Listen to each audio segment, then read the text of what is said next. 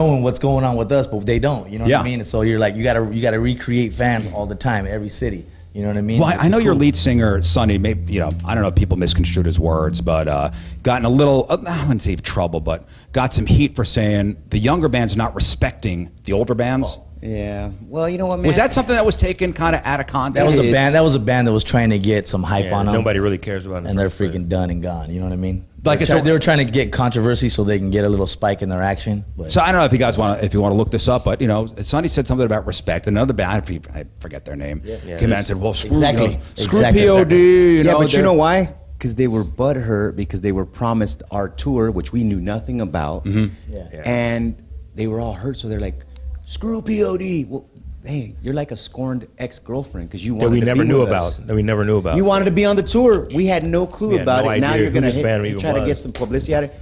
It's stupid. Long story short, it's all done and gone. Yeah. But I think there still is something to be said about, though, a respect for the guys that have done it for so many years. Yeah, I back what he said 100%. As if I was in a younger band, I would want to learn everything I could off you guys because you guys have done everything. That is true. Like we look up to the bands that we look up to, Bad Brains. You know what I mean? All the bands that we give them respect. Who was the first big band you guys went out on the road with? Primus. Primus was the first band. They took us out on the first big national tour. We were like, we're out on tour with Primus? Wow. What did you learn from them? How to treat people. Yeah. Like they treated us really good, man. You know, sometimes you open up for these bands and it's like they kind of put a cap on your volume, your sound and stuff like that. And they just, don't treat you really well. Primus treated us really good, and he said you guys can play as loud as you wanted to. So it's like I remember playing, thinking, "Oh, we're gonna kill this," and we do our thing, and Primus would get on, and the place would go nuts. Yeah. But they just, they just treated us good. Good people. Well, they're secure as a band. Like Secure, it's the almighty Primus. Yeah. No one's gonna do what they do. Uh-huh. So they taught us how to kind of treat the bands underneath us. Yeah. When we take bands out on the road. And were you there as a young band just to absorb? Did you just absorb the whole thing? Like watch these guys night in and night out, day in and day out, what they do? Yeah, it was cool. I mean, at that point, we had been touring for many years on our own. You know what I mean? That was the first big band that kind of took us, you know what I mean, to do that. But it was another thing that was cool was he told us, like, Les, he's like, you know what? We're taking you guys out now, but you guys are going to blow up, and we're going to ask you guys to take us out on tour, and you guys will probably forget about us. And we're like, hell no. How you forget about Primus? We would love to do that. But he knew, like, the wave, you know what I'm saying? Yeah. Even Stone Temple Pilots, when we got signed to Atlantic, they told us the same thing. They're like, dude, enjoy the wave.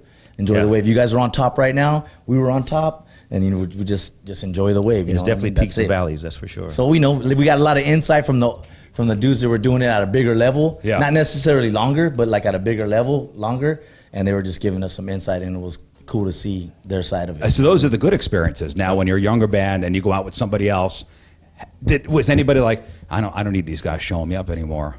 Oh, that happens to this day. You'll see a band that just puts a cap on sound, and you're like, wow, they're telling us we can't crank. Yeah. And then you're like sitting there going, what's the problem? Sometimes they can be a real douche. Wow. Real doucher. Even still to this day, huh? All right, so what I'm gonna leave you with this one question. I'll go down the row here. What's POD's legacy? When you guys are hanging it up, whatever, what is POD's legacy? Well, for me, it's heart. Getting on stage, taking that heart, whether it's their singer or the bass player, the drummer, guitar player. We had a lot of heart. We're like that fighter in the ring that's going up against all odds. Mm-hmm. We're like Rocky Balboa. Mm-hmm. And you know what? And we whooping that ass. You know what I'm saying? We might come back in the whatever 12th round or 10th round, whatever it is these days, but that was POD. And we get a little discouraged at times because we should be on the main stage. But we're the kings of the side stage, and we're headlining. We'll take that. You know what I'm saying? But it's all good. We're still going to knock people out. I'm just going to say, we've had bands play the side stage and the main stage, and the side stage is where it's at because there's no seats. Yeah. No, of course. Definitely. Go ahead, Trey. Marco said it pretty good, man. But I think just staying true to POD and just who we are, and not trying to be something we're not. You know what I mean? Mm-hmm. So I mean, but he that's it. Marcus nailed it. He nailed it, man. All right, well, what do you got? I'm the same boat as what these guys said, but like I like to be known as like the band that played the music that they wanted to play, but had something to say, and they backed it up, and they didn't really turn from it. That's what I love about our band the most. That people come out to the show and they connect, you know what I mean, with the things that we're saying, and they enjoy the music that we're playing. And also in this day and age, it's nice to see positive. Yeah, like a positive show, people having fun, forgetting about, you know, the whatever's going on, and you know, rocking out. We really try to take what you just said and put that on and put that out from the stage. Well, you guys have been walking the walk for 27 years, and it's, you know, it's appreciated. Thanks. It's not easy, man, because, you know, there's that side of us when we see these little disrespectful punks. Oh, yeah, we'll get gangster, man. don't even trip. Like, we're like, hey, you know what, man? We're nice, but we're not a bunch of punching bags. You know Oh, what no, I'm that ain't saying? never going to happen. Guaranteed. Guaranteed. Well, thank you guys. Have a great time today. POD live Thank from you. Point Fest. Thank you, Rizz.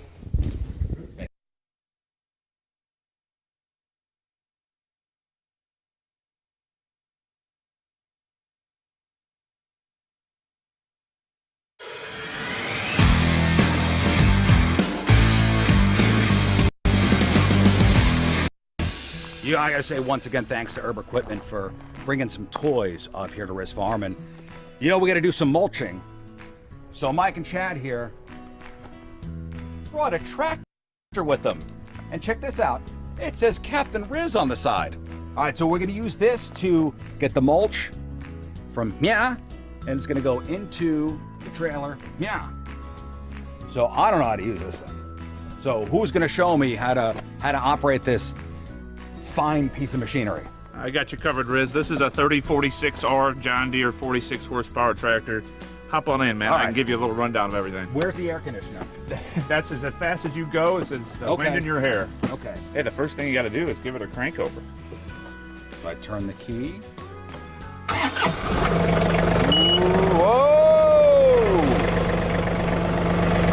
At that point, that selective control valve, which is that lever right there, that'll operate that front loader. Pull back, that'll raise up.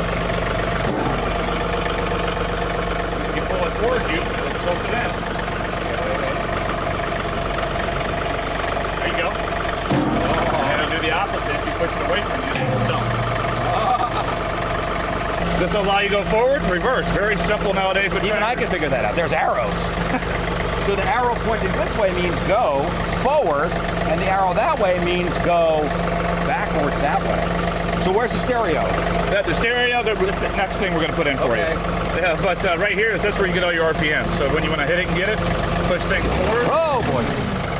That's where all that horsepower comes. So I would assume the rabbit is fast and the turtle is slow. That's correct. All right, mulch. Here we go.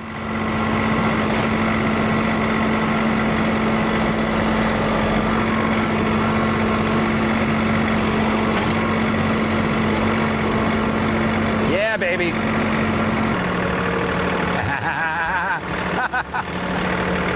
Bombs away! Now we gotta get that mulch onto that field. So I need to put that mulch in a trailer. So let's get the trailer down here. All right, so I need to hook this onto that. Thank God I have Chad and Mike here from Herb to help me out. So I'm gonna back up, and then you guys help me hook the trailer up to the tractor. Absolutely. Okay. Let's do it. All right. To the field. What was that? Come on, man. Not after a snow day. Come on and have some Don't fun. do that after a snow day. Why not? We're supposed to be serious today. Oh, you're right. Man.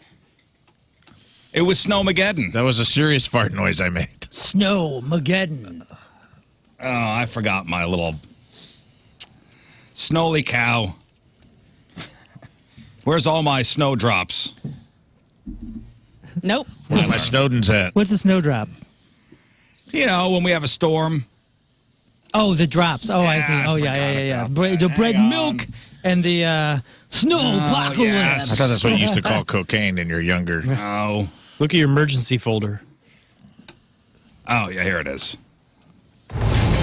Snowgasm. Yeah, we all had a There it is. snowgasm yesterday. Awesome. Or, you know what yesterday was? What? The Snowacost. Is that a new one? Dude, have we used that I one rarely before? play that one. Oh my It god. was the Snowlacost. What? I woke up yesterday and went, Snow that's my favorite. You need a Snowlacost one again. You want to hear the Snowlacost one again? Hey, you know I it's wasn't ready the first time. The Snowlacost. No. you know it's the Snowlacost when your kids are upset when school gets called off the second day Why? because they're bored. My kids are like, are you oh, out of dude, your mind? we're bored. Well, my What kind daughter. of kids do you have? I know, nerds, right? They Gotta didn't play be. outside. Okay. By the Listen, way, I'm sure my son was stoked. by the way, welcome back, Lern. Oh, hi everyone. Yeah, thanks. Hola. If I could bottle up the joy that my son was having and feeling when the text came over yesterday afternoon around 1 o'clock, 2 o'clock that said, Rockwood School District closed Tuesday. Pure joy, huh? It was pure, unadulterated, just, ooh, if I could bottle that and sell it, As it should I would be a trillionaire. It should be that. I mean, I'll be real. When you texted our group that we were not coming in yesterday, even though I've been off for almost a month, Yeah, that's right. I still had joy. I was like, oh man, I could stay up and watch the entire Golden Globes right on. Well, okay, so here's what happened. Here's what happened. So we were supposed to all stay at a hotel on Sunday evening. I had been in touch with the other morning radio shows in this building. Kind of like a little text thing going on between all of us. The phone tree. We're all phone tree in it. I know AD and Haas over at Casey, they were like, well, we're going to stay at the Drury. Yeah. Who's ready to go to Applebee's? And I said, Applebee's is going to be closed. Applebee's never closes, dude. Jeff and I stayed there. It was 3 years ago. It was the last big snowstorm we had. And it was closed. Bummer. It was closed. The audacity. Yeah, that's absurd. Absurd. I thought that people just live there that work there. You know, they Yeah. live in the hotel. If there's one light that's always on, it's the Applebee's underneath the Drury That's right. On Olive. on Olive and Creve Coeur here. You know that's right. No, it was closed. And I'm sure it was closed on Sunday as well. So as the snow is going on Sunday afternoon, I'm like, man, it's going to be a disaster even getting to the hotel. Mm-hmm. I talked to Courtney. She's over in Illinois. Mm-hmm. She's like, I'm not staying at some stupid hotel. Which is what I also said. That's all. Yeah, I would say that's my line. Stayed at I'm enough not staying at hotels. some stupid hotel. I've never stayed at the hotel to drive into, but I've driven into work. I mean, we don't have to have the day off. I was just like, I never stay at that thing. Agreed. Me neither. I like to live dangerously.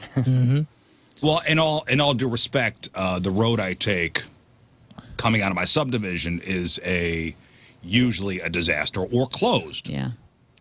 I booked me and Rizz a deluxe And two-bed queen. I thought we were going to have a sleepover, man. I was ready for it. Me too. No, we were going to stay at the Courtyard Marriott, That's right. not at the Drury, Dang. because the boss goes, I don't want you staying across the street. Boys' night. I want you staying at the Courtyard. Why do we have to stay at the courtyard Because You now? can walk in. Because Easy you to can walk. walk.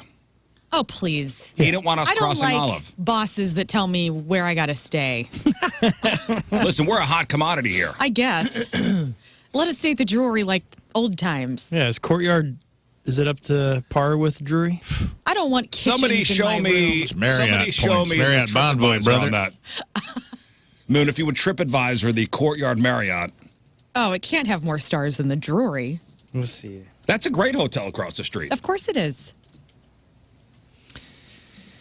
Okay. Go ahead, Courtyard Marriott. I'm going to say 3 stars. I'm going to go 3.7 for the courtyard, and I'm going to say 4. 4, yeah. Solid 4 for the Drury. Okay. I'm going to go higher on Courtyard. I believe in Marriott Bonvoy. I'm going to go over 4.1. You are wrong. It's 3. All right, 3. Okay. 3 stars. The Drury. Is it Show me the cheaper? Drury. Show me the Drury. Is Drury? First of all, that word has lost all meaning at this point. Drury. That's like a word you should make people say when you think they're having a stroke. All right. If the courtyard Drury. Creve Coeur is 3 star, what is the Drury in Creve Coeur? 4 stars. 12. Solid 4. Yeah, 4. 4.5. Oh, 4. Yeah, that's great. Congratulations. with twice as many. Take away the booking- Applebee's. Are there any Jeff 1057 used at TripAdvisor? Twice. The Drury does have twice as many reviews, almost 500. I will say that when there were snow days, Jeff and I would stay there and have a cocktail or 7 at the Applebee's. Spoon in a king bed. Spoon in a king bed. They You could know. only spring for one room. That's all right. Who was the big spoon and who was the little? Jeff would have been the big spoon. True. Okay. True that.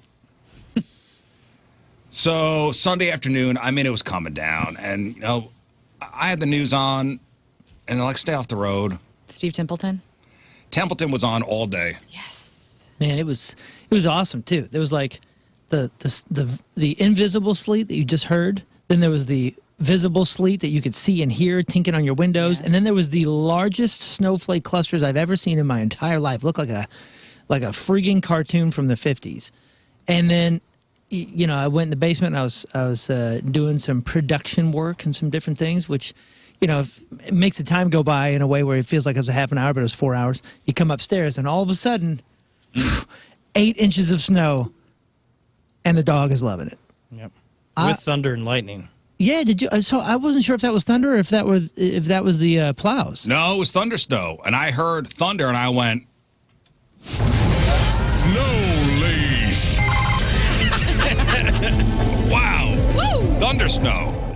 Oh man, I loved it. Me too. No, I thought Yes. the power was like a power line had dropped or something because it kept flashing outside, but thankfully it wasn't. No, and I talked to the boss, and he's like, "Just stay home. Tell everybody to stay home. We don't need you guys on the road. Nobody's going to be in their cars on Monday. The whole city was shut down. The whole region was shut down."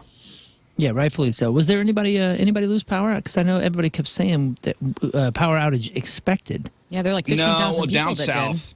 Down south, where they don't have the underground lines, they say what an inch of ice will down a power line. And it weight of happened it. down there? Yeah, a lot of people, quite a few bummer. people without power. I know Ameren had their people standing by, the linemen ready. Well, I know that I thought I was being really on top of it when I went out and I iced my driveway and I iced everything. And like You salted it? well, Yeah, what did you I wanna say? ice it. Yeah, sorry, I salted it. Yeah, I salted before anything even happened. What an idiot pouring water got on his your- driveway. I'm sorry. Hose out, so Nah, spraying no, it with water. Sorry, I salted everything, and I did a real good job. And I was like brooming it around, so it was all even. And like I said, I went downstairs a few hours. I came upstairs and didn't look like I did anything. I guess it was just too cold. Is that how it works? Yeah, I mean, that salt only works above a certain temperature. And when it's bitter cold out, it's bitter cold out today. I feel like I just wasted money. And if you're on the road right now, you know that some roads are A-okay and some roads are not. And it's really weird the way 40 is treacherous, Barbara. Stay off of it. 40 coming From the east. city, Well, you were going west. I was coming going east. west, and it was a sheet of ice. Straight up. Yeah, coming east as well.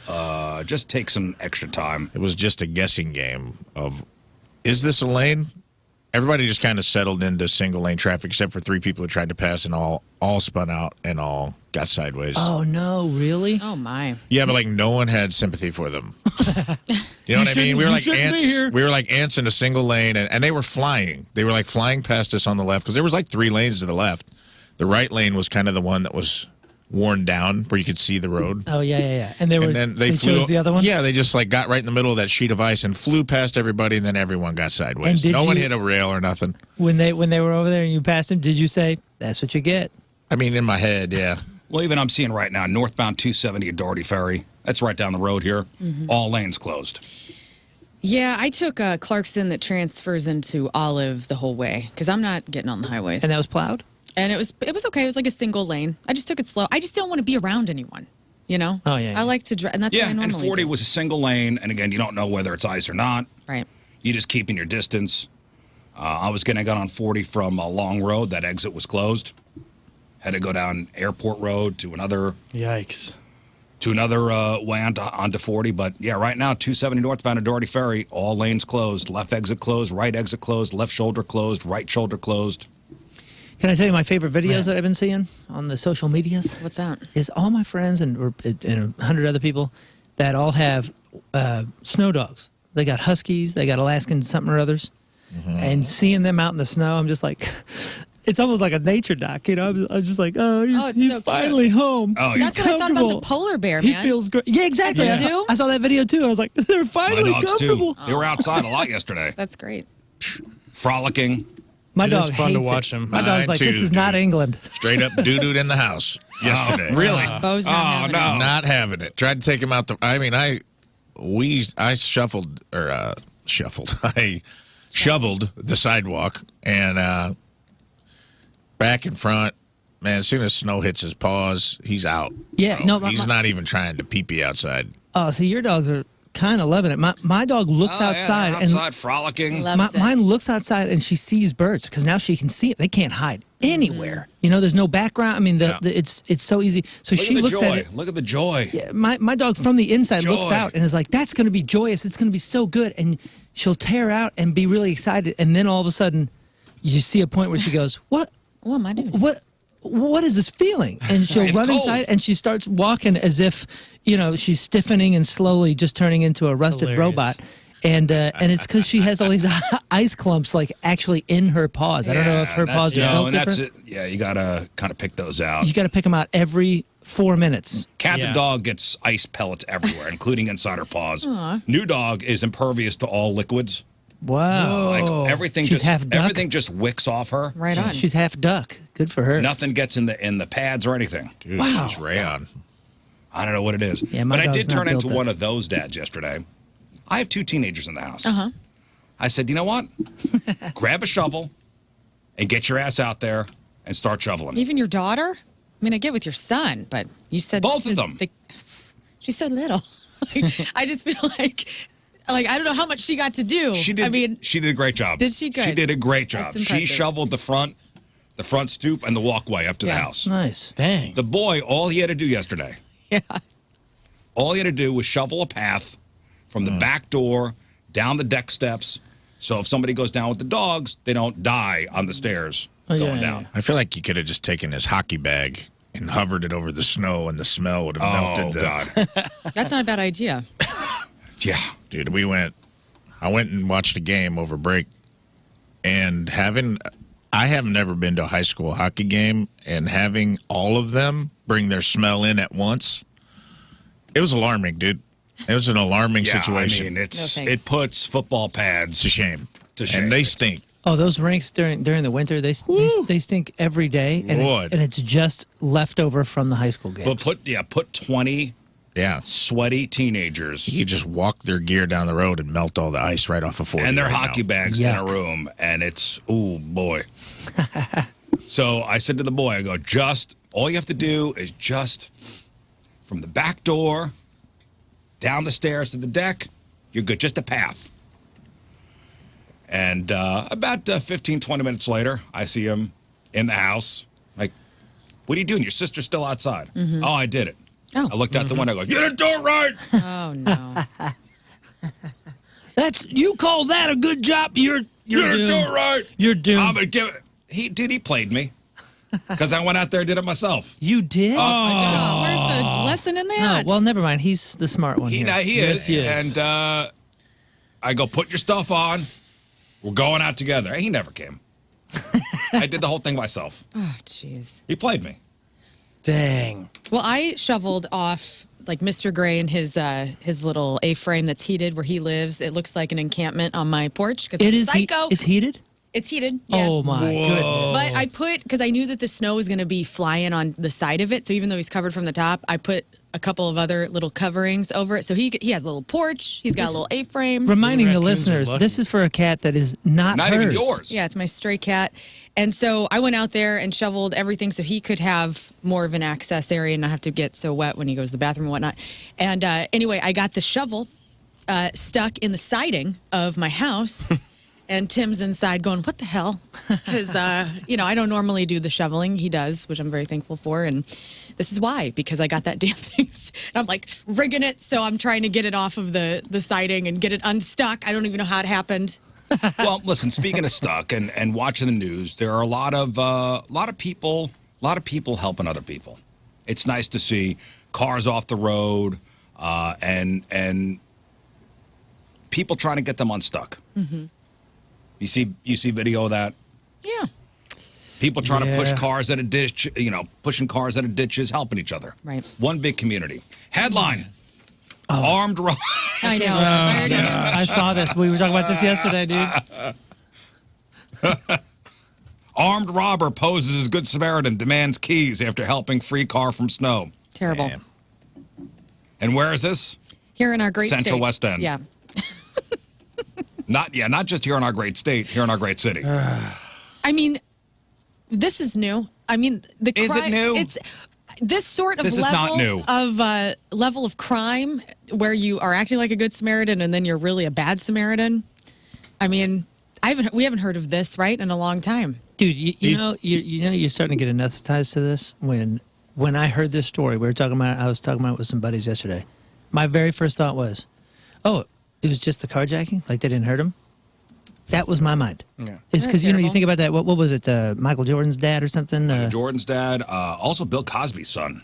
Yeah, that's right. Like two different instances of famous people that were stranded on the side of the road. Somebody came to, quote unquote, help them and killed them. Right. And when I read this story, I went, oh, I'm glad they didn't hurt him.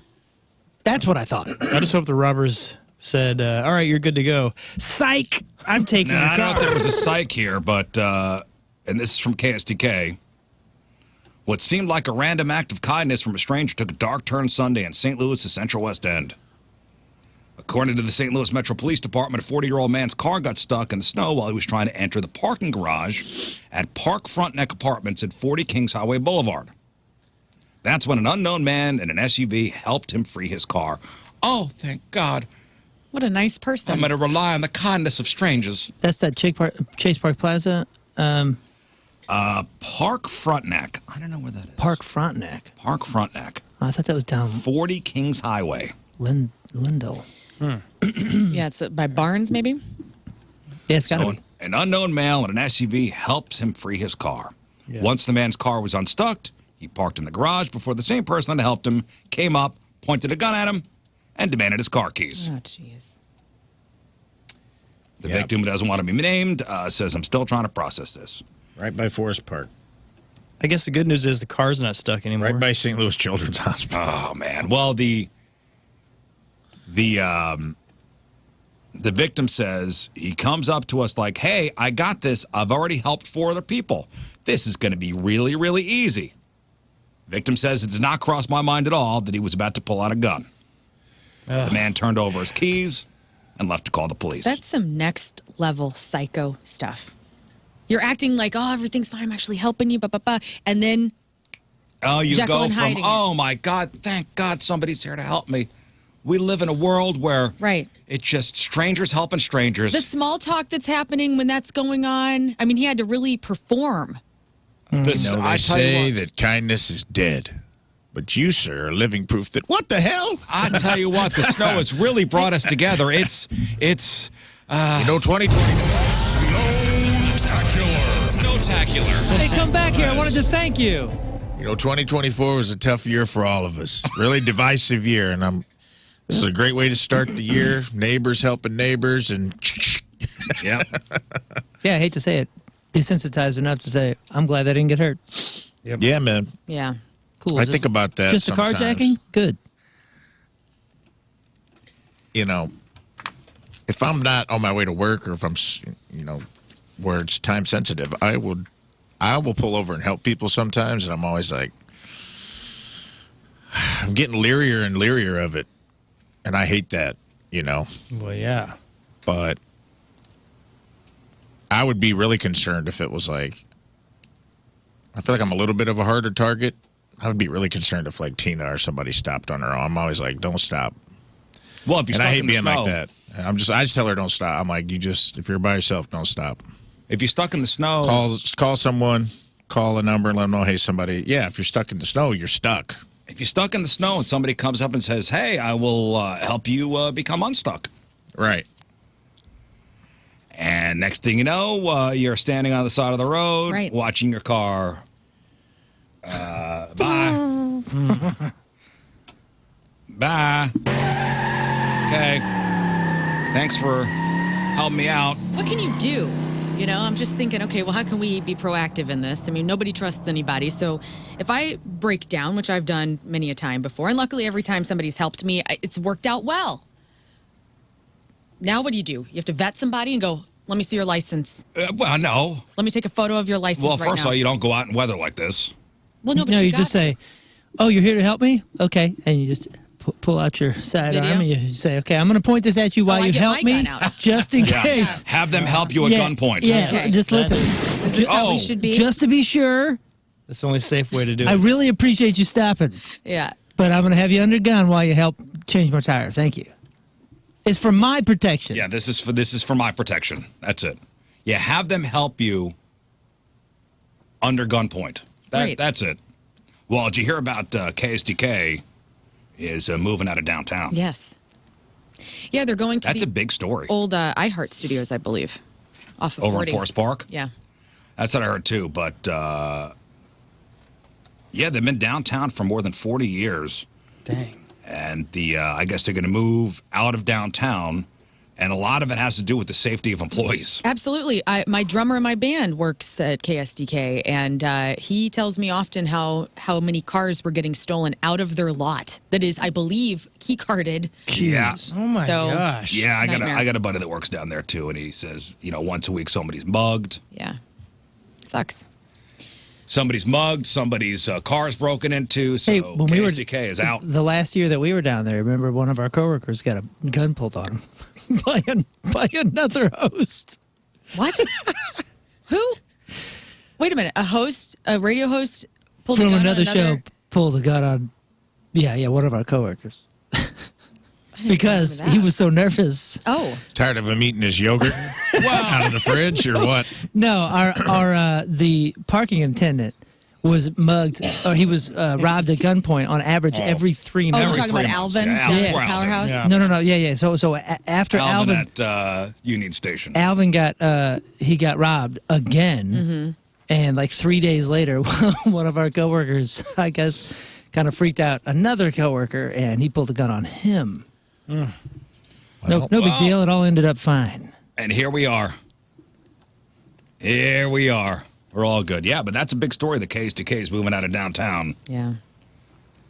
And that's the second of the TV stations to get out within the past couple of years. KMOV moved out 2 years ago. Where'd they go? Maryland Heights. Oh, really? Yeah. I didn't know that. Yeah, if you're going northbound on 270, you could see them. Big KMOV building. And Fox is not there. Fox is out in the burbs. Fox has too. been out for a long time. So, is there any left of the big three? Nope. It's everybody. Did the Post move? Weren't they down? They're gone. Yeah, Oh, they did. Yeah, they the Post has been gone.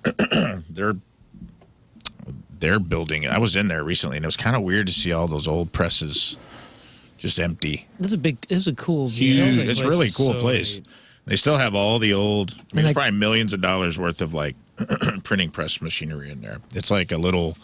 There's a bunch of little businesses renting out workspace in it. They're just waiting for all that to come back around again. Yeah, It's like vinyl. little comeback. Oh, speaking of local, and I've been trying to follow this story, and this is a local lady spreading the word of the St. Louis metro area worldwide. Oh, yes. Did you guys look into this story? I told you guys to look this up. Yeah, for Yeah. sure. What a disgrace. So the headline here is Missouri woman alleged suspect in burning several businesses in Puerto Rico. And this is somebody from St. Peter's. This is a wild story. And I'm not sure, and somebody out there's got to know this woman. But I'm going to play it. First, I saw an Instagram video that kind of laid it out. And listen to this. We've identified the woman who burned down several businesses in Puerto Rico a few days ago at Bar Maria. This woman was repeatedly kicked out for being drunk and hostile with the staff there. Now, the police did come, but as you can see, they're laughing along with her and didn't really charge her with anything or do anything about it. Did that. The cops already walked me home. We're closed. And guess what? The cops walked me home and they were like, no problem, bitch. You live right there. Okay. Real great representative. Was that hand smacking as well? No problem, bitch. You live right there. So this is an alleged, woman from St. Peter's out in Puerto Rico, hammered. Mm-hmm. Hammered. They ask her to leave. Please leave our country. Please leave at least the bar. Right. Preferably. But you came here again looking for why? trouble. Because he was And later on that night, she burnt down the bar. And Yeah. Yeah, later she came back and burnt the place down. I'm going to go get some Fireball and burn this bar down. I mean, did you see the video? Yeah. She's got a gas can. Yeah, that bitch is wild. That don't mean nothing. She comes back with a gas can. That could be. That could be a anything. pina colada in that. Could like be anything. Lisa You're right. Left Eye That Lopez. don't mean nothing. Could be anything. Okay. because he was And later on that night, she burnt down the bar. And you can see her walking with a can of gas. 4 other businesses and a hotel were affected by this fire.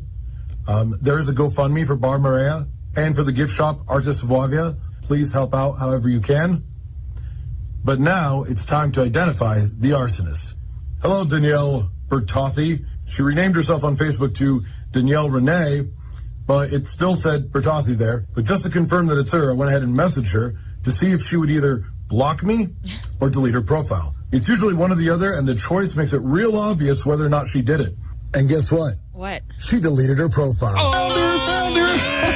They took a couple screenshots, have some more verification. Here's some photos of her. And as you notice, every single photo is of her drinking. I do hope you get help with that problem, and it is a problem. I mean, to be fair, I don't know you, and I don't know your drinking habits, but you did set 5 businesses on fire. Not a thing that's kind of like, whoopsie. Happens the best. God, this guy's annoying. Who the hell is that? I don't know. He's an investigator. Sucks. I'd block him too. I don't like I've investigative just blocked reporting him. that's based on she did it if she blocked me. Blocked. I blocked him. Does that mean I I'm did a guilty little too? digging, You did guys? it too. You did? What did you dig? Block Block. or delete? Well, anyway, this according to I mean, is arson as big a deal in Puerto Rico as it is here? I think it's a big deal everywhere. Yeah. They're making it out like, I hope you get help for the drinking. I'm like, I actually got a bigger problem at hand right now, which is 5 counts of arson in a foreign country. According to reports, this woman was asked to leave this bar due to disorderly conduct. She allegedly returned later with a gasoline can, set the place on fire. Security footage captured her actions. She was seen leaving the place shortly after. Police are also investigating the hotel where she stayed. The hotel said she was, quote, out of control and had aggressive situations with the staff in the area of one of the restaurants. Following the incident, this woman comes back to Missouri. Her employer,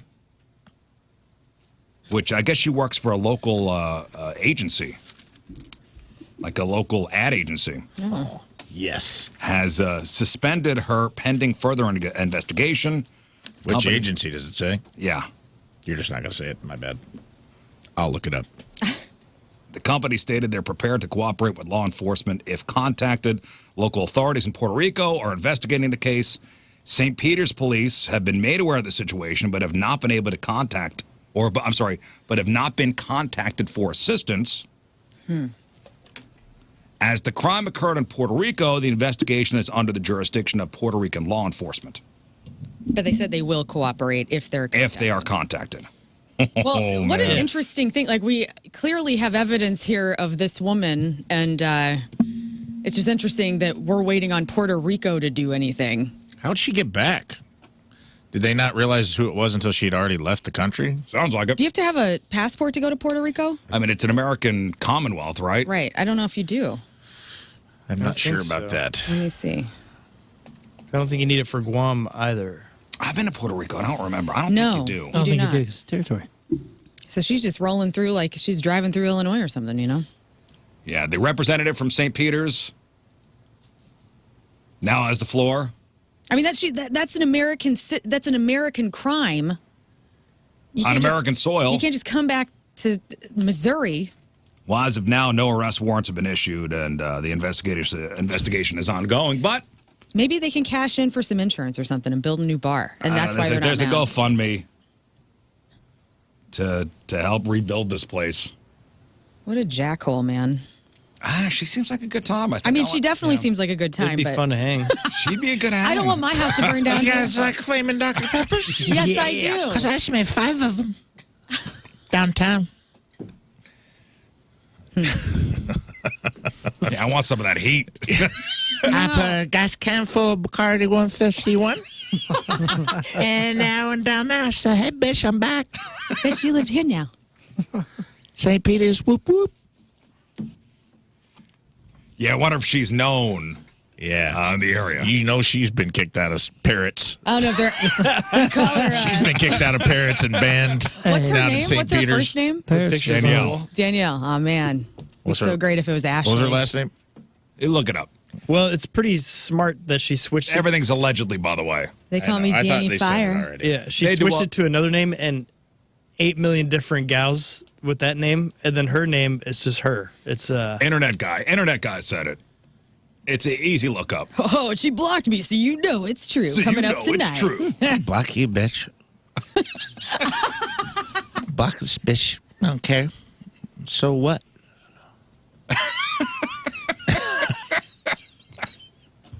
I mean, obviously, you feel bad.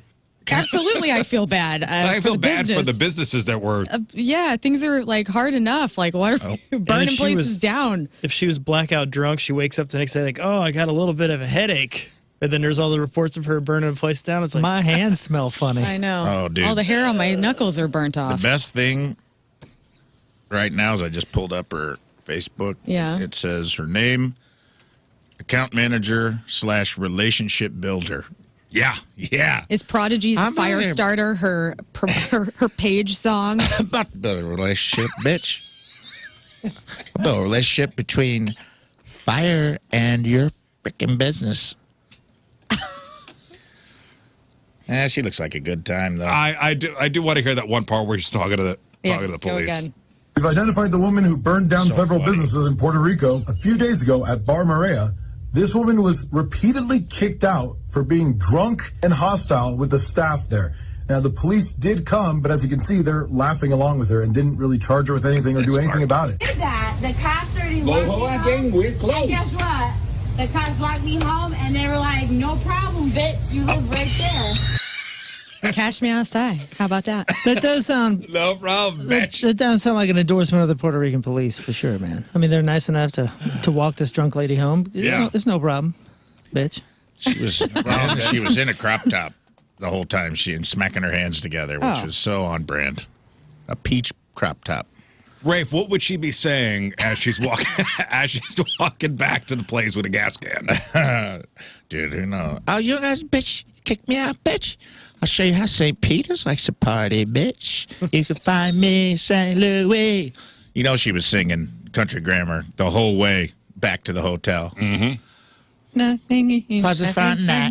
Don't know how to act, bitch. Burn it down. I'll show you, St. Lunatic. Here's my question. Okay, there was only a few moments in my life where I was probably ever at that point. And I'm fairly certain that I'm not, I'm confident in my abilities, but I'm not 100% sure that I had the wherewithal to obtain a gas can. I want to know who she was with. Where did someone, I mean, she's not from there. Did she lift it off a truck? Maybe, Where did someone obtain a gas can Gas station. full of gasoline? That's a good At point, a gas station. man. She get 'em at said gas the bar and the hotel are right next to each right other. now, if I told you, Lern, go get a gas can. Yeah, go to the gas Do station. you think you could pull that off in under an hour? Yes, I Hammered would out walk of your down- brain? Yeah, but do they have a gas can right there? In Yes, Puerto they Rico. do. Wait, let's drop you in into Puerto Puerto Rico Rico. first of all. Well, is there a gas station in Puerto Rico? I would go there first thinking, okay, they also have gas cans like we do here. They're American, dude.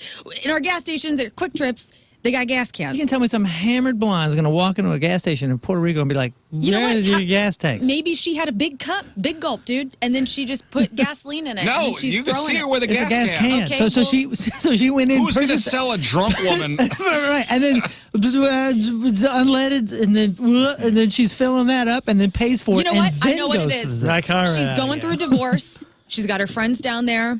They thought it'd be funny to give her a gas can as a gag gift because she's going to set her husband Full of gas. Full of gas. Hey, you know what? Troy really did you dirty, girl. Here's this gas Burn can. it down. Burn his ass. And then she decided to take her grief out on Puerto Rico. Okay, that's probably the most unlikely thing. I'm going to go ahead and say that there should be a precedent set in gas stations. Whoever's selling gas cans, Can I get 5 of them pump 4? you can't. Yeah, you can't sell a gas What'd you can to a say, drunk ma'am? person. Can I get 5 of them pump 4, please? What did you say? I did 5 of them pump 4, please. Man, you're gonna put that in a big gulp cup? Don't mind your own business, what I'm saying? bitch. Like walking your mind 5 through. of them pump 4, please. Look, ma'am, I have to legally sell you a gas can. You know that conversation had to happen at like a whatever the Puerto Rican Quick Trip equivalent is. It happened. This had to have I'll happened. put it in this cup, bitch. Okay, put it in here. 5 of pump 4. Man, we only have 2 pumps. 5 of pump 4. Just do what she says. I'll beat your ass. St. Peter's, bitch.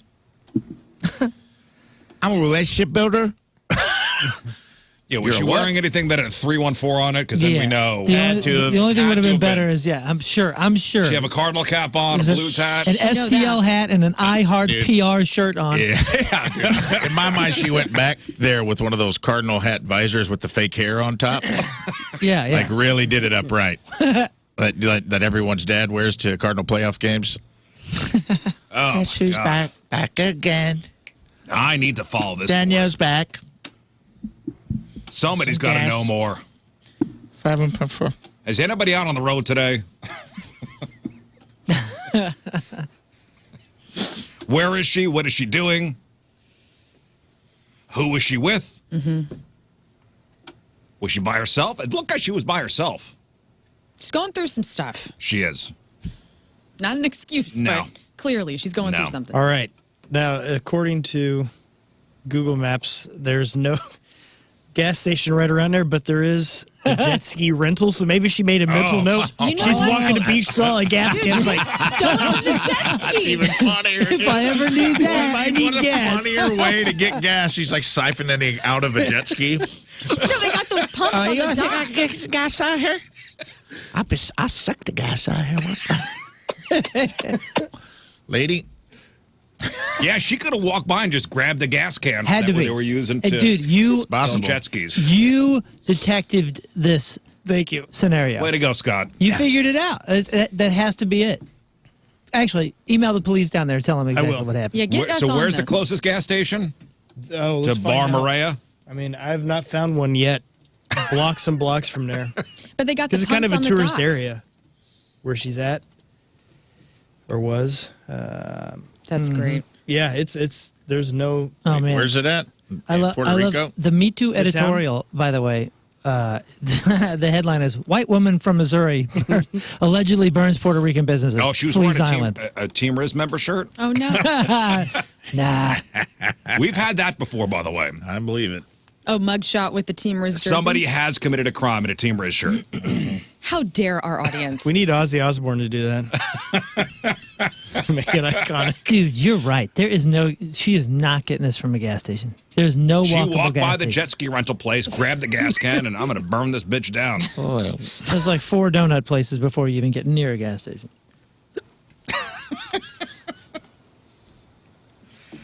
Oh, Danielle. Allegedly. Yeah, allegedly. Allegedly. We'll keep following this for you. Damn it. Listen, I hate the place got, burned down. But man, what a story. You get thrown out of a place, you come back and you just burn it down. Insane, dude. Insane. And on the map here it says temporarily closed. Yeah. Yeah. Yeah, I mean, how drunk do you gotta be? I've never been that drunk. No. Or here's another thing: man banned for allegedly urinating on passenger during flight Oh man. out of San Francisco.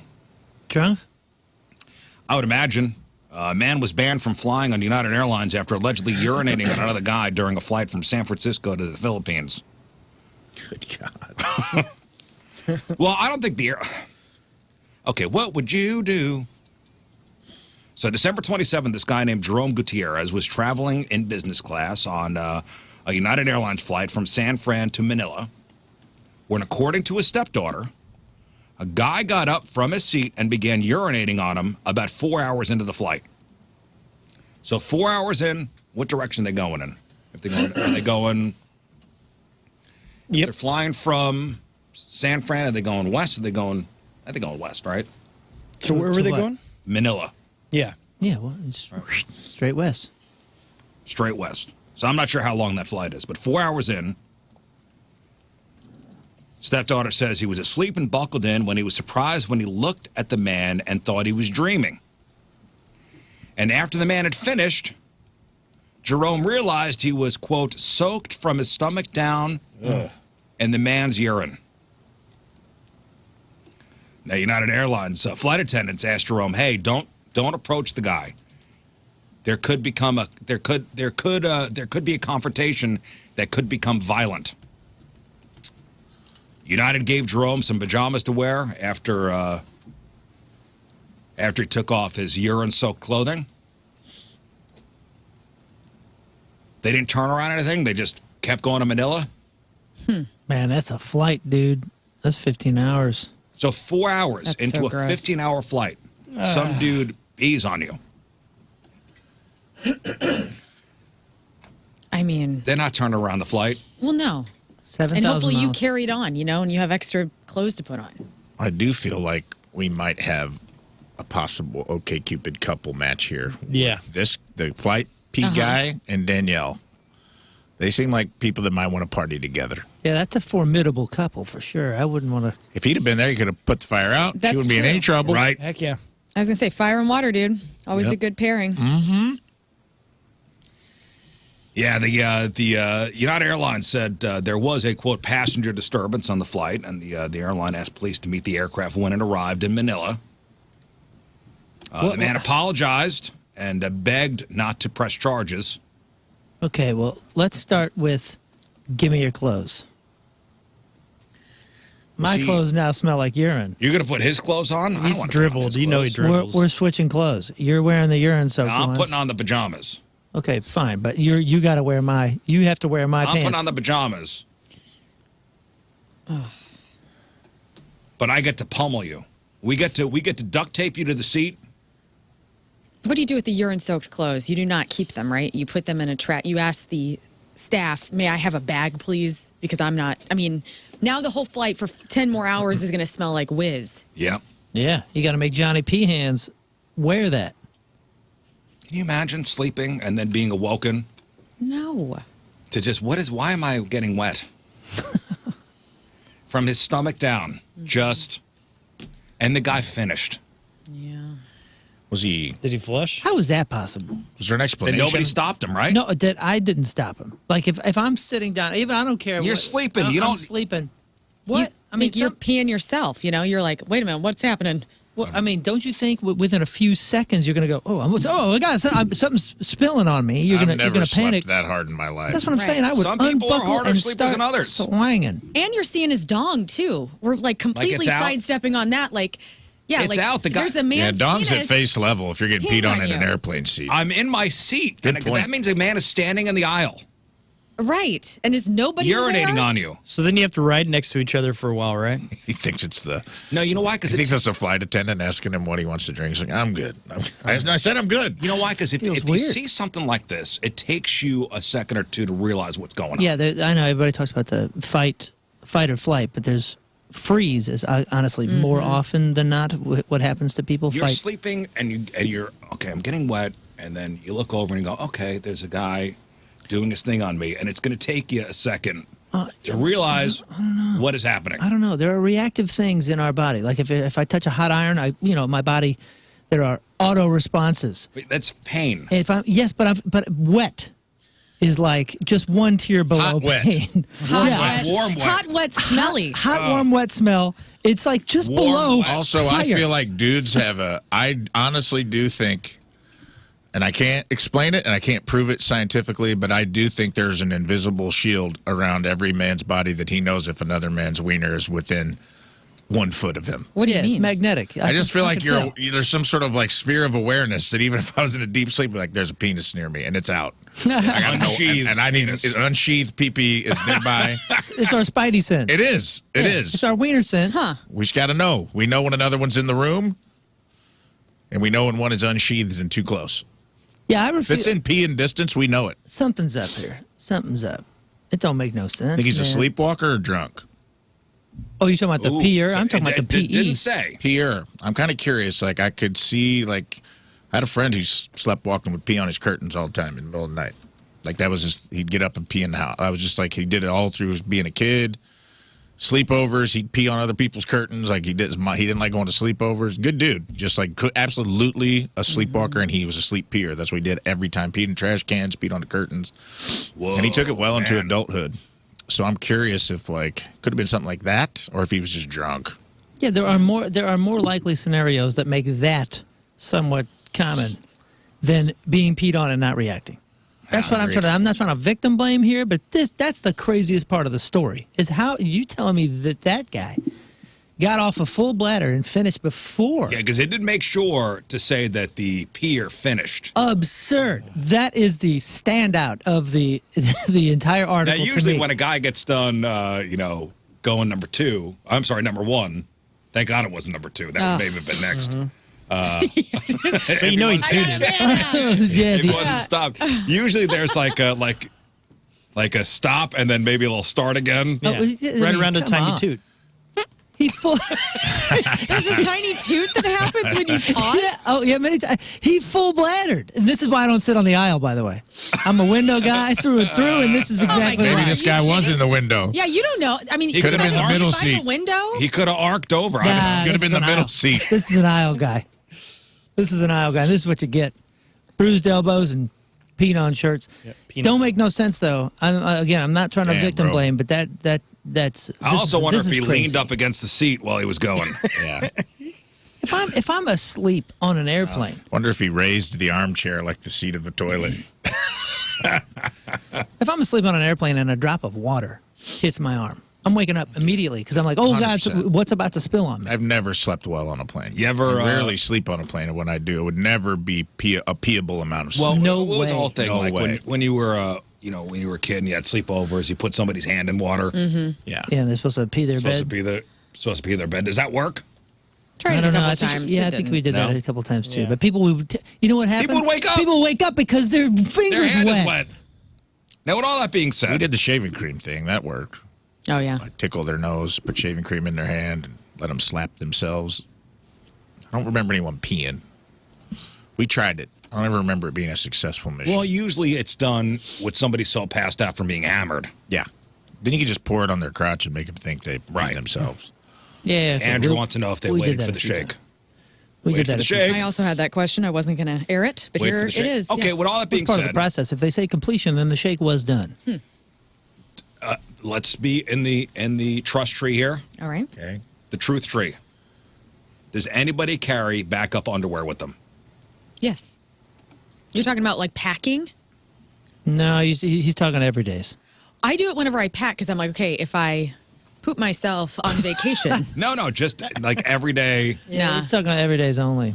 I do have a plan though. I do have a backup plan, but Do it you doesn't ha- involve undies. Do you carry spare underwear for emergencies? What's your backup plan that doesn't involve undies? Well, I got to get out of there. You know, I have a backup plan. I know like where I'm going. Running? Yeah, running. I'm running. Backup plan is to run. I have That's not a pants. plan. I have pants in the drawer That's running. in the office. I used to. I will say I used to. I had a backpack in my truck that was like under the seat. Like it was like this little compartment of storage that nothing else could fit in. But I had a backpack in there with a change of clothes and a winter, pardon me, and a winter jacket and a couple basic tools. And that was just like a standard go bag, emergency bag. Like, really. right now, if any one of But you I don't anymore. had an accident, No. is there a backup pair of underwear for you around? No. No, but this does make me want to invent an emergency pair of underwear kit where Okay. it has like a little glass top, you know, where you break it to get your underwear in case you need it. We in should case of have that emergency? here. Yes, it's Should we on all the bring wall. in a pair and have them in the office? I mean, just I think for we safe- should. I think And it we better be should. nice underwear, too. If it's some cheap pack crap. I'm going to bring an extra out. pair of pants as well. I'm Like going to have pants. I'm going to have a whole outfit. I in got those the G office. strings left over from Jeff. If I had to use No, them. I would not put those on, There's buddy. a Speedo. We do have an Technically, emergency that's Speedo. for all of us. I think we may be possibly moving offices. Oh, you know what? Carl the Mannequin has. Your Speedo. Oh, yeah, he's got the American flag He's got the Speedo. American flag Speedo. I forgot about that one. Okay, I don't that is carry good. it That's daily, good. but when I travel, I have my backpack is in case my luggage would ever get lost. I've always got at least one change. But of when clothes on okay, me. when traveling, But right now, do you you carry a backpack every day? Do you have underwear in there? No. What do you have in there? You have shoes. I got shoes.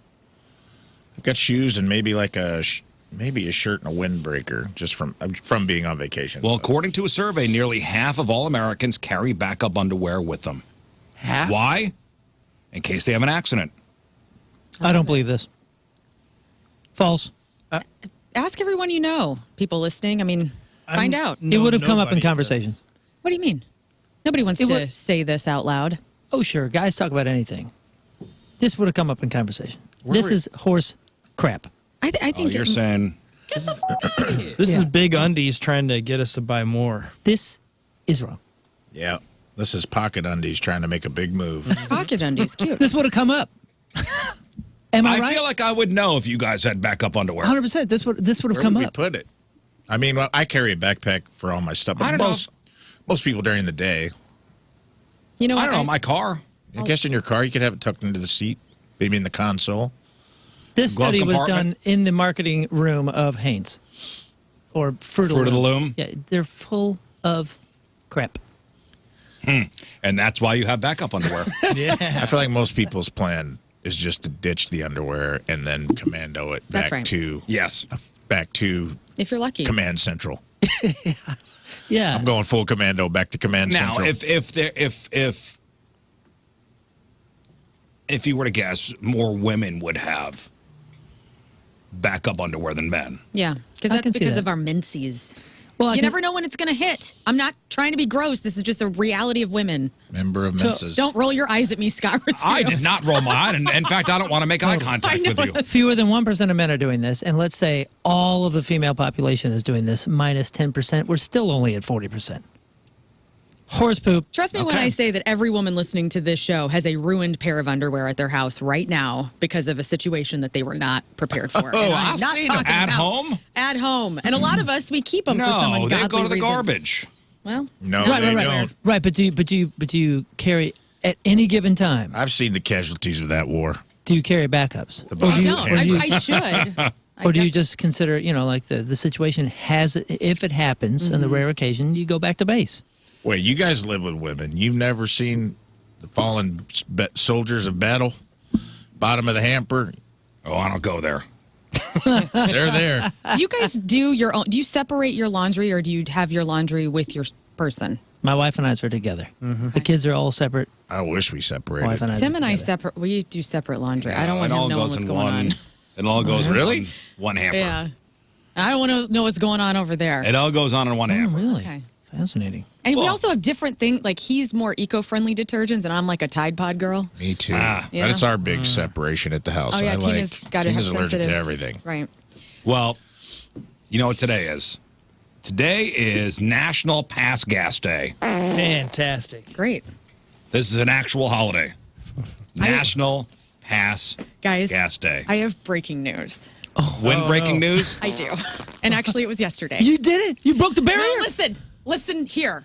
So famously, my husband and I, we've been together 14 years. We do not fart in front of each other. On Sunday night, Tim let one rip. Okay, All right. during the Golden Globes, and I was like, "What?" And so that was that. Broke the barrier. Then yesterday, I'm lying in bed. I thought he had gotten up to take the cats out. Unbeknownst to me, that man was only a room away looking at the deer in our front yard. I let one rip that was loud and proud, bassful boom, letting it rip. Really? Turned to my left. Was it a long one? It was long. It was hard. It was. All right. What do I understand? Tim starts laughing because I go Clover because I was blaming it on Oh, you her. blamed it on the cat? And then he goes, "What?" And I go, "Yeah, this is just it. This is me." This is what happens when you leave the room for 5 seconds. You guys are now in phase 3 of the relationship. Thank you. You Hey, broke the barrier. congratulations to you both. It's huge. And also how guys. wonderful it is to watch that beautiful deer out in the snow. It's It's such a serene Yeah, you know why he screamed? Because the Whoa. deer were. I know, they they all ran left. away. You spooked the deer, dude. And The deer all passed out in the yard. I'm here to say it. I did not feel shame. I stood in my ground and I said, Exactly. "You know what? Hell yeah, I'm man. out and I'm the proud." bass." And he goes, "Dude, you're like a tuba." And I go, "Thank you." It's Is amazing. this going to be a normal thing for you now? I don't know, but this is the new year, new me. This Wow. is it. The way you Congratulations. described that, the way you even described it was like gratifying. Because it was like one of those farts that makes it feel like you lost weight. You know what I mean? Oh, like, for Okay, sure. so let's say now there are different situations for this. So if you're sitting around and somebody unexpectedly toots, Yeah. accidentally, do you acknowledge it? No. Oh, a stranger? It happens in airports a lot. No, not a stranger, but like let's say we're having a let's Oh say yeah. We're a fart friendly family. Like no. It Let's say started with my dad. Not in the house, out and about, but it's somebody you know. That normally wouldn't toot in front of you. Well, you talking about my mother-in-law or my drummer? Let's say your mother-in-law. What if your mother-in-law I'm not touching is your that. drummer? Right. I'm not touching that. Really? Let's say you're with your mother-in-law and she farts in front of you accidentally. She lets a little squeaker go. Yeah, no, I'm about to win the Oscar because It didn't happen. what are you talking about? What are you talking about? Yeah, I'm just gonna never say Oh anything. yeah, no. I had a situation. Can I butt in here? Oh, please. I had a situation. Yes, you can I was, butt so part of the reason I wasn't with the guys last week is because I was in Florida for a funeral, and it was a military rights funeral, and so we're at this Air Force base, and this cemetery it's a burial military cemetery, and they had a pavilion, and my sister. One of our cousins and we all go into the bathroom together. And I go first, just ba-ba-ba. Sister goes ba-ba-ba. Our cousin goes, and she is letting it rip to the point where I thought we were going to stay in there together and all prep our hair and stuff. We had to leave, and I didn't want to make it seem like because of her ripping ass, I didn't want to make her feel bad because we're in the bathroom. That's what's supposed to happen.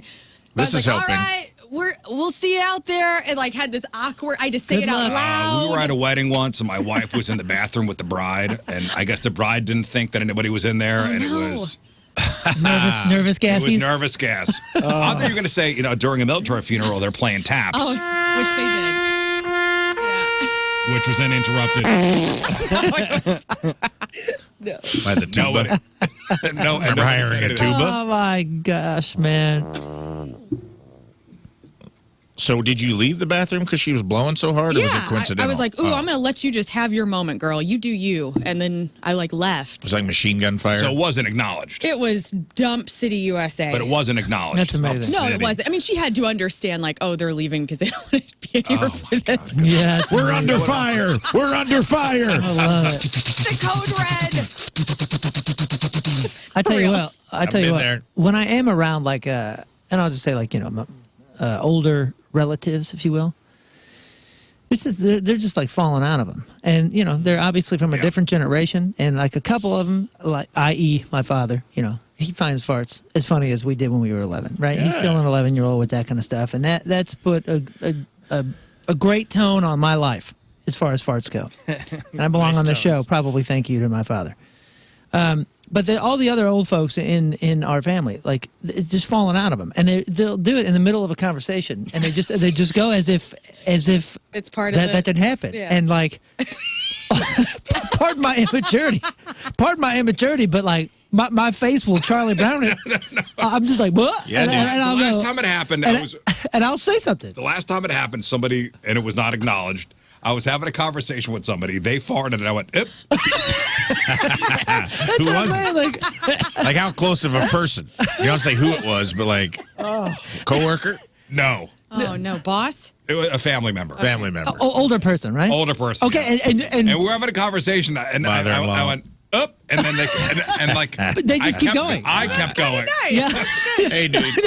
That is the way to handle that. The best thing to handle it, the way that I do it is because it happened not long ago at a family function, and you just sit there and they'll be talking and it just goes pop pop pop, and it falls out and I'll just go, oh bless you. Oh, but that's acknowledging cute. it. That's nice. Right, you have to acknowledge it because I can't let it go. The immaturity in me, the child They in me, let it go. has to say something, and I'll just go, oh, fell out of there, bless you, and then you keep going. Let's say we're having a staff meeting, and somebody rips one. Are you acknowledging?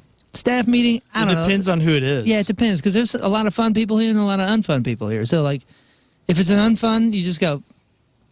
I don't know. You kind of chuckle to yourself. All right. I'm gonna chuckle. I'm a Courtney child. Landrum. Well, she's hysterical. So I'm going to say something. I'll do the bless you. During the staff meeting? I'm sorry, what? During the staff meeting? Well, I mean, I'm not going to say bless you, Courtney, because then I'll be calling her out. I don't want to embarrass her. Oh, I'm hitting you. Yeah. Yeah. Oh, man. yeah. Dom Duncan, dude. Has anybody ever farted on the show, like when you're laughing? Like accidentally? Like the 10 plus years of this show? Nobody's ever just ripped one accidentally? You're like, dude. That I know. I have no We idea. farted on each other in the hallway during games as power moves. Yeah, not close enough Nice. to a mic, I guess. I don't remember that. But if you do it in a meeting, I'm Duncan, dude. Oh, yeah. Kill you. Also, man, there's You do it to me, too, man. I've talked about this, I think, maybe before, but it's a power move when someone farts in front of you and doesn't acknowledge that it happened. Like that is a head game power move, dude. There was a guy digging a hole in front of my house one time with a backhoe in my parking space, and I went out. Was I going to have my like man of the house moment? We're like, hey man, you guys seem like you're standing around a lot. Like, when is this going to get done? And this guy was sucking on a chicken bone and had a cigarette in his mouth. In his hand, sucked the chicken bone and threw it in the hole and put the cigarette in his mouth and goes, look here, man. The job will get done when it gets done. You see this? It's city property. And that goes out to county property. And that runs all the way down to the main line. So I guess it'll get done when it gets done. He let 4 like big stinky farts in the middle of a sentence where punctuation should have been. Outside or inside? Outside. Okay. Very, very much like an outside worker crew guy. Been doing a long time. Like he looked like he was a drinker. He had like that. Like the only thing holding up his pants was the belt. Like he had that Kermit the Frog butt. So he had nothing holding him in. But he didn't stop his thought process. These were long, loud farts coming out of him. And the cigarette was like bouncing on his lip while he was talking to me. It was so nonchalant, too. And just wouldn't acknowledge it. And I was like, this guy just owned me. I just went back in. I just apologized. And I went back in the house. He could have He could have said anything. Whatever he wanted, dude. Should have been working for the gas company. Good point. He could have said anything. Right. The takeaway was the farts. It really was. That's nice. Or whatever he said to me. It was a smoke screen. A stamp. Yeah, I didn't question it. I was like, there's something about permits and city and state and city and county property and 4 farts that were very obnoxiously loud and a little wet, if I'm being honest. He probably knows that if he did that while he was speaking to you, he could have said anything. Because your mind only heard fart. He got me. I'm telling you, it's a psychological game, and he won. He owned me. You know what he was doing? He was ventriloquizing. I don't know if that's a word. I don't either. But he had you looking over here. He was a fartriloquist. Yeah, fartriloquist. He was just distracting you. That's just magician. It's just sleight of hand. You're right, dude. That guy was the Jeff Dunham of city workers. Yeah, he doesn't matter what he's saying over here. Your whole front lawn. Look here, man. He just went in. He started and ended with a fart, 2 farts in the middle of the sentence. All I heard was permit, city, county. Don't even remember totally what he said.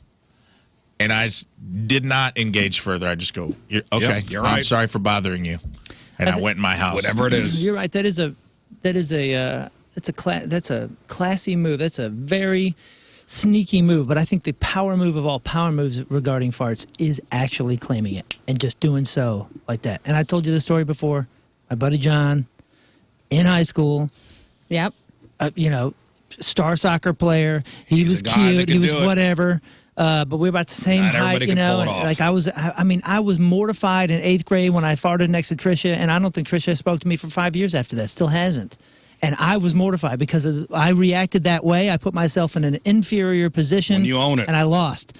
John Pedroli rips right in front of everybody, and everybody laughs with him and loves it because he's all just making jokes about it and owned it. And let's say 3 seconds later you were like, all right, I guess we're doing this, and you rip one, you would be ostracized. Ostracized. I was speechless for 3 days after John did it. It's a certain person can pull it off. To this day, he's still as popular as ever because of that fart. Listen, guys, today is National Pass Gas Day, so own them. Okay. Every damn one of them. Own them today. Also, or own somebody by not owning them. He loves it when I tell that story, by the way. Oh, smelt it, dealt it? Just do the thing. Just fart openly at work and don't say anything. Just go on with the meeting. Just let it fall out. You're going to see our first quarter projection. They're a little better than they were last year. And, Ron, I think, did you do the PowerPoint on this? Or how about you say, listen, we'll be We'll be laying off 35 people. Yeah, exactly. If you have bad news to deliver, Happy to go, dude. if you have bad news to deliver, fart. Bad news to deliver today. Just fart it out. Well, your test results are back, Mr. Johnson, and it's stage 4, but don't worry. All right, thank you, doctor. We're going to make you as comfortable as possible. All right, we got to take a break, but first, our first Team Rizz member of the day for 2025, and it is Corey Puckett from House Springs. Yeah, Corey. Corey Puckett. Corey has never missed an episode of the Rizz Show and has attended multiple Rizz Show events over the years. Appreciates my leadership, Rafe's humor, Lern's perspective, Moon's positive outlook on life, and there's King Scott. Oh, there he is. Very kind. Always looks forward to the daily banter at the beginning of the show, along with the weekly chats with Chris Kerber. Favorite game is matchup with Moon. Well, congratulations, Corey Puckett from House Springs. You are the first Team Rizz member of the day for 2025. Brought to you by Hot Shots Sports Bar and Grill. Check out the all-new Hot Shots Lindbergh, your new home for sports in South County. Get all the info at hotshotsnet.com and sign up for Team Rizz at 1057thepoint.com/Team Rizz. All right, we'll take our first break in the morning. We'll come back with crap on celebrities. Hey, give it up for Nikki Glazer, by the way. We didn't talk about it yesterday because we weren't here, but she killed it, man. Our dear, dear friend Nikki Glazer, 6-timer on this here radio program, host of the Golden Globes. I mean, by all accounts, everything I've read. Yep. She may have saved that whole franchise. Yes, and they want her back next year. Wild. So we'll talk about that crap on celebrities next. It is 7:15 Tuesday, traffic and weather.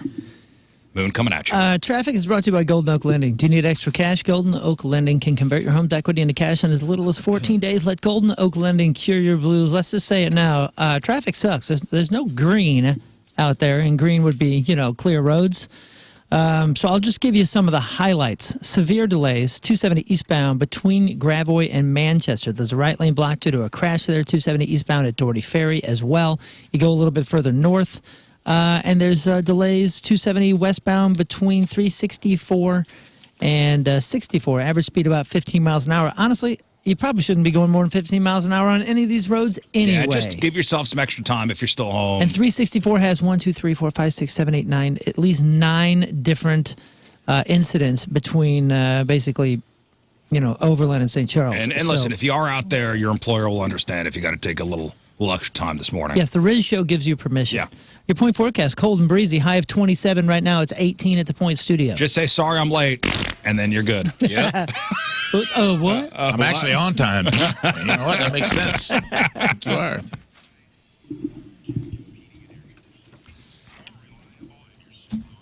Oh. All right, Lern, what do you got? Nikki Glazer killed the Golden Globes. Metallica and Alice in Chains collab is coming. Aubrey Plaza speaks out about her husband's death. And rappers are shooting themselves live on podcasts. It's 2025, and we all need to buckle up. All that next. All right, we got that. We got your crappy birthdays. We got the porno birthday. All that and more next. And you grab on celebrity. Stay there.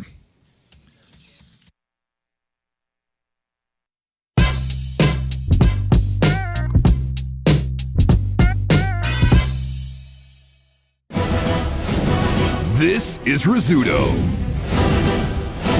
Not only is he rich, but he also has a lot of money. And he's looking to invest in the next big idea. Well, yesterday was a wild, wild day, and our good friends over at Mount Top Motor Company, they actually had to, they couldn't open yesterday morning, but what was cool is the vehicle they let me drive this week. It's a 4x4, so no issues getting around, and I'm truly grateful, and they have a ton of absolutely amazing vehicles right now at Mountaintop Motor Company. If you go to mountaintopmotors.com, you can check it out. In fact, it's kind of been revamped on their website, and you'll see how amazing their vehicles are. They got everything from 10 grand all the way up to 60 grand, and again, they go across the country to find the finest vehicles. They bring them right back here to St. Louis, so it's just an obvious choice. You're going to have the best of the best best, and you get to experience the team over at Mountaintop Motor Company, which they truly are the most amazing team. They're no pressure, easygoing, just wonderful folks to deal with. And what I love about them is they're upfront, they're honest. There's no hidden charges or anything like that. When you settle, they're actually right there. Everything they talked about is going to be on the paper. So go to Mountaintop Motor Company, and you'll see why they have over 1,000 5-star reviews. They are the best of the best. That's mountaintopmotors.com, mountaintopmotors.com.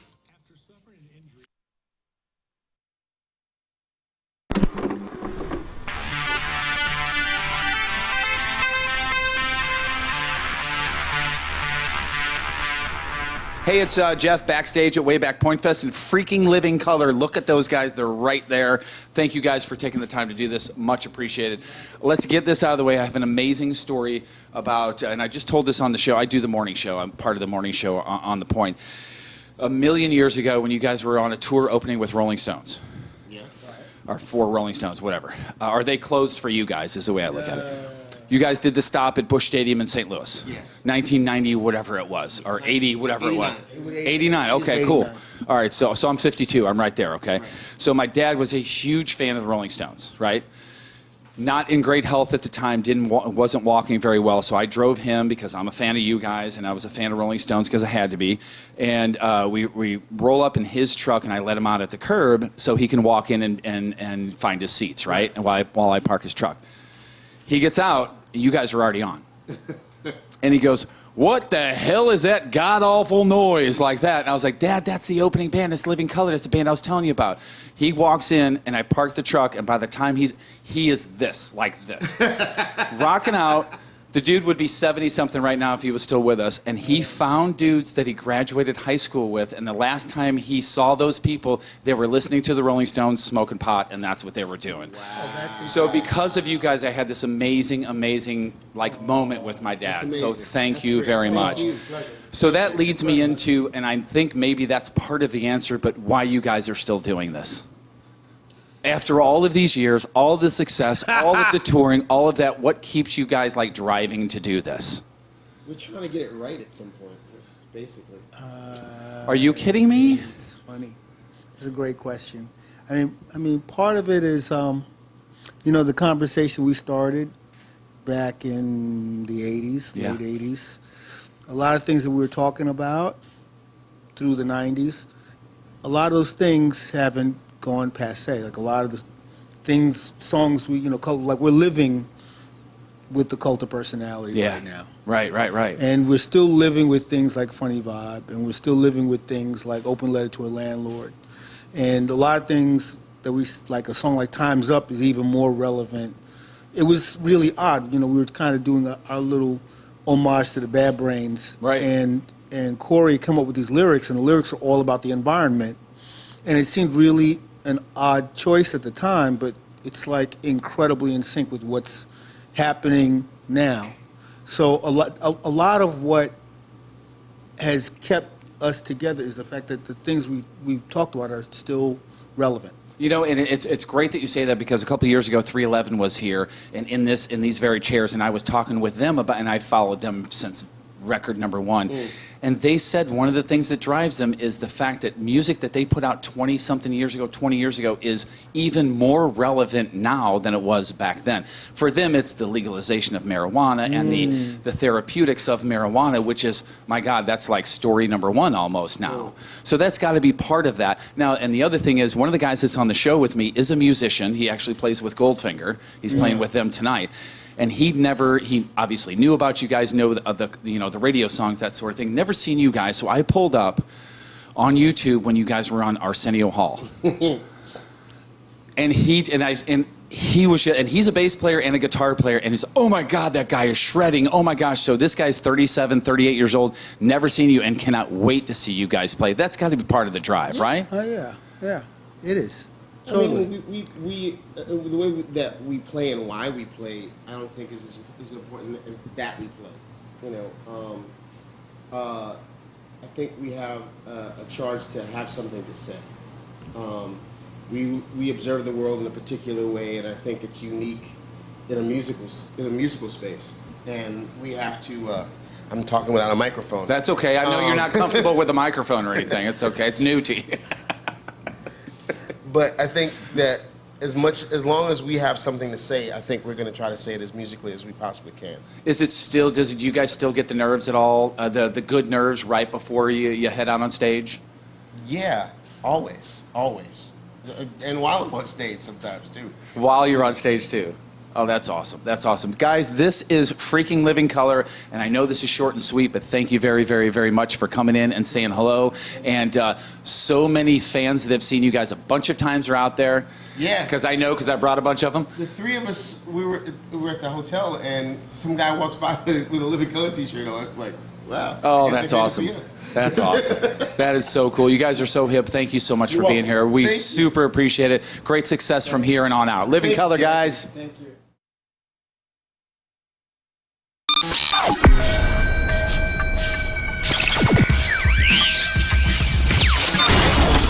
Well, here we are at the Chaffetz Arena, gigantic show tonight with the Killers, joined by Brandon and Ronnie. Gentlemen, thank you very much for your time. Really appreciate it. Yeah. I love the album. Wonderful, Wonderful is out now. It is it's such a great record. I think very much worth the wait. I want to know first things first about Jackknife Lee. Let's put this on the calendar. St. Louis Food and Wine presented by Schnucks is back on the 31st. Yes, January 31st and February 1st at Union Station downtown, featuring hundreds of wines, a selection of craft beers, and culinary delights around every corner. And new this year, you could buy wine as you taste it with their online ordering site. You'll get exclusive event-only discounted prices that are even lower than the Schnucks Wine Club offers. The grand tasting event is Friday the 31st from 7 to 10. The main event is Saturday, February 1st from noon to 5. Enjoy a full day of sampling hundreds of wines and a variety of gourmet food offerings. Experience wine tastings from the world's premier growing regions. A commemorative wine glass is also included. You could also get the VIP experience. For more information, go to schnucks.com/STL-food-wine. St. Louis Food and Wine is presented by Schnucks to benefit the Repertory Theater of St. Louis and Operation Food Search. You must be 21 or older to attend. January 31st, February 1st, St. Louis Food and Wine presented by Schnucks at Union Station.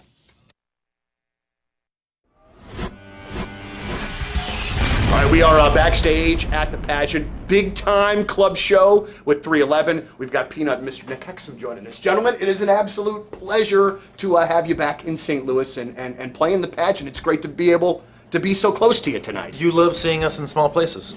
I do. I will not ever deny that. It was a little off-camera, little banter we were doing.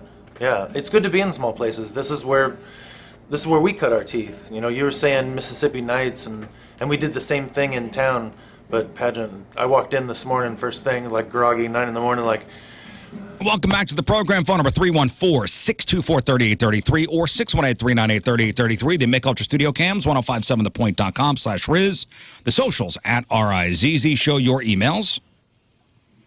RizzShow at 1057thepoint.com.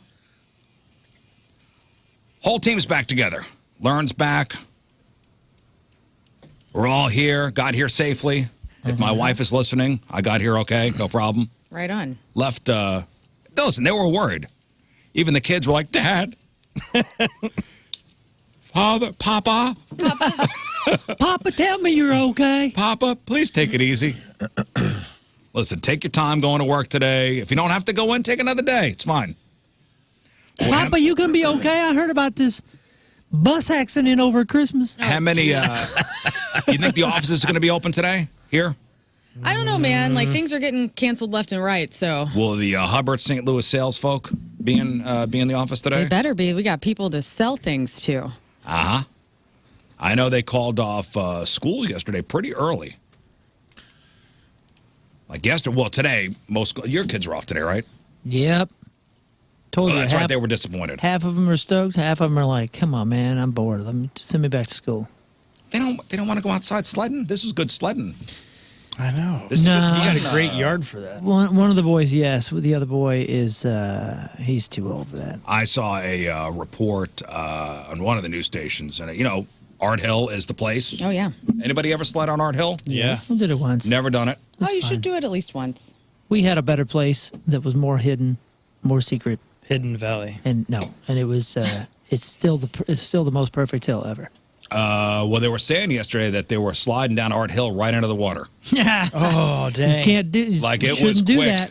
Damn. Yeah, Justin from STL from above had incredible footage. Yeah, he's got the drone Yeah, up there, he's right? got the drone to shoot. Yeah, it looked awesome. Yeah, going right down the hill into the fountain. Right, there's a fountain right there at the bottom. It's a big old thing. Big old thing. I did my sledding walking into work today. The parking lot here is pretty well plowed, but you know, I did my best to do. I like got on some snow mountains and stuff out there on my way into work. You wear your boots? Yeah, I wore my boots today. Just be careful, guys. That's it. Kids, enjoy another day. Well, you should be sleeping. Why you up, kids? Yeah, go to bed. Why you up? Go to bed, mom Go back and dad to bed. too. Play some video games today. Have some mac and cheese, whatever. That sounds good. But you're going back tomorrow. You're going back tomorrow.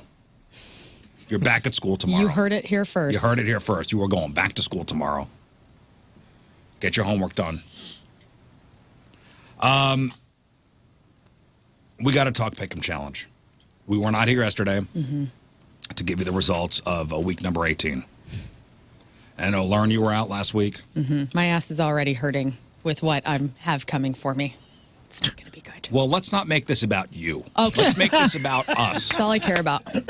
Let's make this about us. No, I know, and that's the good part. Because going into week 18, the final week of the NFL season, Fastlane 9, RizzShow 8. Now, even if we lost week 18, what a comeback it was. Comeback kings. What a comeback it was. Because I believe at some point we were down like 7-1. It was bad. It was bad. And then 8-2 at one point. And then 8-2. And I did pull some tweets and some social media messages that people had been sending us as we were going through. I mean, just a rough patch. Just a rough patch of terrible picks. Rizz and the crew picking NFL games is like watching somebody throw darts blindfolded. Yes. I've seen a coin flip pick more NFL winners than the Rizz Show. Y'all letting the fast lane run circles around you. The Rizz Show picking NFL winners is proof that vibes-based decision-making doesn't work. Fast lane making you all look silly. Rizz, Moon, Rafe, Lern, and King, the only thing you guys are leading in is wrong predictions. Yikes. Big yikes. I trust my grandma's bingo card picks over whatever the Rizz Show comes up with for NFL games.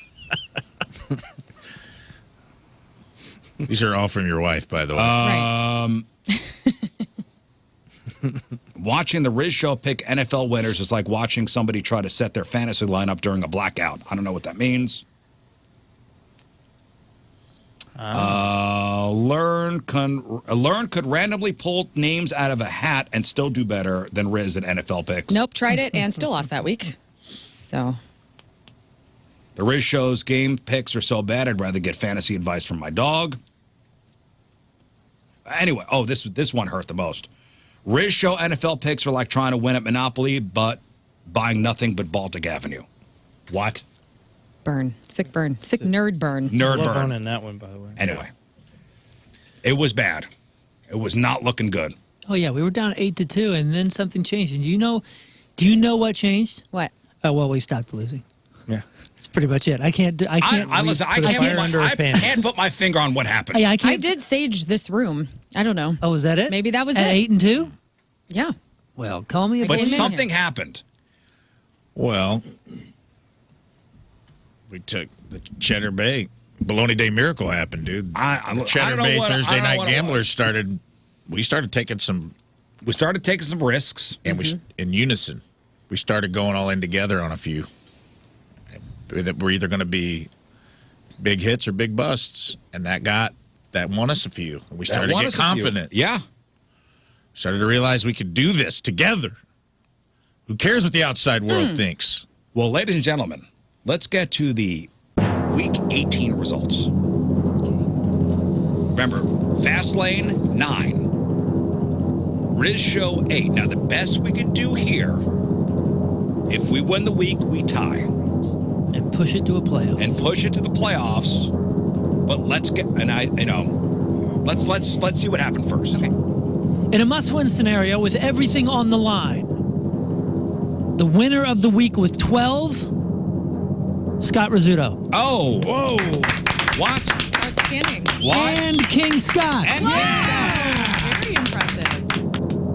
Anthony Stalter also had 12. Ugh, Lucky. Boo. nobody cares about that. But the 12's in there.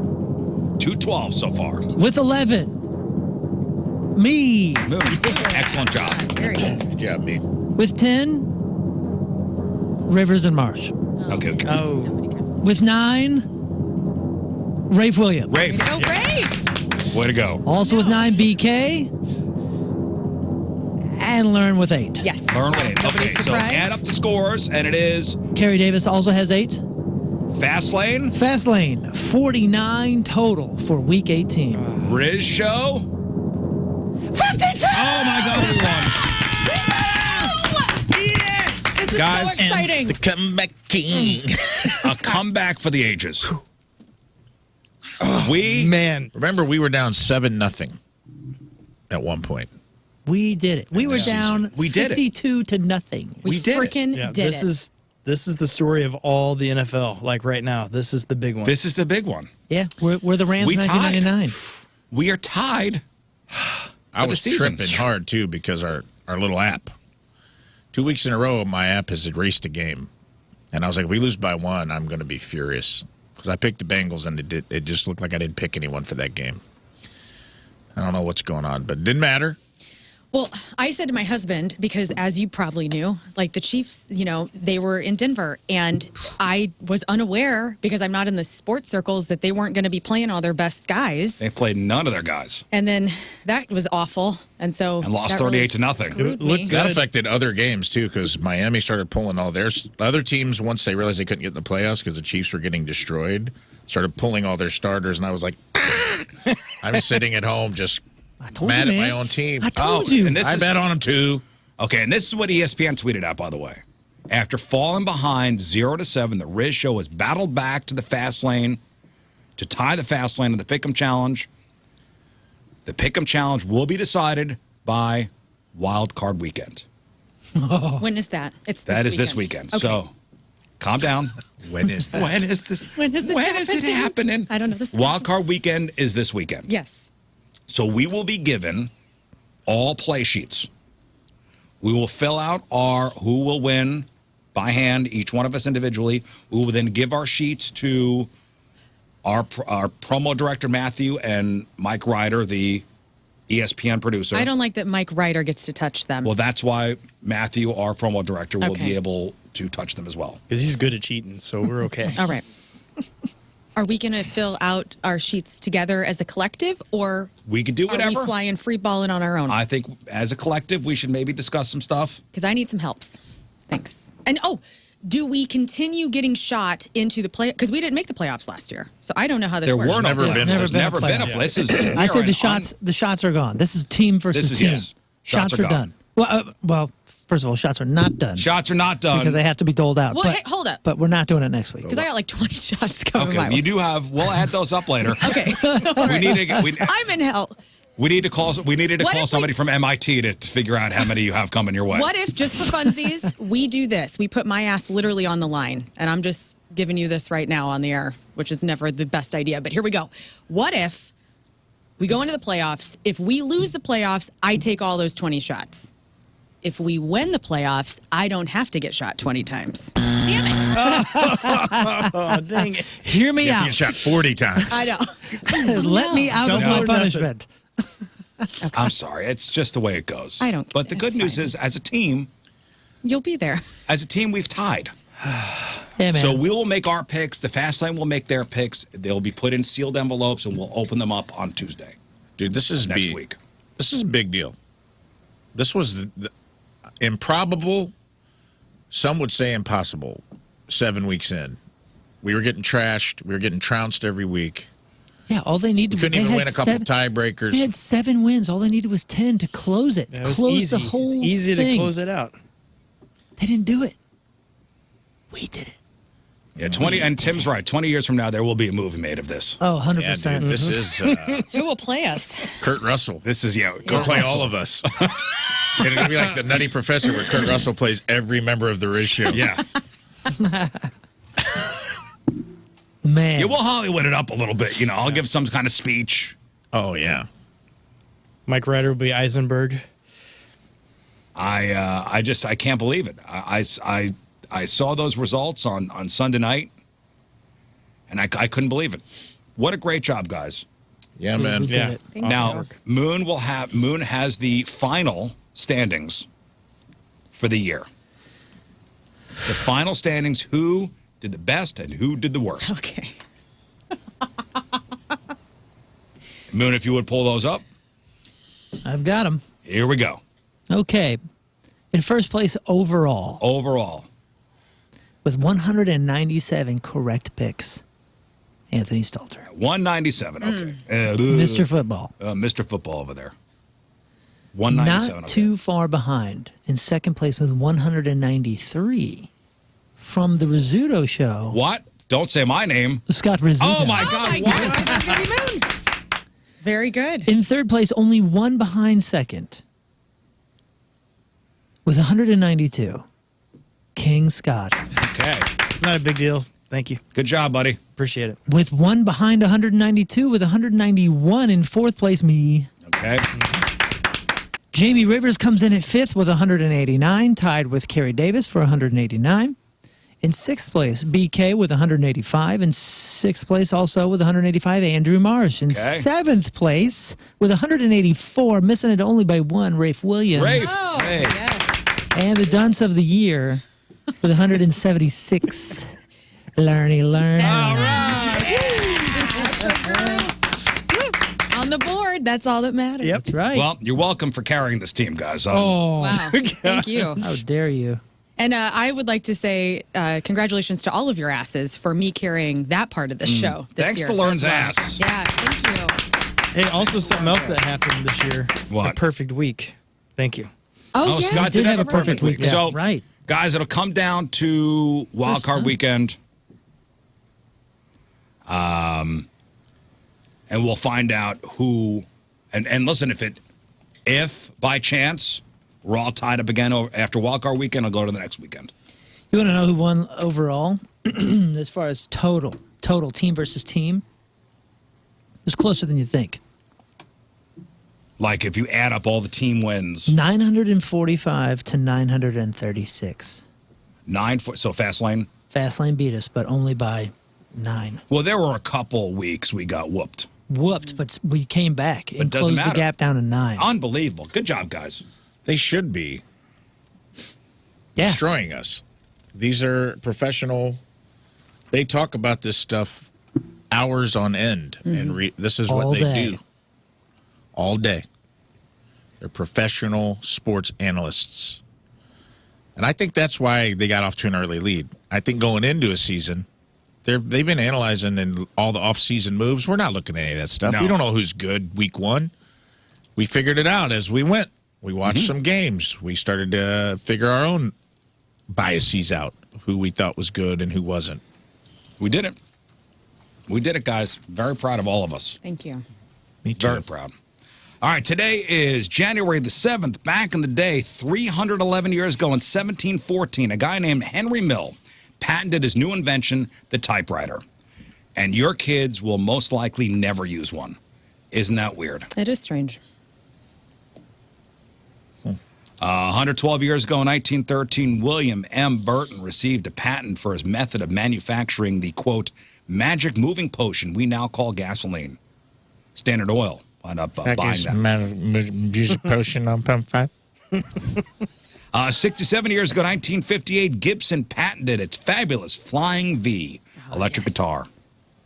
Coolest. And 5 years ago in 2020, Rush drummer Neil Peart died of brain cancer at the age of 67. And that's what happened back in the day. I did get into a vortex yesterday of watching Rush videos. Did you? Yeah, like Rush live videos. They were good, dude. So Wow, good. dude. The professor. Well, that's nothing. That is just a level of daddom. That's like a up. I know. That's, man, you leveled up. You leveled up in dad world. Oh, you know what else? Also, on this day back in 1992, I don't know if you guys remember this, AT&T introduced their video phone. Oh, I don't. So today we take it for granted, but look up the 1992 AT&T video phone. Was it the Back to the Future one? It looks like an office phone with a small 2-inch screen with a small camera above it. Oh, yeah, I remember that. It was supposed to be like, whoa, the future. But it never... Took off? It never took off. Here's a YouTube video explaining what the 92 version was like and why it failed. And listen to this. 35 seconds. This was the third attempt by the original AT&T to introduce a video phone to the mass market. The first two times were during 1964 and around 1969, but those were big flops. This video phone was released about in 1992 and cost about $1,000 at the time. Yeah. This did not sell well, and these were pulled off the market by around 1994. This video phone does have a few second delay. You're trying to talk to someone. It's no wonder why these weren't very popular, because the other person, the other end, would have to have a video phone like this for this feature to work. I do remember when those released. It was supposed to be like, ooh, wow, video phones. The future is now, but nope. All right, Lern, what do we got? Well, it's brought to you by Cordell and Cordell. Don't let divorce take more than it has to. So let's start off with the Golden Globes. The 25 Golden Globes on CBS averaged 10.1 million viewers on Sunday night. They maintained its audience from last year, which, as you remember, Joe Coy was the host. It was a disaster, super awkward. And so Nikki Glaser hosting, she absolutely killed it. Mm-hmm. So being an award show host is pretty thankless. You are usually crucified the next day. Sure. And I actually, since we know Nikki, and we know her quite well, and we had off on Monday, I actually watched the entire award show. It was the first time I'd done that in I don't know how long. I was watching as well, and I was super nervous for her because I don't know her personally at all. I see her in the hallways here every now and then, but like, I just thought this is so huge, and she's already on a career high, so I didn't want her to lose it. You know, I wanted her to keep going, and dude, she did. She killed it, man. And this is from Entertainment Weekly. They write, is it possible were the 82nd annual Golden Globes actually kind of fun? Much of the credit goes to host Nikki Glaser. After last year's unfortunate, much maligned opening set from host Joy Coy, fellow stand-up comedian Nikki Glaser, herself a first-time Globes host, had a low bar to clear, fine, but rather than play it safe, the foremost roast mistress delivered a masterful 10-minute monologue that was hilariously acerbic, pointed, and playful enough to keep the crowd on her good side. Yeah, she says Ozempic's biggest night. Diddy was among her targets. She says, I'm sorry, I'm upset too. The after party isn't going to be as good this year, so we have to move on. Stanley Tucci's Freak Off doesn't have the same ring to it. And here is Nikki talking about how she finally made it into Hollywood. I gotta say, this feels like I finally made it. You know, I'm in a room full of producers at the Beverly Hilton Hotel, and this time, all of my clothes are on. So, yeah. On. This is her joking about celebrities not being able to tell the country who to vote for, which I thought was one of the best ones of her monologue. I am not here to roast you tonight. I want you to know that. And how could I, really? You're all so famous, so talented, so powerful. I mean, you could really do anything. I mean, except tell the country who to vote for. But it's okay. You'll get them next time, if there is one. I'm scared. Ariana, hold my finger. She also went after Selena Gomez and Benny Blanco getting engaged as they were seated really close to the stage as well. Mm-hmm. Selena Gomez is here. Double nominee tonight for Amelia Perez and Only Murders. And she's here tonight with her new fiance, Benny Blanco. Yes. And Benny Blanco is here because of the genie who granted him that wish. Man. Jeez. I loved it. So Golden Globe producers, they're already looking to bring her back next year. She said the executive producer, Glenn Weiss, told Variety Magazine, we absolutely had a great experience with her, think that she would be a great at this for a long term. And then Nikki went on Howard Stern yesterday and talked about how she got paid $400,000 to host, which is huge. How she's gonna be asking for more money if they want her back next year, which absolutely she should. So here she is talking about how hosting the Globes was not about the money for her, but if she does come back, she will be getting more. that much. I'm still shocked by the fact that these guys don't pay any kind of money to the host, and it's a tremendous amount of work. I feel well paid for what I do. Like, I feel I'm all right. At this first year, when you're just trying to prove yourself, I honestly would have done it for free. It's an insane platform to be on. It's not about the money for me. You know, it's funny. Before Sunday night, everybody was saying, "Oh, she's going to be the next Ricky Gervais," because she was so biting on the Tom Brady roast, and she came out and said, "You know what? I'm not going to do that. I'm not going to be Ricky Gervais." I agree, and when I watched it live, I thought that was really wise of her. I think people expect, because people have seen the roast. I said this to Tina. I go, I think because she goes so hard on the roast that I think everyone was clinched. Like, she's going to come out and she didn't do that. She won them over, kind of. When she did go hard, she didn't go on a specific She said person. she wasn't going to, which is... I thought it was smart. Which is the right thing, because she wants to do it again. Well, and she didn't alienate herself from them. Whenever she did do jokes, like Ozempic's biggest night, that's not really targeting anyone. She didn't really... The Benny Blanco joke, I didn't feel like that was going too hard on... I didn't see her really go at anyone in the room and, like, make them feel ostrich. You know, she said... One of my favorite jokes, she said Timothée Chalamet had beautiful eyelashes on his upper lip, which was very, very funny. Well, awesome. and getting Sandler to do the thing. that was so that was good. such a cool thing. Did you see what Ricky Gervais tweeted out? No. So this is before. He tweeted this on Friday. Okay. So before Nikki hosted. He says, sitting in the bath wondering what I would say if I were hosting the Golden Globes on Sunday. He says it's been a pretty good year for material. He then revealed his planned monologue. He says, welcome to the 82nd Golden Globe Awards. What a year it's been. Hundreds of entertainers jumped at the chance to go to the Vatican and meet the Pope. Many from Hollywood. Obviously, they weren't content with only being part of the second biggest pedo ring in the world. Oh, God.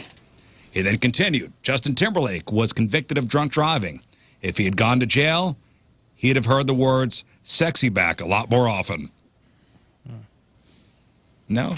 Okay, I like that. I think there's a reason he's in the bath with his cats. I don't know. He says Kevin Hart said that being at one of Diddy's parties was uncomfortable as he wouldn't leave him alone. Eventually, he had to shout out, I'm a midget, not a child. All right. Okay, well, All right, thanks. That's Ricky Gervais. All right. He killed it. He would have delivered it a lot better. I know. Yeah. It's all right. I think it was a good mix. I thought she really played it smart. Like, she ingratiated herself to that room to where, like, I feel like she's one of them now. Yeah. Like, she leveled her career up to now where I'm like, she's Hollywood A-list. And she opened the door for herself. It was really cool to watch her. We'll never get her again on this show. No, we will not. Nikki.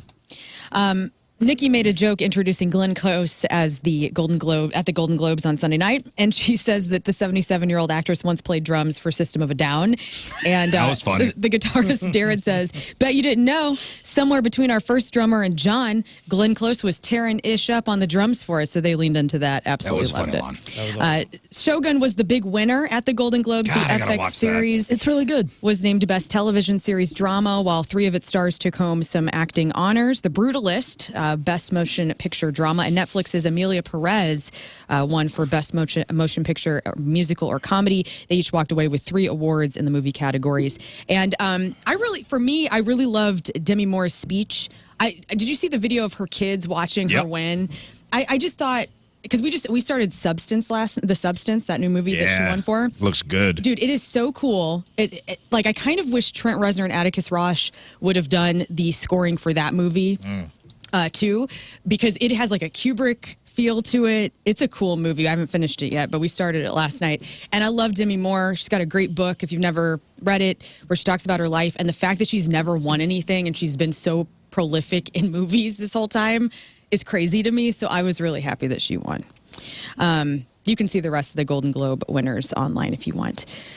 Yeah, I felt like a sense of, like, pride watching it. Honestly, somebody from St. Louis. Yeah. Me too, man. Somebody from St. Louis that we kind of know hosting. It's cool. Yeah, I felt the I had sense like of pride. 6 friends writing for her too. That Mike Lawrence wrote for her. Ian Carmel, like, she took, and to her credit, she took a picture with all her writers and put it on her, and that was cool. very, very cool because that helps them too, man. It was a class act. It was really, really well done. I'm super proud of her as a St. Louis and just as a comic. In music news, when a Metal Hammer fan asked Alice in Chains guitarist Jerry Cantrell if he'd ever consider collaborating with Metallica's James Hetfield, he replied, James and I have talked about it before. We never had a real formal conversation, but I've jammed with him and Kirk Hammett before, and he says that it would be something that they'd be really curious about, even just to write a song with him, or whether it turned into something more than that. He's got a pretty demanding day job, so he'd understand if it never comes to be, but it'd be kind of cool if Jerry Cantrell and James Hetfield got together. Sure, to they've do been some buds a music. long time. A Texas rapper named Tulo is in the news after I saw this. after he accidentally fired his gun in the middle of a podcast interview. He reached into his pocket and it went off. So here's how that sounded. Oh, did you see this video, Moon? Oh, yeah. Hilarious. It's great. So funny. All right, listen to this. And choices we got in life, those were your choices. Speaking of choices, Who shot who? Who shot who? Oh God. that host was so calm. He just went, "Who shot who?" A little too calm. Yeah. Here, listen to it go on. Speaking of choices, though, Who shot who? Somebody got shot? Lo, you good, Lo? I hope. Y'all good? No, he ain't good. Hold on the dirty third one-on-one with Mike D. I thought my shot me. Everybody good? Damn, everybody good? Your guest just shot himself in the leg. There was a blast through his pocket. Luckily, nobody got hurt. no, it hit the floor. Oh, it didn't graze? I think it hit the floor. No. Oh, God. Yeah, if it would have grazed, he would have moved a little faster. He went, poof, and he just freaked out. Shock, though. Oh, yeah. He was just like, oh, I'm on camera. I'm on mic. I mean, everything. Dude. Oh, my God. Idiot. Idiot. Get that safety on. What are you doing? Also, don't keep a loose gun in your sweatpants pocket. Dude, I know. I saw it. What's the worst that can happen? I saw so it going crazy around to me. in like My neighbor keeps a loose revolver in her purse, and I'm just like, get a holster. Yeah, She's like, I know where it is. That's so funny because I saw it in like 3 or 4 different contexts, and most of them were all humorous or making fun of this guy. And then I saw one for an ad for holsters. Nice. Yeah. Well, do you remember They're already using it. the old NFL wide receiver Plaxico Burress? Same thing. Was playing for the Giants at the time and had a gun in his waistband, was at a nightclub. Gun fell out of his waistband, and he shot himself. Oh my God. Get a holster. Guys, Bill Murray is coming to the pageant on April 12th. It's a Saturday. Mike Zito is going to open up. It's going to be a great night. Who's Mike Zito? Mike Zito is a blues guitarist here in St. Louis who used to do this Stevie Ray Vaughan tribute. Oh. He's very good. And Bill Murray, he's going to be out with his Bill Murray and his Blood Brothers group, and they open the tour. And here's what Bill sounds like singing. So, Bill Murray, this is what we'll expect at the pageant. On April 12th. On April 12th.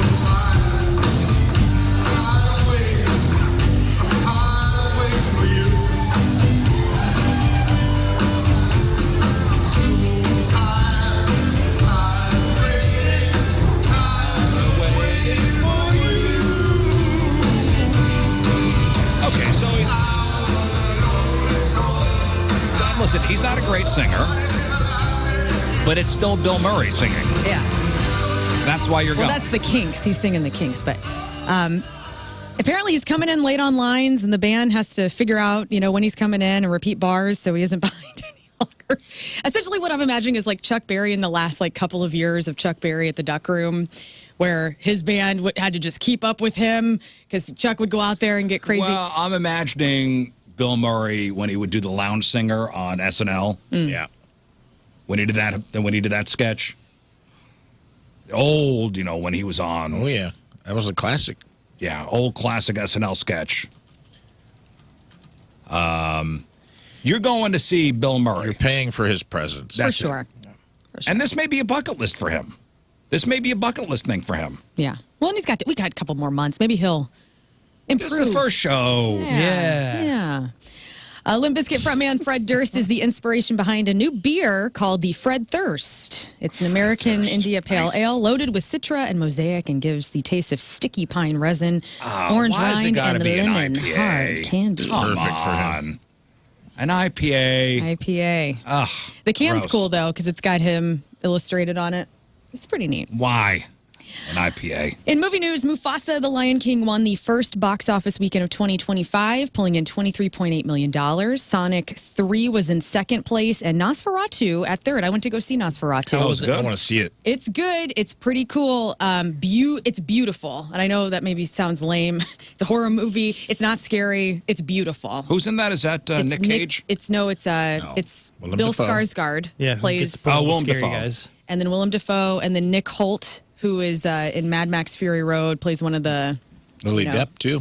Lily Rose Depp is the lead. And the way It's great. Somebody put up a meme yesterday, and I thought it was cool. They're like, Willem Dafoe's such a time-tested actor that he was in Johnny Depp's first movie, Platoon, with him, and he was in one of her first movies. That's cool. 40 years later with his daughter, with Johnny Depp's daughter. Wasn't Nick Cage in a vampire movie? He recently? was with Nick Holt. Renfeld? Yes. Okay, that's what I was saying. Different vibe. Awesome. Different vibe completely. Slightly different. But it's worth seeing. You don't have to see it on the big screen, but it's worth seeing if you're a horror fan. Aubrey Plaza and the family of her late husband, Jeff, released a brief but heartfelt statement on Monday, 2 days after his death by suicide. Quote, "This is an unimaginable tragedy. We are deeply grateful to everyone who has offered support, and please respect our privacy during this time."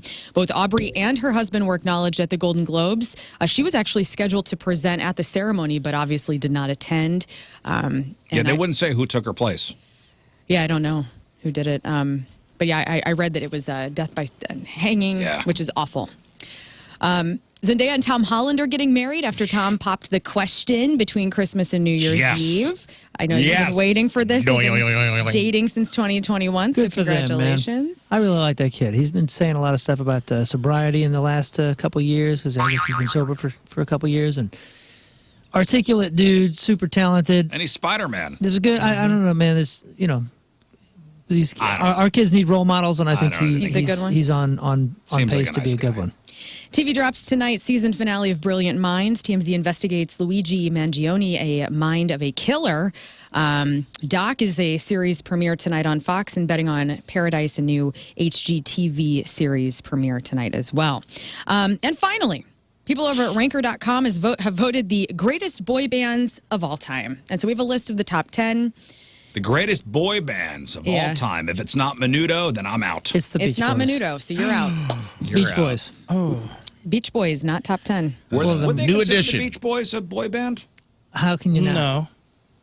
No. No new edition. Because they play instruments. That's got to be is it the classics? New You Kids? guys are going to go. There's some classics on here. Okay, NSYNC has to NSYNC be was number top 3. 2. New Kids. Backstreet Boys number 1. Backstreet Boys number 1. New Kids number 3. Marky Mark and the Funky Bunch. No. Was Menudo on there? No. Enough with the Menudo. No, he's not on here. But that's They do need to be They're on not there. on here. Ooh, how about the best? Menudo. 98 Degrees. I don't know what Menudo is. It's a that was constant Ricky boy Martin's. band. Yeah. Ricky Martin Martin's, was in it. boy band. No, but there is a boy band on here that a solo artist spun off of. Robbie Williams one. Take that. They're number 9. The One Directions. One Direction number 4. So you guys have everything. 5 Seconds of Summer. No. BTS. The Conviction. BTS number 10. You need 5 through 8. 98 Degrees. No. O-Town. No. No. Get out of here. Think 90s. Think 70s. New Edition. Oh. No new said edition. The Bajees. Oh, you said that? I'm sorry. I'm just Ray. gonna That's okay. I'm sorry. I'm upset about it. I wanted it to be said again. Sorry. It's okay. Boys to Men. Boys to Men. Yes. Number 5. Hell yeah. I didn't even think they'd qualify. Okay, and I'm just going to throw this out there because none of us are going to guess it. All for One. Westlife. They're Irish. I was going to say them next. Yeah, You that's weren't. Rizz's favorite. I'm the only Irish person on group. this show. I don't even know what the hell that is. Number 6 and number 8 is what you need. Okay. And they're Give big. us- Are we what talking? years? Can you We're give us an talking era? 70s. We're talking And a 2000s. state. The Bee Gees. 70s. No. 70s. Man, you can't count the Bee Gees. The You Osmond can't count the brothers. No Osmond. Jackson 5. Jackson 5. All right, the Bee Gees Six. were like kids, though. I don't think the Beach Boys were kids. Yeah, but they all played instruments, right? The Gibbs brothers played instruments. The Gibbs brothers were like kids when they started. Who do we have left? 8? I didn't know. Number 8, and this is a big band. This also, a couple of these guys spun off to do their own things. 90s, you say? 2000s. 2000s. Into the 2010s. Okay, wait. New Kids on the Block. Get it together. I already said Who that. is this? okay. You have posters of this They're band number on your 4, man. walls at Okay, home. wait. Couple of guys. They spun Like off. I would No say, good? actually 3 guys. started making trouble in their neighborhood. 3 guys. Okay, all right. Don't say Menudo again. Hanson. Beastie Boys. No. No. Can't be Hanson. Yeah, I don't know, I'm just throwing stuff Hanson out. are better Doing nothing. songwriters than everybody else. 3. This is it's huge. It's sellout arenas. Oh. Your daughter's, Moon's kids probably loved this band. Did one of them just die? No. Oh, we already said One Direction. Oh, okay. If you say Jonas Brothers. I am Jonas saying Brothers. Jonas Brothers. Jonas Yeah. Did you say that already? No, but they're not a boy band, bro. They're totes. They were too they're a boy boy band. band. They all play. totes. Two They of them play were, instruments. dude. The Purity Ring. So I guess They're a so. boy the band. Purity Ring really Okay. does. Purity That's Ring, boy yes. bands. I'm a Jonas Brothers fan. I went to the freaking Jonas. concert a couple months ago. Anyway, that is your crap on celebrities. Something to be ashamed about. Yeah, it's I'm- okay. You bought a Who said I'm sweatshirt. ashamed? I'm not ashamed. I got a hoodie. saying I've it heard like about it. you're- I've heard about them. you I feel bought so shame. much merch. I have proven I am not ashamed. I'm a Jonas Brothers Would you have fan. gone without your kids? I mean, He did go I without don't his kids. like to go to things in general right now, but like, What? yeah, I have. Have I seen them? I've technically seen them without the kids, so yes. Moon Oh, kissed no, Joe Jonas. No, no, You no. saw them Did play. you break not up the Jonas billiards. Brothers? Stop it. I know. Stop it. Moon Not- broke someone up. played pool. Moon broke up Joe Jonas's marriage No, to the girl stop from it. Game of That- Would you from Thrones. go? Sansa? Would you go to see the Jonas Brothers and not a? I'm playing a show. Yeah, yeah. If it was, if somebody was like, "Hey, the Jonas Brothers are playing next door. You want to go over there? You want to go to lunch?" I'm like, "I want to go see the Jonas Brothers." Depends. Is it across the street And or what is kind it of next lunch? door adjacent? What's the parking They're sitch? great. Their band is great. I like those guys. All right. Well, celebrity celebrating a birthday today. Blue Ivy Carter, that's Beyonce and Jay-Z's daughter, is 13. Marcus Scribner Andre from Blackish is 25. Michael Sam, first openly gay player in the NFL. Didn't work out so well, though. Rams Nope. cut him in 2014 preseason, and then he went to the Cowboys, and they cut him, too. Oh, then did- he went to the. He went did to play the, in Canada. Yeah, and then he just left. Yeah, he retired in August of 15, so that was short-lived as well. Robert Sheehan, that's Klaus in the Umbrella Academy, is 37. Lindsay Fonseca, that's Josh's sister on Turner and Hooch. Ted's daughter on How I Met Your Mother, also in Nikita and Agent Carter, is 38. Brett Dalton, Grant Ward on Agents of S.H.I.E.L.D. is 42. Natalie Gulbis, professional golfer and apparently super hot, is Really? 42. It's her birthday. Hot ass Natalie. There are sports fans. There are golfer people that listen to our shows. I bet you if you put 100 people in a room and he said, "Hey, who's Natalie Gulbis?" She has what? No offense to her, I'm sure she's a great golf player. Okay, I well, bet her Gulbis is really great. John Got a great Rich. set of What Gulbuses a nice on her. Gulbus. John Rich from Big and Rich is 51. Jeremy Renner is 54. Doug is 55. Nicolas Cage is 61. Rand Paul is 62. Kathy Valentine from the Go-Go's is 66. Katie Couric is 68. David Caruso. Ooh, David Caruso is 69. Damn, that's Yeah. double nice. Do it twice. David Thank you. Aaron Gray is 75. And Kenny Mother effing Loggins. One of the He few is. people that has the RizzShow MF He distinction. is We did this last year, and he looks good. 72. He does look good, man.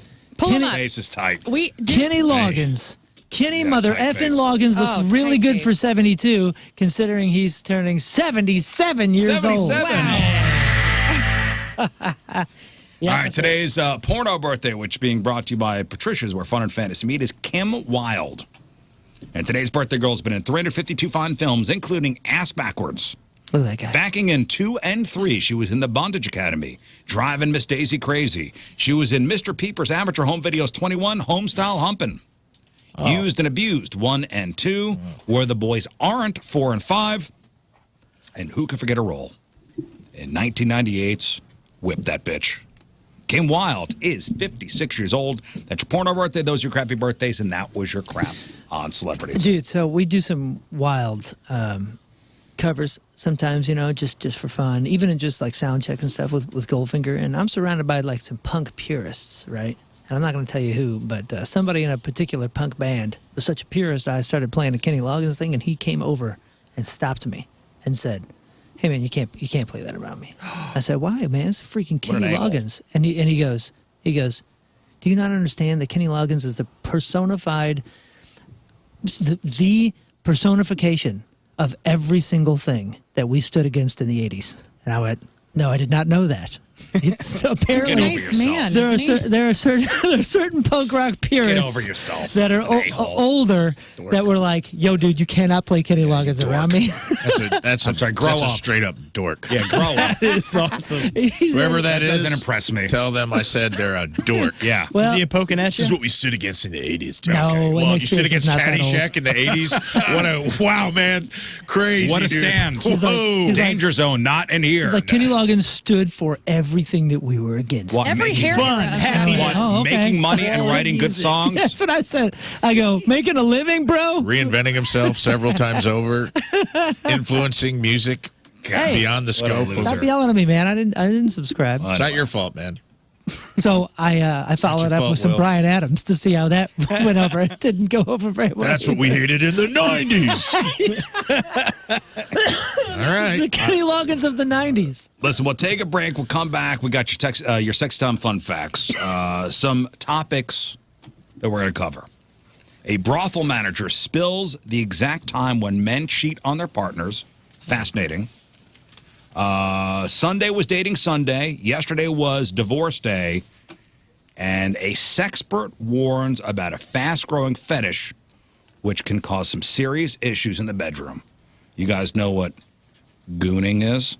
Is it a golfer? Gooning. Are they looking for gold? Like gooning? Gooning. Okay, well, I can't wait. We'll chop it up next.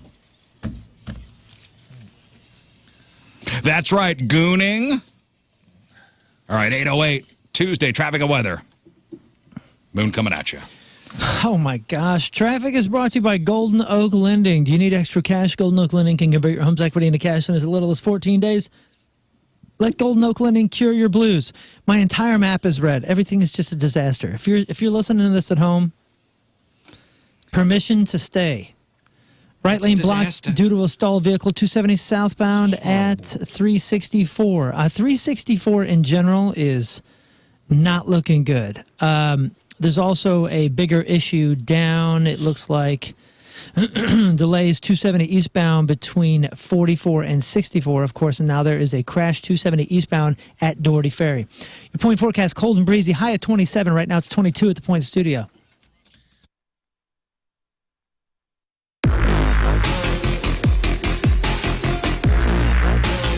Backstage at Point Fest, our first interview of the day is a gentleman that the first time that we met was in the restroom.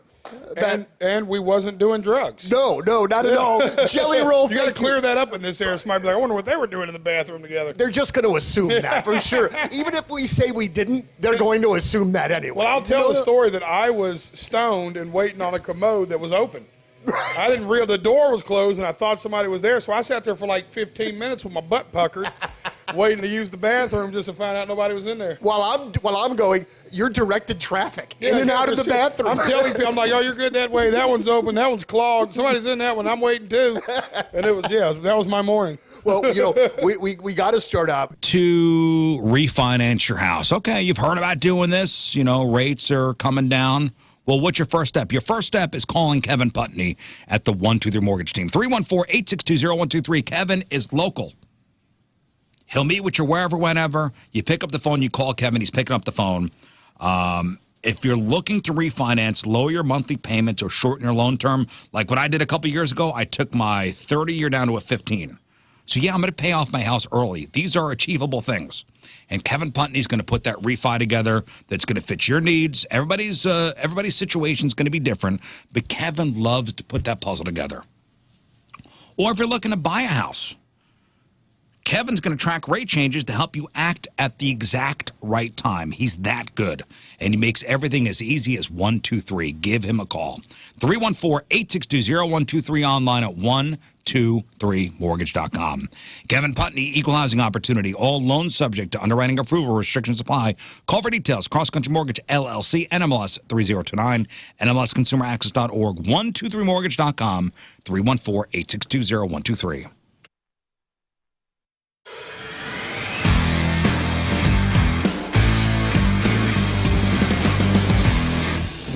Aha! Welcome back to the farm. So today's a special day because I got Mark from Colonel Landscaping here. Hey, Mark. How's it going? So Mark brought us a gift, the gift of a tree. So Mark, what is it? What does this symbolize? What is this tree? What do we call this? So this would be kind of like a statement tree. Or a memorial tree sometimes. Moving on to a new piece of land, you put this thing in there, it grows along with you as you grow with the land. Well, memorial would be like if I died and then you plant this over me. So we'll call this a statement tree. Statement tree. So this is a statement tree courtesy of Mark and Colonel Landscaping for Rizz Farms here, which will be put up in front of the house and it'll be on the farm for forever. Yep. All right, so Mark, what kind of tree is this? This is an autumn blaze maple, so it's going to get beautiful fall colors.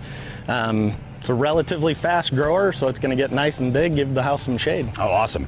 So we need to put this into the ground, which I've never planted a tree before, so... Oh, you're going to get your education today. Oh, nice. So let's get it off the trailer. All right.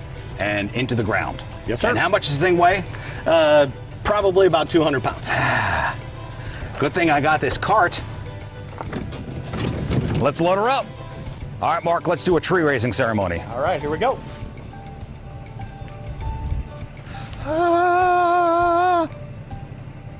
You're doing great. Yep, that's it. Keep doing it. Here we go. Okay.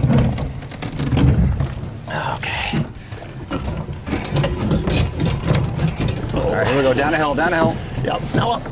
Up a hill. This is actually going to be the hard part. Ready? Yeah, 1, 2, 3. Wait. Here we go. Yes. Oh, yeah. We can't just leave it like this, right? We got to put it in the ground? Yes. We got to put it in the ground. So we're going to need to dig a hole about twice the width of the root ball and just a little bit more shallow than the depth of the root ball. Do we have a machine? Because I'm into doing things the easy way. Listen, I understand the manual labor part. Makes you man. Gives you muscles. But I got nothing to prove to anybody, so... did you bring a machine with you? Yep, I got just the thing. Oh. We have heavy machinery. All right, Mark, start digging.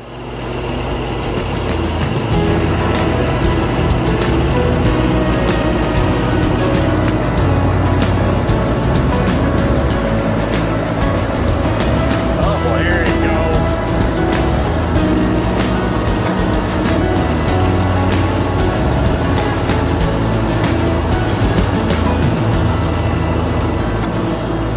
All right, so before we get the tree in, I know as you were digging the hole, you were saying this is amazing soil. Yes. What makes this amazing soil? So it's a nice rich brown color. As we can see, we can squeeze it, and it's not squeezing out in between my fingers, so there's not too much clay content in it. It's moist, it's... Moist. Everybody's favorite word. So this tree should do well in this? Very well. Oh, excellent. So let's get the tree in. All right. Rolling that. She's gonna go like real quick.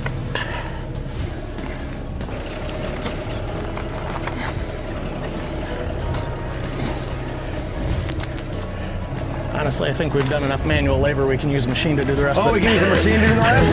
Great.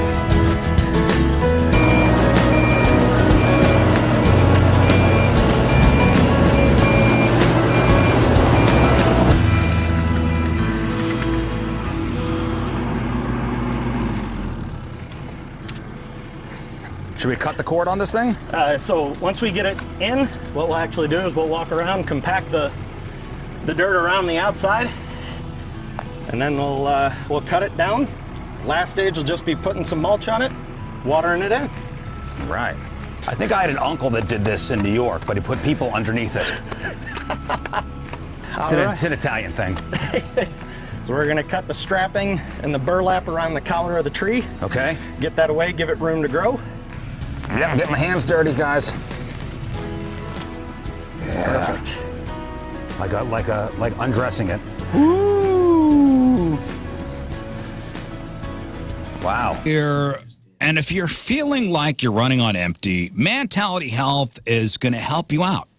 So let's talk about why you might not be feeling like yourself and how you could change that starting today. You know, Mentality is a local healthcare facility that specializes in helping men feel and perform at their very best. So if you got low energy, if you got low motivation, if you're feeling anxious, if you're moody, if you're irritable, lack of focus, lack of mental clarity, these are all signs of low testosterone, low T. Board-certified physicians over at Mentality provide a full physical consultation and blood panel analysis, all during your first visit. Mentality focuses on free testosterone levels, which many doctors overlook, ensuring your treatment is tailored to your body. They also offer FDA-approved testosterone therapy combined with semaglutide to target fat while maintaining muscle.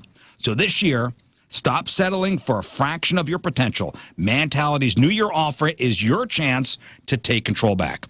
Men today have 30% less testosterone. Take your numbers back. Visit mentalityhealth.com/radio to get access. That's mentality.com/radio to get access. Mentality Health.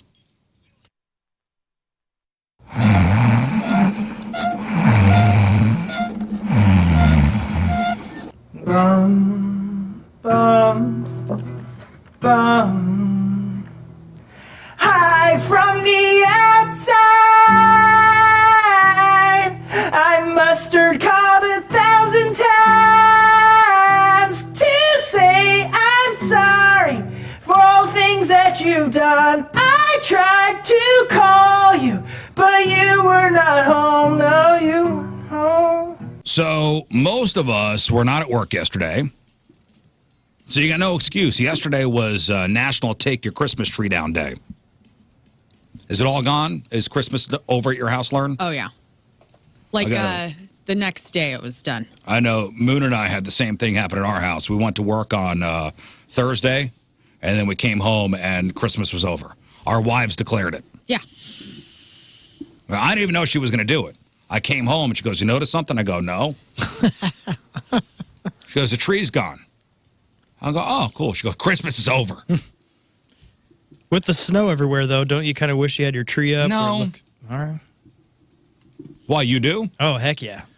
I'm a Christmas fan. So early November and then about middle of January, I'll finally get it down. Is your Christmas tree still up? So smugly. Yeah. 2 of them still up. You still have 2 trees up. My lights are still on outside. Because they look nice. It's just pleasant. Yeah, my Feels lights good. are still on. No. Well, there you go. Mr. Christmas. We're still Mr. trying to get Holiday. Halloween decorations down, so Oh, yeah. Tina's tree decor. Tina's 3 pumpkins. That's It's so still up good. there, huh? Even with the ice and snow. They survived this ice storm. They're up there. Well, yesterday was National Take Your Christmas Tree Down Day, so. And I, you know what? You weren't here last week, Lern, so I do have to say congratulations on a very successful Hubbard Radio St. Louis Christmas party. Thanks, guys. Yeah, we all won. Wasn't even rigged. We all won awards. Everybody around here does think it was rigged. Well, they can think that. Anna Pagano and Anna Pagano is one of the nicest human beings at Hubbard. She is. And she's honest. Now, I could see if I was just divvying things up, people would go, we can't trust her. Everybody thinks the whole Hubby Awards were rigged Well, they're because just everybody here won an award. I've been defending you. I say, you know what? You could suck it because I wouldn't do if that. there's one thing that Lern's got, it's integrity. Thank you. And now awards. And now, yeah, and I now can the show Best Dressed everybody Award. the count. Yeah, the best style, I was surprised by that. I thought I was going to get best laugh because people talk about my laugh all the time. And that did not go to me, which was fine. Who got that? Joey Goldsmith, our video department Joey. How could he not get that award? Video Joey. It is the most room-filling laugh. Yeah. Yeah, they know his laughs in the restaurants downstairs. It's true. Yeah. But it was a great party. Thank you. I felt like you were a lock for best style. That was one I was like, no Oh. question. No, I don't. I mean, I don't know. I was thinking other people, but I loved it. I'll take it. That whole Four Hands facility over there is nice. Yeah, that little very private cool. room there. Very cool. Yeah, Cool. it's perfect. Food was good. Drink was good. Yeah. Cool spot. Cool spot. I know when we got there, we were handed little stockings with scratchers inside, which was a nice little touch. Little lotto scratchers. Yeah. Damn. Party planning committee knows what's up. You guys killed it because I got a lot of texts in Hawaii, separate texts from different departments, talking about how much fun the party was. That's great. And not to disparage last year's party, where at Il Balago or wherever it was fun to hang out. It was lame. But this one felt, you guys must have knocked it out of the park because I was getting like independent reports of like, missed you missed a good time. This party was actually really it was good. fun. It was good. Well, okay, so, kudos to the party planning committee. Well done, Lern. Thanks. Nice. And the lotto tickets I thought were a nice little, ooh, everybody loves playing the lotto. Mm-hmm. Did anybody else get lotto tickets for Christmas from anybody? Yeah, we did it to the kids, and whatever pack that I bought, there was like 3 extras, so I got some too. Listen, and let's be honest, lottery tickets are a pretty lazy but harmless Christmas gift until somebody hits the jackpot, and then things can get charged.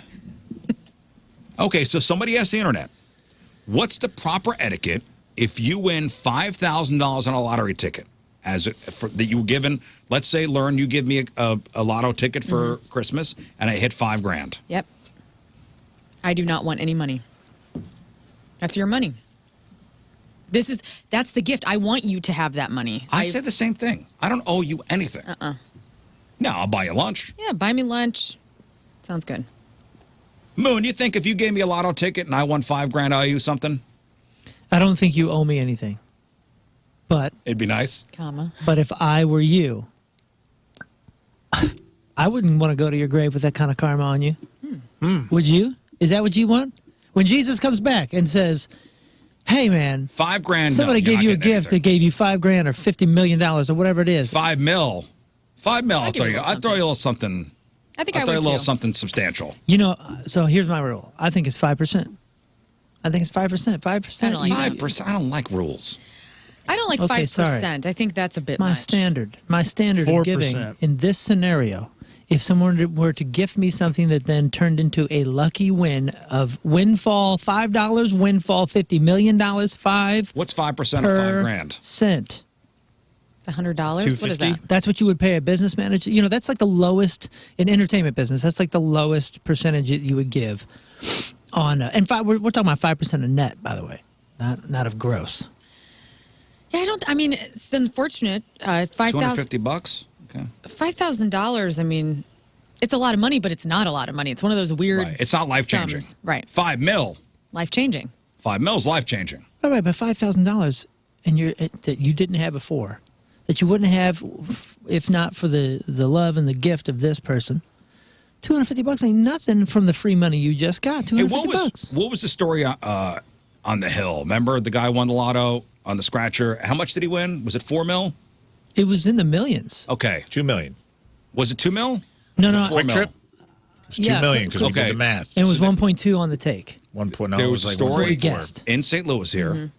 We talked about this last week. You were out. A guy goes to a quick trip right off the hill. He's going in for gas. He goes to the clerk. He's got $20. He's like, pick a ticket for me. Pick a scratcher ticket for me. Oh, so the clerk Ask the did clerk. it? Yeah, Ask the clerk. Here's $20. Pick any one. Clerk gives him a ticket. He hits $2 million. It's a joint effort. Now, by law, he doesn't owe anything. Right. Yeah, of He course. doesn't owe anything to the clerk who picked the ticket. It'd be really nice if he did give that clerk something, but I'm not going to say how much or what. How it needs much? to be. How much would Lern Elwell give? If Never, I win never $2 mind that million. guy. This happened to you. You walked in and you Okay. said $20. Hey, you know what? You pick what you're feeling today. I don't know what's back there, and then you win $2 million. $2 million. The house is paid off. Everything's cool. We were guessing. Let's say you take Oh. 1.2 million after all the taxes. Yeah, after all the taxes, Okay, you're taking on 1.2 million. $1.2 million. Yeah. Or just And this make it an happened even. on Christmas Eve. Yeah, Christmas Yep. Eve. It for happened on goodness I'd give him a Christmas Eve. couple thousand. A couple thousand. Damn. I'd give a couple thousand, I feel. Damn. I don't know. Like, what is that? Like a 2,000? I don't know. $5,000? I don't know what percentage of that it is, but just So- to be fun and nice. $5,000 is good. I think that's good. $5,000, again, it's a lot of money, but it's not a lot of money. So if you got $1 million, it's not a lot of money. But if you don't have $1 million, I mean, the it guy. is a lot of money. Yeah, I mean, listen, the clerk's got no skin in the game. He didn't put the $20 up.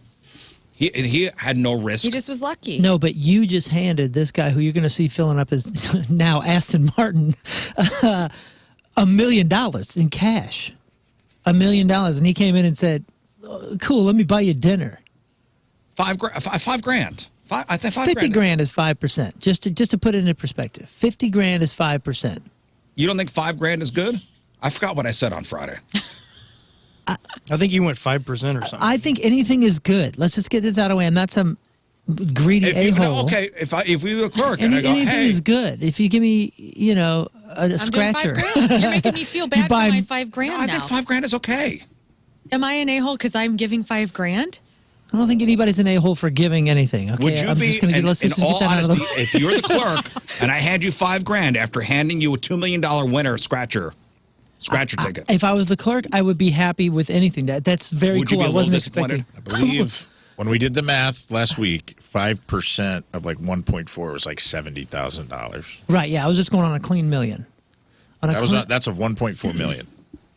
70 grand would be 5%, and I think we And were I think landing that's around. I reasonable. think I said 20. 70. I'm like George Costanza, though. Like, Stop it. I want to Little sit low. on it. I don't want to. I'm not spending that money. I'm just putting it away. I'm going to let I'm it. not quitting my job because I won $1 million. $1 million. Same. No, you're not. But you just had a life-changing thing. $1 million is far more life-changing than 70,000. 70,000 is life-changing Sure. in most of our lives. Give me 70. I'm sure that's Quit 2 this years of job work so for a fast. clerk working at Quick Trip. Yeah. So what I'm saying is that's why I went to the percentage, because it's easier to like quantify in your mind as something that's compartmentalizable, and you just go 5%. 70. I didn't have it before, and now I got $1.3 million. Oh, yeah. Remember, that's when I declared 2025 is my year of being greedy. Oh yes, I saw that online. That was the podcast title. Yeah. That's right. This is my And year that's to be okay. greedy. This is my year to be greedy. So you have to have a greedy year to save. Sometimes some years we're giving it out. We're giving the house away. Well, here were some of the responses. So, what's the proper etiquette if you win $5,000 on a lottery ticket, Christmas gift? Pretend nothing happened. Say, "Oh darn, I lost," while folding it up and putting it in your That's pocket. exactly right. I would also insist on privacy. I resist the urge to scratch it in front of everybody. Oh, come on. Try that with my I'm grandma, both people. dude. I'm Try both people. either of those things with my grandma, and you'll get put in a headlock. Right. Because if you said that in front of my grandma that you didn't win, she'd just say, "Let me see it."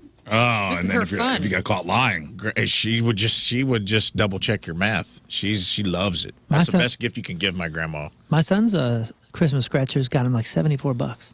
dang. Yeah, isn't that great? If I win, I'm buying you a lottery ticket. Oh, great. Yeah. Let me pick one out for you. I'm buying you a lottery ticket. How about that? Use it as a test. If your friend, family member, or coworker is anything but happy for you to win, that's not cool.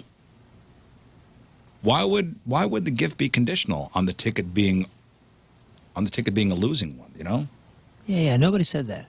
I don't think anybody's fighting for that. Or are they? I don't know. Are people saying that you have to give them something? No. Okay. Well, It's these like- are the people that if you win this at, let's say, a charity event and you win the $1,000 50-50? prize, they're going to yell, "Give it back." Mm-hmm. Those people will say that they would never, you have to give them something huge and wonderful. I'm adamantly against that. Okay, so 100%. Oh yeah, me too. we went to over the break. Hockey Fights Cancer was out in Edwardsville. So my son's high school hockey team, big event out there, and they had a 50-50, and I bought $20 worth of 50-50. Like I got an arm length. Yeah, an arm length, right on. Again, I declared as soon as I bought it, I said I'm not giving.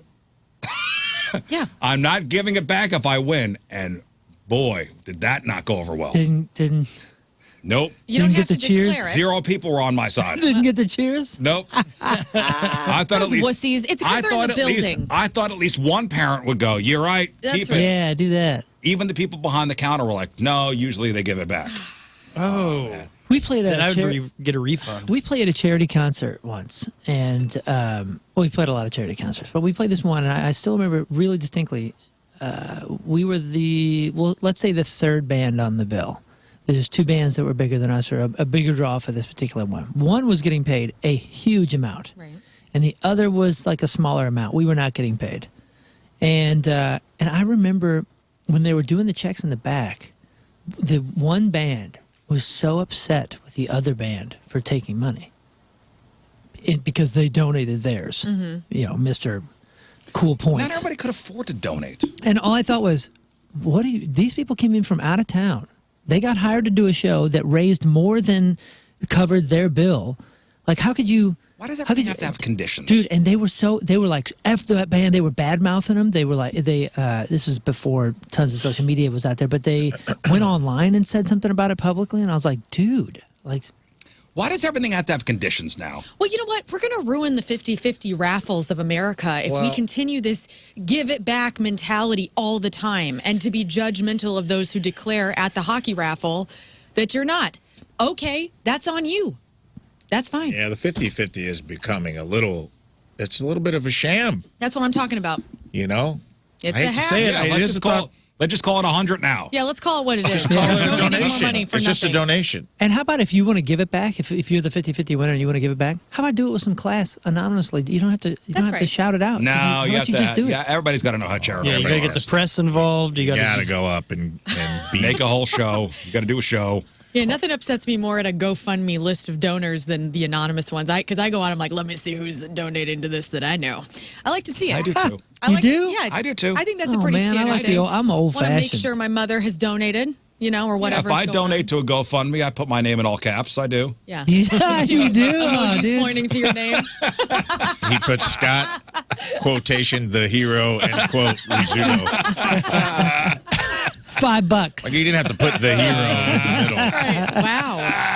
Buck Wasn't even the 50. biggest donor. $1.50. Like, why didn't he just do $2? But I swear this happened. I got the armful of raffle tickets and I declared, I actually put my finger up. Wow. I am not giving my winnings back. And it, crickets. Yeah, man. It is kind of like this. I don't know the last time I saw someone walk with the 50-50 money. Whether it's a charity, because a lot of times it's a charity event, or it's like a fundraiser. It's always a fundraising event. I do a fundraiser for the West County Police Department every year over at the Moulin Lounge for the In Need of Aid charity. Yeah. And they say, when we do the 50-50, you cannot give it back. That's cool. That is cool. See, that's nice. That's Love that. cool. Honorable. That should be, because at some point it's just, you're like, here's a $20 donation. We don't even give me the tickets because it doesn't matter. I'm giving you the money back anyway. Yep, I'm it's a going to be slippery- shamed into giving you the money back. So Yep. you might as well just take my money. And it says on my script, say you cannot give it back. Yeah, it's a slippery slope of losing the spirit of the entire thing. Yeah, I love it. That's good. All right. Imagine if they did that at like a Chiefs game. So you do 50-50. Oh, yeah, at the Blues Imagine games, if they're just like, give it back. The Hunt family needs it. Give it back. Oh, yeah, we went to the Blues game over the break, and the 50-50 was like $40,000. Oh, yeah, man. They Holy get up there. crap. By the Last- way, Are you Sold gonna out play on game. our night? yeah, thanks for selling out our night. That came over, right? Yes, the RizzShow night at the Blues game is officially sold out. Right on. Thanks for everybody buying tickets. We'll if they- see you at the rink. If they get that 50-50 back there, it goes towards us, right? Yeah, give exactly it back. Give it back. to All Rizz. right, let's do this.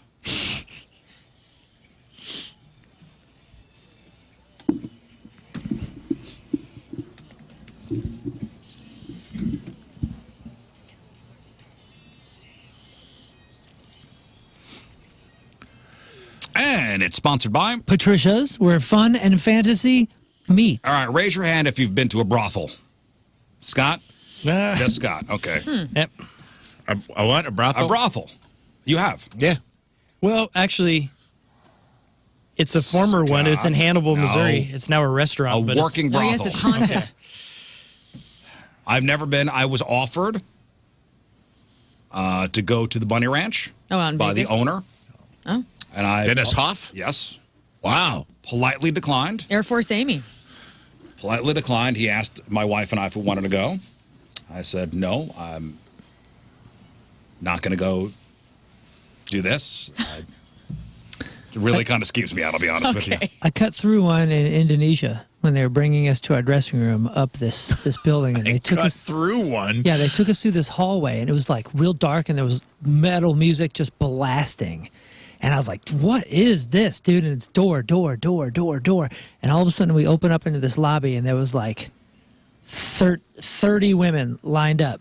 And they all turn and they go, ooh, oh, and they all start like touching our shoulders as we go by. We're like, what's happening? What's happening? And then This is cool. And then they opened the back door, and it was the other side of the wall was our venue and our dressing room. So our dressing room was next to the brothel. Yeah, listen, I've seen the HBO show. It was a Cat House. Cat House. Oh, I loved it.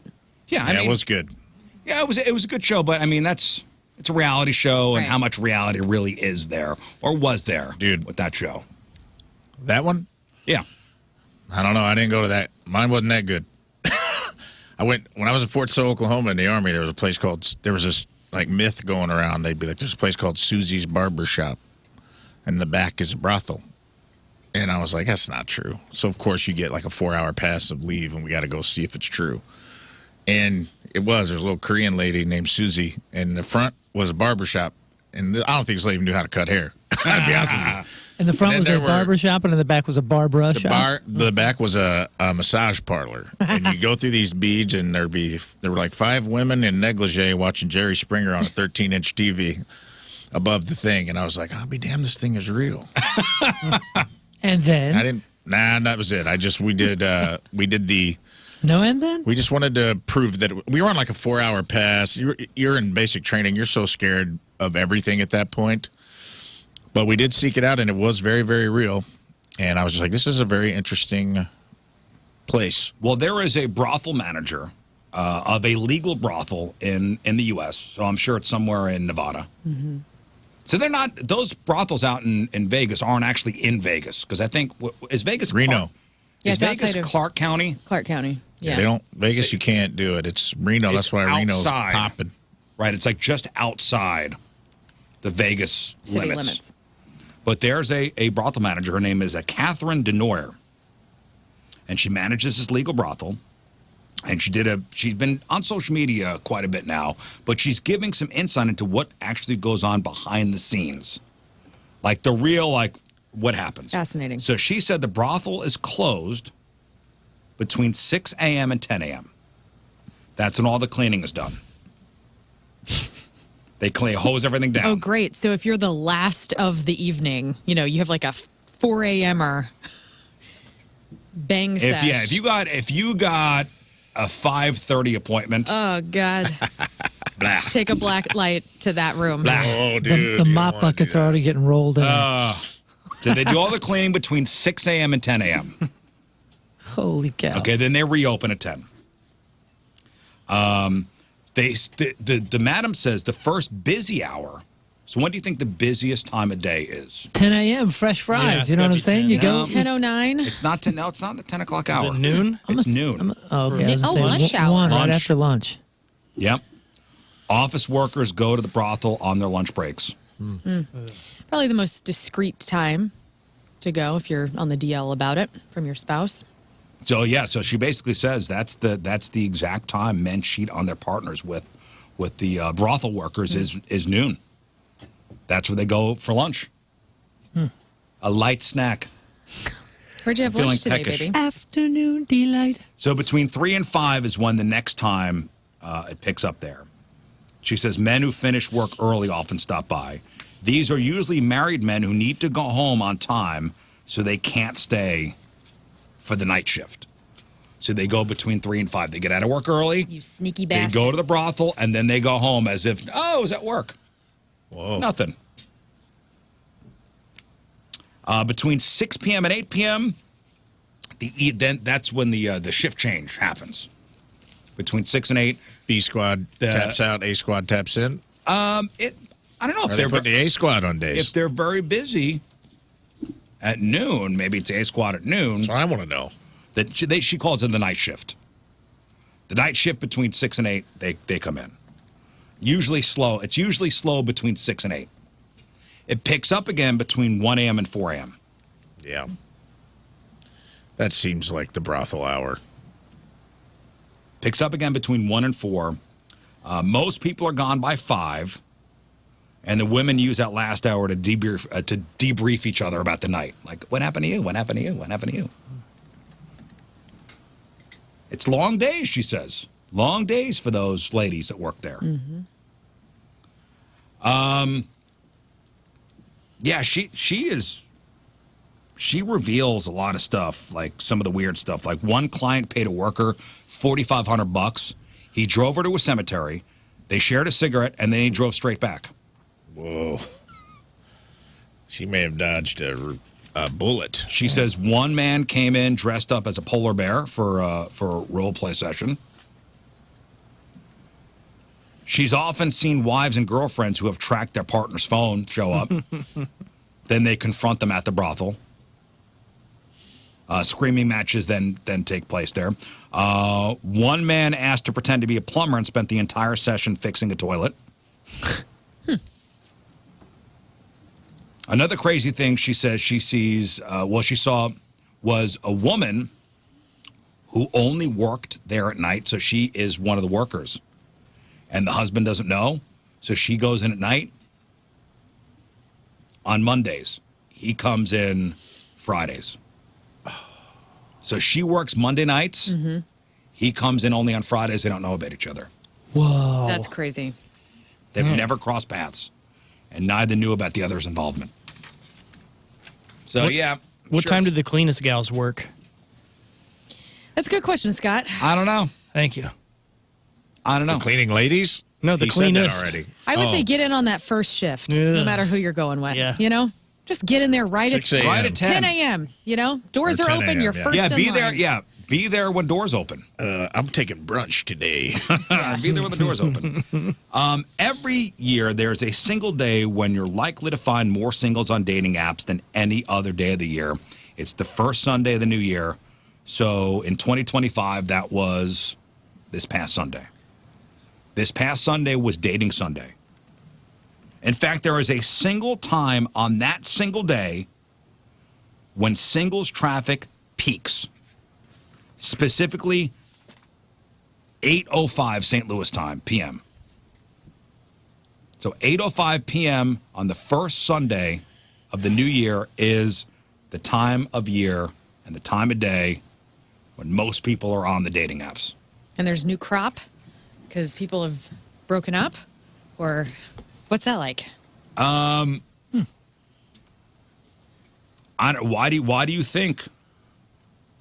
do you think that day and that time? What day? The first Sunday of the new year at 8:05 p.m. Sunday scaries are involved. Yeah, people going back to work. Right. Breakups happen before the holidays, right? Or you stay with the person through the holidays and then you break up. Well, here's what they say. People get through the holiday season, get through its challenges, get through the stresses, and then get an opportunity to reset love, dating, and relationships right after New Year's Day, right before the start of the week. On the first Sunday of the new year, people are thinking, what steps can I take now? In many cases, it could be tied with New Year's resolutions. I'm going to get some. That's not a resolution, man. It is now. I'm going to get some is definitely a resolution. Yes, it is. Now, with that being said, Dating Sunday is the first Sunday of the new year. Divorce Monday is the next day. Okay. Aye. So yesterday was the first working Monday of 2025, which means it was Divorce Day. The day of the year you're most likely to get divorced. Is that because of That happened separating yesterday. finances? Like, why?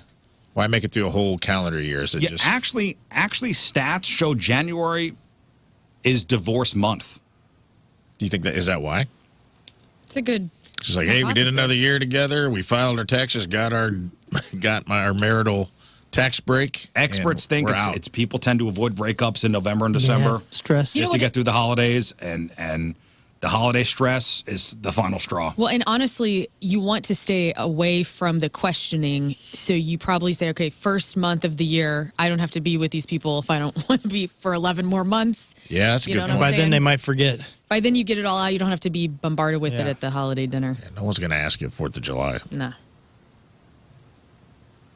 Well, in other words, this month maybe toss out a random compliment or do something nice for your partner. Could save your relationship. I don't know. Never know.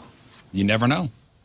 But yeah, the first working Monday gets the Divorce Day title because the added stress of getting back to work can push people over the edge.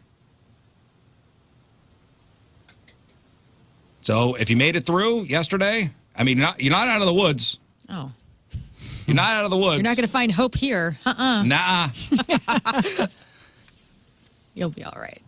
All right, so now I want to talk about this this fast-growing fetish, which sex experts are saying can cause serious issues in the bedroom. Gooning, right? Gooning. Whew. Gooning. Gooning. Does anybody have any idea what the hell this is? I mean, gooning. I don't know why anybody would do this. This is a good thing or a bad thing? You said it's dangerous? Gooning. Okay, here's the article. Do you get naked and try to stop your family's childhood home from being foreclosed on by a rich golf club owner? Good guess. Gooning is similar to edging. So you know what edging is? We learned about this last year, but I forgot. Yeah, That's when you keeping the sidewalk clean. get as It's close you delay. as possible. Yeah, you delay getting to the finish line as soon as as much as you can. So a rapidly growing trend in solo activities is raising concerns among experts who warn it could negatively impact intimate relationships. The practice known as gooning involves prolonged self-stimulation without reaching climax, often for hours, even days. God, that's the kind of time. Goonies This never being- die, dude. This is why it's called gooning. This behavior has gained popularity for its reported psychological effects, as individuals claim it puts them in a trance-like state. Oh boy, Sting. Oh, boy, Sting. Yep. Sting Gooning, say that for a while. gooning is I thought he's tantric. Yeah, it's the same concept, right? Gooning is similar to edging, where individuals delay getting to the finish line, but takes it to a more extreme level. According to reports, interest in this activity has surged 800% over the past 5 years. Gotta find something better to do, man. Experts caution that this trend may have serious consequences for personal relationships. The heavy reliance on explicit content can desensitize individuals to real-life intimacy, potentially leading to difficulties in maintaining arousal with a partner. By the way, speaking of maintaining arousal, so I was in Florida, right? And Florida has the laws now where you can't go to Pornhub. And Pornhub disabled their entire website to Floridians because of the legislation that was passed about you have to put in your ID. You have to put a government-issued ID into a sex website to access. So Pornhub was like, nope. Yeah, so I went to Pornhub.com to see what was up on my phone. I was like, let's see this. And they have this entire scroll of text, that essentially is like, contact your representatives before it's too late. And they make the argument that because you have to do this, it's invasion of privacy, but also it's going to make all this black market, porn available, and people are going to be unsafe about accessing pornography in Florida. And that's kind of their argument about, at least we vet our videos and we know what is being posted. Well, there's an argument to be made, and there was a whole documentary about how Pornhub does not really. Oh. Yeah, I was just saying they're does not. They're pretty loose. Well, they have those their lawsuits trust they've and had safety against them are measures. pretty rough. I watched Hamilton on Pornhub. You did? I did. Before it was ever on video, someone bootlegged Hamilton, and you had to dig deep, but you could find it on Pornhub. Because I was like, "What's all the fuss about?" It was good. I don't know, this whole gooning thing. So it's watching porn, and doing stuff to yourself, but not getting to where you want to go. Why? Because Goonies never die and the erection never dies. That's right. I don't understand why you'd want to do this. I'm with Rafe, man. It's a time thing. My God. Come on, man. You gotta have too much time on your hands. Like, think about how productive you could be if you just Stop gooning. Yeah, man. Write on a business plan for something or something. Like, go help somebody shovel a driveway, for God's There you sakes. go. Like, there are things to do. You can feel high from that. So, I'm not kink shaming. You do your thing, whatever. But like, this is a time issue, and at some point, you're wasting it. Yeah, a therapist says that frequent engagement in this activity could lead to an unhealthy dependence on explicit material, making it harder to enjoy other aspects of life. Yeeks. Like, we haven't seen King Scott in a while because all he's been doing is gooning. He's been home gooning. He's gooning What do you mean? He's watching Kentucky the Fried Goonie Chicken. again? He's been really making this bucket last for days. have you noticed how strong I am? That's true. Yeah, only on one side though. Yeah. When is just Joeing not enough? I know. don't Everything know. has to be so complex these days. Just go, Joe. Just go, Joe. It takes 2 minutes. And you're done. You get the poison out, and it's over. Yeah. Feel better, On with your life. everybody's cool. On with your life. Yeah, I can't remember a time that I'm like, I hope this lasts a long time. I hope this shame that I'm feeling lasts forever. You just want it to be over. I'm gooning. Don't bother calling. I'm too busy gooning. Not gonna have much of cute bumper stickers. Dude, it's idiocracy when he knocks on the door and he goes, "Go away, baiting." Baiting. That's what we're getting to. Baiting. Baiting. Gooning Just and Joe, gooning. be done, and go do something productive. Goon fishing. All right, with that being said, we'll take a break. We'll come back, and we have the sex toy of the week. Gooning. What's the point? I don't know, man. So you training for something? I don't know. I get it. If are you doing that as like an exercise? If you're busting early or something like that, maybe. I don't know. Are these the same people that raw dog on airplanes? But days. Get a jigsaw puzzle. Days. Come on, man. Read a book. Play a video game. Yeah.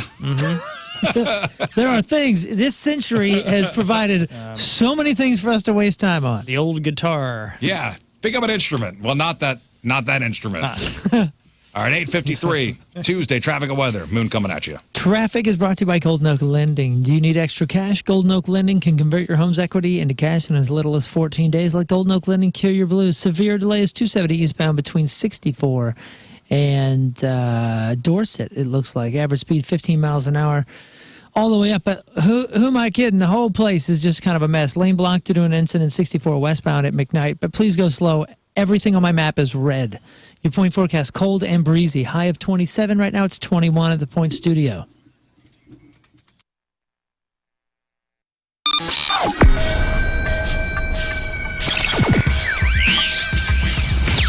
It's Rizz, it's Jeff Burton backstage at Wayback Point Fest with Vaden and Donnie from the Toadies.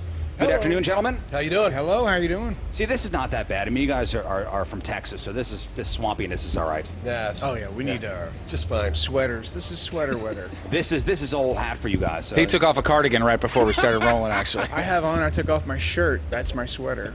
So you guys were spinning some yarns before we just went on the air here. I mean, you realize the Point is what, over 25 years old? Yeah, 25. Do you remember coming to St. Louis in the mid 90s and playing for the Point or playing for St. Louis? I don't remember a whole lot in the mid 90s. Yeah, boy. Yes. Truth right there. Yeah, of course, yeah. Yeah, you guys are Point Fest guys from back in the day, man. Way totally. back in the day. Yeah. What's your any good memories from St. Louis from back in the day? Oh, jeez. You weren't kidding about the memory, right? No, it's gone. It's a mashup. Our first time here, we went and I think my brother got his tongue stuck to the arch because it was Yes, during. that would happen. Literally, does that sound? I mean, That sounds exactly Like it could have happened? yeah, it did happen. It Hey, guess what? There's an all-new Hot Shots on Lindbergh. Thrilled to announce grand opening, and it's happened. Rizz has already been out there and done a spot. It's great. Hot Shot Sports Bar and Grill location now open 7575 Lindbergh Boulevard, St. Louis, Mo. 10,000 square foot space built for sports fans and thrill seekers alike, offering the best in games, food, drinks, and the ultimate viewing experience. Your new home for sports in South County, Missouri. Hot Shots Lindbergh has everything you need to make it your go-to sports destination. Rizz, tell them what they're bringing to South County. All right, so 10,000 square feet. The place is huge. 6 brand new pool tables, 5 steel-tipped dartboards, and 3 soft-tipped dartboards. 2 golden tee machines. Yes, Daddy. Spacious gaming area. Over 40 new HD TVs, over 70 inches. A massive 150-inch projector screen. The ultimate sports bar experience is Hot Shots Lindbergh. 7575 Lindbergh Boulevard. Check out their newest location. Experience sports the Hot Shots way. We'll see you out there. It's Donnie Fandango for 105.7 The Point, and I'm absolutely thrilled to be joined by Dan Auerbach, the frontman of the Black Keys. And Dan, we got a lot of stuff to talk about with a single and a new record coming, but I wanted to bring up a couple of things first that you have done in the last year that I just loved. And two of the things specifically, the covers record that the Black Keys did, I just adored because it introduced me to a bunch of songs that I didn't know, and I loved that. And then also too, I know you produced the Robert Finley record, and I loved that one too. I didn't know anything about that man until, I saw that you had worked with him. So I just kind of wanted to start things off by saying, man, I really appreciated both of those projects that you were obviously very deeply involved in. Oh man, thank you so much. That's great to hear. I mean, Robert Finley's the real deal. He's a Louisiana soul and blues singer, and he's touring. He's going to be touring all year. It's really exciting for him.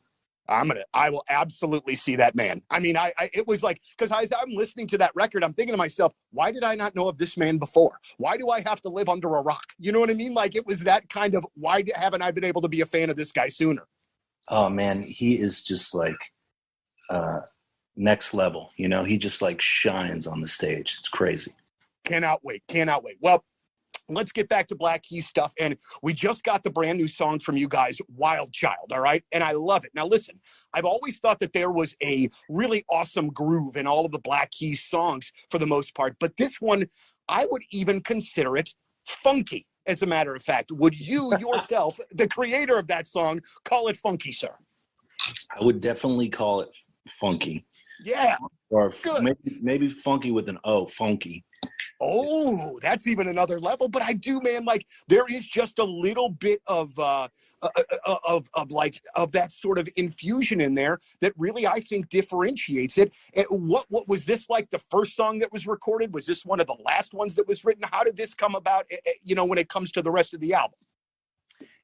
I think the record is pretty varied. There's songs on there that are like the first take, just like super raw. Improvisation, like we just left all the mistakes in there. But Wild Child, we probably took the longest to construct. We had a different chorus, and we ended up going back and changing it. But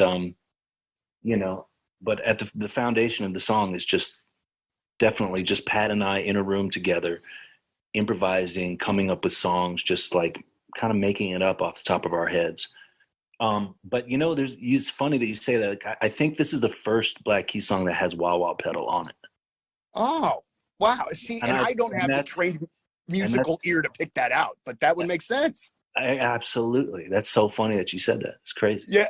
Because I'm listening to it and I'm thinking to myself, like the first time I heard it, I was like, I'm moving my butt cheeks in a way that, man, it's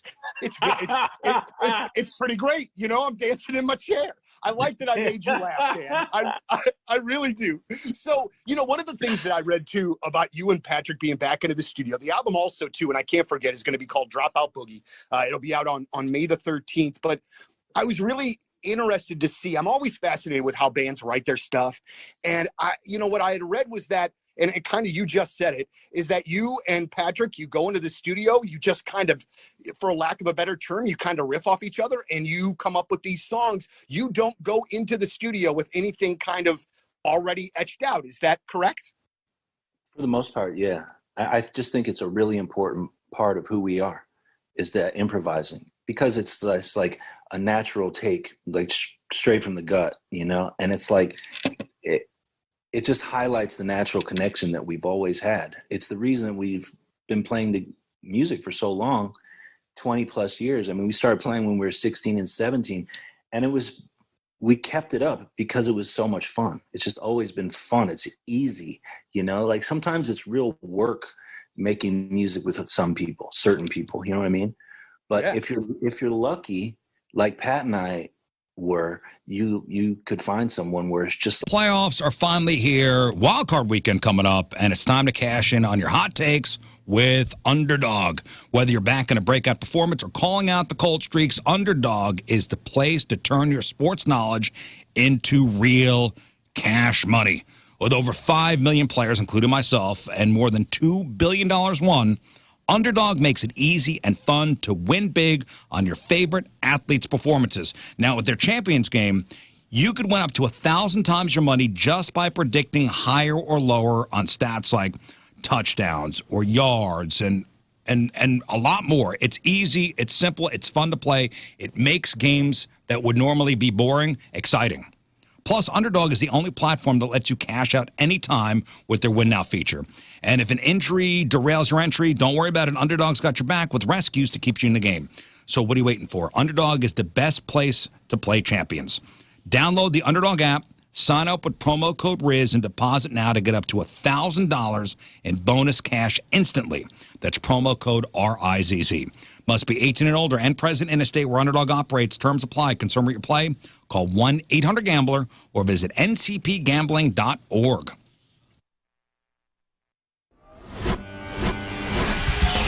It's a nerve-wracking day. What? You guys and Queens of the Stone Age. Back-to-back interviews. I'm already a high-strung person. Whew. I can't wait to have a beer when this is done. Yeah. Yeah, very much so. You don't need to worry about us. Well, yeah, but I do, though, because, see, here's where the rub is with me and bands that I really like. If it's a band that I'm about, I can power right through. Mm-hmm. But then when it's a band that I really dig, then there's a bit of that fanboy stuff that starts popping out. And that's what I'm trying to control. So, here, I'm bringing it down. I'm going to do my best Keep laughing. Happy birthday, Rizz. Hey, before I put a capper on sexy sex dumb fun facts with the sex toy of the week, a study by Feet Finder, that's right, our favorite website, Feet Finder, they revealed a 234% surge in Google searches for, quote, penile fracture over the holidays. Is that a metal band? Penile fracture? No. No, but apparently people are having wild sex over the break, and penile fracture is, I guess, something that's happening quite often. Yeah. Or more often this time, well, over the holidays than any other time of the year. It's a pandemic. No, sir, I don't like it. Did you say a pandemic? I did. I wanted to acknowledge that. Specifically between December 24th and December 26th, penile fracture Google searches go up. What dates? Between December 24th and December 26th. Right in the heart of Christmas. Holiday breakage. What's going on? I wonder why. Because they're being sneaky or we got too much to do? What's going on? We're multitasking? Penile fractures occur during, quote, wild sex. What makes Christmas Day more aggressive? Is it the de-stress? I don't know. I don't know. I mean, just everybody's feeling the holiday spirit. They're feeling... Victims of this injury usually men. Usually identify the fracture by hearing an audible crack followed by pain and losing their erection quickly. How are you guys not holding yourself right now? Like, The penis also usually looks similar to an eggplant after the injury occurs. An estimated 1 in every 100,000 American men will suffer from a broken penis in their lifetime. Wow. Never told me the odds. Though not life-threatening, certain injuries may require surgery and weeks of recovery, lest patients risk permanent damage to sexual and urinary function. They do. Those who ignore their injury could be left with a permanent curvature, poor function, and a lifetime of painful erections. Hold up. Female question. Yes. So men with curved penises, are they born that way or do they have a fracture at some point, maybe when they're Some small? are born that way. And they don't realize that their penis was fractured. There's a word, there's a term for it. Bentcarrot.com, which is the audacity of that company. Yeah, no kidding. Bent carrot? Sometimes it happens ever so It's slightly. like a drug to straighten your wiener out, and their website is bentcarrot.com, and I'm like, maybe this isn't the right time. Sometimes it happens levity. ever so slightly right around, middle of high school. That's what I hear. What? I'm genuinely curious. You fractured your penis in the middle of No, I'm not talking about that. God, man. Oh, okay, here's what they say. So here's why. You got to go to the hospital, man. Yeah, you do. Or you could lose. My boy Kevin broke his. I've talked about it before. Call our buddy Dr. Huatma. He had to get a little cast. We all signed it. Did you put your penis into milk like a tooth to take it in? Is that rice? You put it in rice like a cell phone that got wet. Dry it out. Like, I didn't know what to do. I put it in this bag of rice. No, here's what a sexologist says. Why between December 24th and 26th. It's a time of year when people feel more adventurous, like fueled by the festive spirit, alcohol, and a desire to make the holidays extra special. That's interesting, man. You would think it'd be like Valentine's Day. A sexier holiday than Christmas. No, because Valentine's Day could fall, during a weekday, and you got to go to work. Like, you're off. Yeah, you're right, I guess. Like, you probably got a couple kids days are off off school. I don't know. That just seems like a weird time. I agree. That seems a weird time to be like, honey, I think you should get a running start. And I'm going to close my eyes. And you just we're going to try to land this thing. I want you to just get a running start, jump as high as you can in the air, and come straight down on it. Don't worry about the kids in the other room. This is our time. Well, I've had 3 glasses of eggnog, and I'm feeling wild. Most penile fractures have occurred while partners were in missionary, woman on top, and doggy style. Missionary, huh? Yeah. You said 1 in 100,000? 1 in every 100,000 American men. You know what? Okay, I'm trying to look up like the comparisons of what other 1 to 100,000s, and I found some that have made me feel a lot better about Okay, this. go ahead. You have a 1 in 100,000 long shot of finding an animal with 2 heads. Okay. Well, that's not going to seem very... How often do you think somebody's going to find a 4-leaf clover? 1 in 100,000. Nope, 1 in 10,000. Oh. So you'll find 10 4-leaf clovers before you find your penis fractured. Finding a pearl in an oyster, 1 in 10,000. You have Okay. a lot better. Looks like 1 in 100,000 being struck by lightning or affected by a lightning strike twice. So I'm feeling a lot better now. Okay. Well, just be careful out there, and we always say that. 1 in 840,000, so not all too far. Being killed by a meteorite. Oh. 1 in 200,000? 1 in 840,000. Imagine a meteorite hitting your wiener and breaking it. You're like, oh,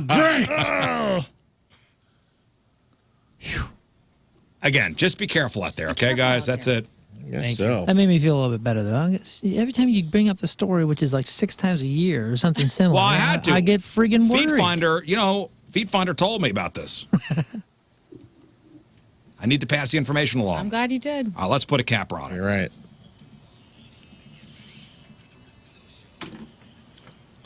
Yes, a capper on this week's Sexy Tom Fun Fact. That's right. Here's one way to avoid a broken penis Okay. or something to get you through your recovery, maybe.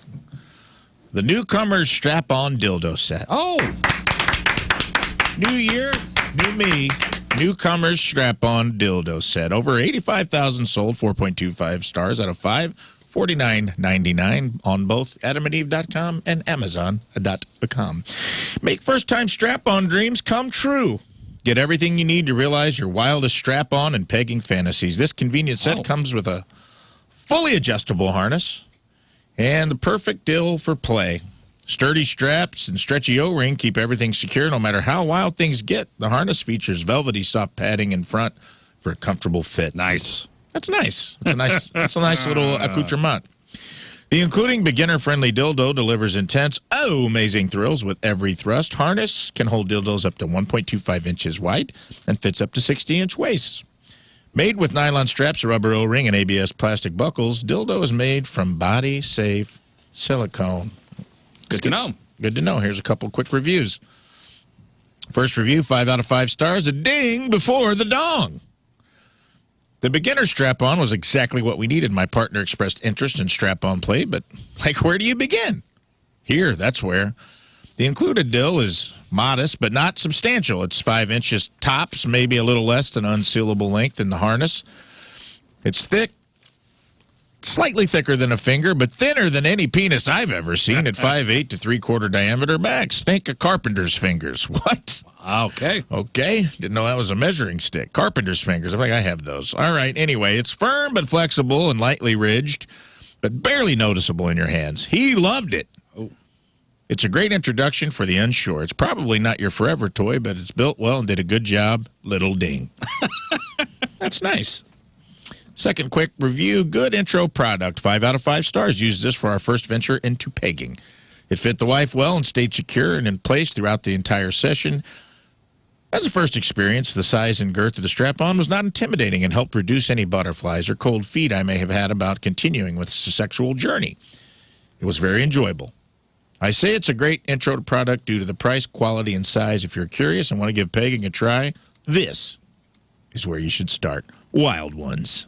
Well, there you go. There you go. Almost landed the plane right at the end of the music. That's the sex toy of the week. One more time. What is it called? Newcomers strap-on and dildo set. All right. Hey, Valentine's Day is coming up. It's a month away. A little over a month away. I will take a break. We'll come back with some of your emails. What? Oh, I'm just going down the list. I feel so much better. 1 out of 57,000, you're going to die by bees. 1 out of 68,000, you're going to die in a hurricane. So you are more likely to die by bee stings than you are breaking your penis. Golly, I feel better. Huh. Much more secure at this point. All right, 9:12. Your emails next. Traffic and weather. Moon coming at you. Traffic is brought to you by Golden Oak Lending. Do you need extra cash? Golden Oak Lending can convert your home's equity into cash in as little as 14 days. Let Golden Oak Lending cure your blues. It's a mess out there, and you know that if you've even walked out your front door. The 270 northbound exit ramp from Ladue is completely blocked due to an accident right now. Lane blocked due to an incident 70 eastbound at 170 as well. But everything is a mess. Every highway, every major thoroughfare here is very slow and having some issues and lanes blocked. Your point forecast, cold and breezy. High of 27 right now. It is 21 at the Point Studio.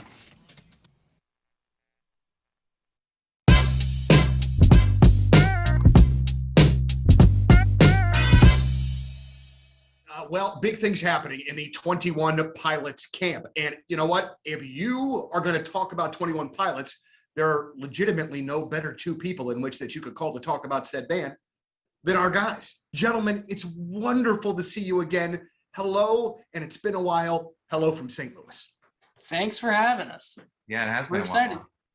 Man, it's really great to see you guys again. And the first thing that we want to talk about is the 21 Pilots Cinema Experience. Now, it's coming out on May the 19th. There'll be a special encore on May the 22nd. But I want to know, this experience came about a year or so ago during the pandemic. And I'm curious, the show was so well done, so well produced. How long did it take you guys to put that whole thing even 5, maybe your resolution is to, I don't know, find a new career, something you enjoy. You're burnt out. You hate what you're doing. You hate who you're working for. Well, how about a career in technology? Yeah, Centric. Centric can train you for a career in technology in 4 months. Not 4 years, 4 months. Centric's accelerated tech program, whether you're into coding or cybersecurity or network administration, they got you covered. Hands-on training sets you up for real-world success. And you choose how to learn. Day, evening, the flex option, Centric's flexible learning fits your life, not the other way around. If you're just coming out of the military, use your GI Bill or VA benefits to fund your education. Go to centric.com/Rizz, centric.com/Rizz. Get all the information. Ask for Patrick when you call him up. Patrick, RizzShow listener, loves helping RizzShow listeners out. He'll take care of you. Start a new life in 2025, a lucrative career in technology. Centric.com/Rizz and ask for Patrick. Time to save some green. Go visit my good friends over at Mount Top Motor Company out there in Troy. They have an incredible lineup of cars, trucks, SUVs. In fact, you can see the whole inventory right now at mounttopmotors.com. And to top it off, no payments for 90 days. They have some of the best financing around, all kinds of ways to save some money. And what's amazing about them is they're just down to earth. It's a no pressure environment. So you're gonna find the right car. You're gonna enjoy the process because they're amazing. So aim higher, go to Mount Top Motor Company. It's mounttopmotors.com.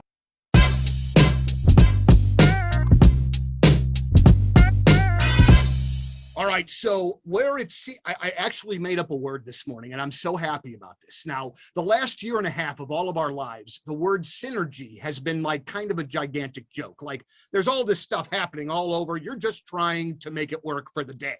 Yeah. But it seems like, Amy Lee, front woman of Evanescence, that you have a very synergistic year ahead of you. The album is out now. The single doing great. The big tour with Hailstorm later this year. This feels like synergy to me, and I bet you for you, it's finally like, great, we're finally here. Yeah, it feels really good. You know, part of last year and this time, something that's felt really good is just to keep going, just to go harder. Don't let it stop us. Don't let anything hold me down. Like just this feeling of, I can't waste a minute. I don't want to waste a day. We don't know if we have tomorrow. So it is time to just do what we were born to do. So kind of taking that attitude after the initial sort of like, frustration and heartbreak and just frustration. I want to say that word a lot because a lot of it was that, but also just anxiety and fear about everything. You know how this time has been. I don't have to describe it. But it's felt really good to sort of take control of the things that we can control, make great music, give something to our fans and have something to look forward to and be excited about. Now, can you kind of talk about how early on or what part of the process of recording the record were you when the pandemic hit and you guys had to split up? Yeah, we went into this different regardless of anything. We didn't know about the pandemic or anything yet. We went in the studio January of 2020 just to do a couple of songs with Nick Raskulinix, our producer. Just sort of see how it goes, you know. We knew we had a few songs, but we knew we had a lot more music to write before we're going to be really ready to go in and record a full album. But like as time goes by, like I know how daunting and soul consuming in a good way, but also in a way it is to make an album. So we were just kind of being adults and going like, hey, why do we have to do this all at once the way we've always done it and lay all the drums first and know exactly what's going to happen? Why don't we just take a more free approach and be experimental about this and go in and do a few whole songs and then come back after the tour? So we were lucky that we started things off that way because we walked out of that studio with 4 finished mixed songs in March, right before we really couldn't be together for months. And I recorded the last few like vocal bits right here on this mic. And we've sort of mixed remotely. It was like right at the edge. So we had those songs to carry us through. Like we just started releasing them and simultaneously just dove into the creation of the rest of the record. So do you think that this might be how you do it going forward as far as the recording? You know, we went in the studio in like November of 2019 to record this cover of The Chain by Fleetwood Mac for a video game commercial. And it was so fun and satisfying and good to go and just focus on one thing. Really, that's what inspired the idea. So we went in going, hey, like this we don't have to play by anybody's rules. We can go in whenever we want. Like, let's just do it a piece at a time. I love that. Mm-hmm. I like the idea of we're a band who loves albums. I love transitions and intros and an epic journey and the whole tale.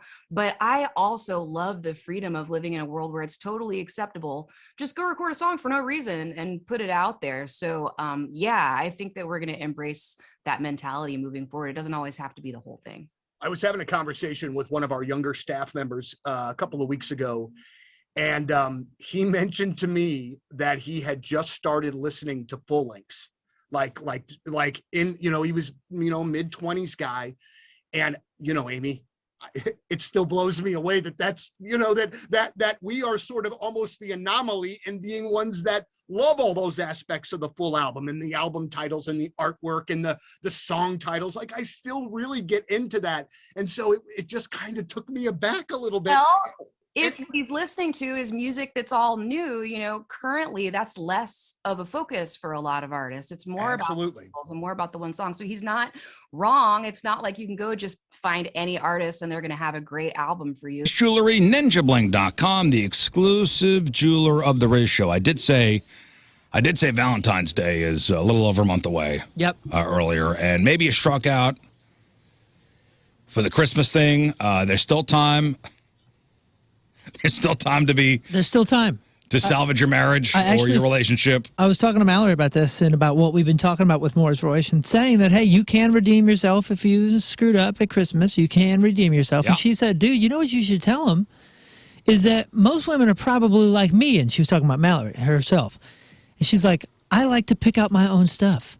So tell them your plan. Say, hey, I would love to do something for you very special. Take you to Morris Royce and you pick out a piece, or you talk to the pros.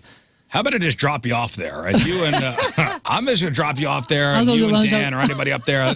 I'll be back in like an hour and a half. She said most ladies are like me. They want to pick it out because they know that, hey, listen, their don't need to style. be there. Yeah, their style's better than our style. And Morris Royce's style is way better than our style. So let them pick it out for themselves. Guys, if you're looking for a gift, this is the thing to It's do. just a cool shopping experience because you go up there, you sit in a private office. It's not a giant mall showroom where you got 50,000 salespeople all vying to make a commission. Nope. With just cookie cutter pieces. Now, custom build something, maybe something off the Simon G collection. Check out the selection on Instagram and Facebook. It's Mort's Royce Jewelry, ninjabling.com, the exclusive jeweler of the Rizz Show, where you get the jewels and not the shaft.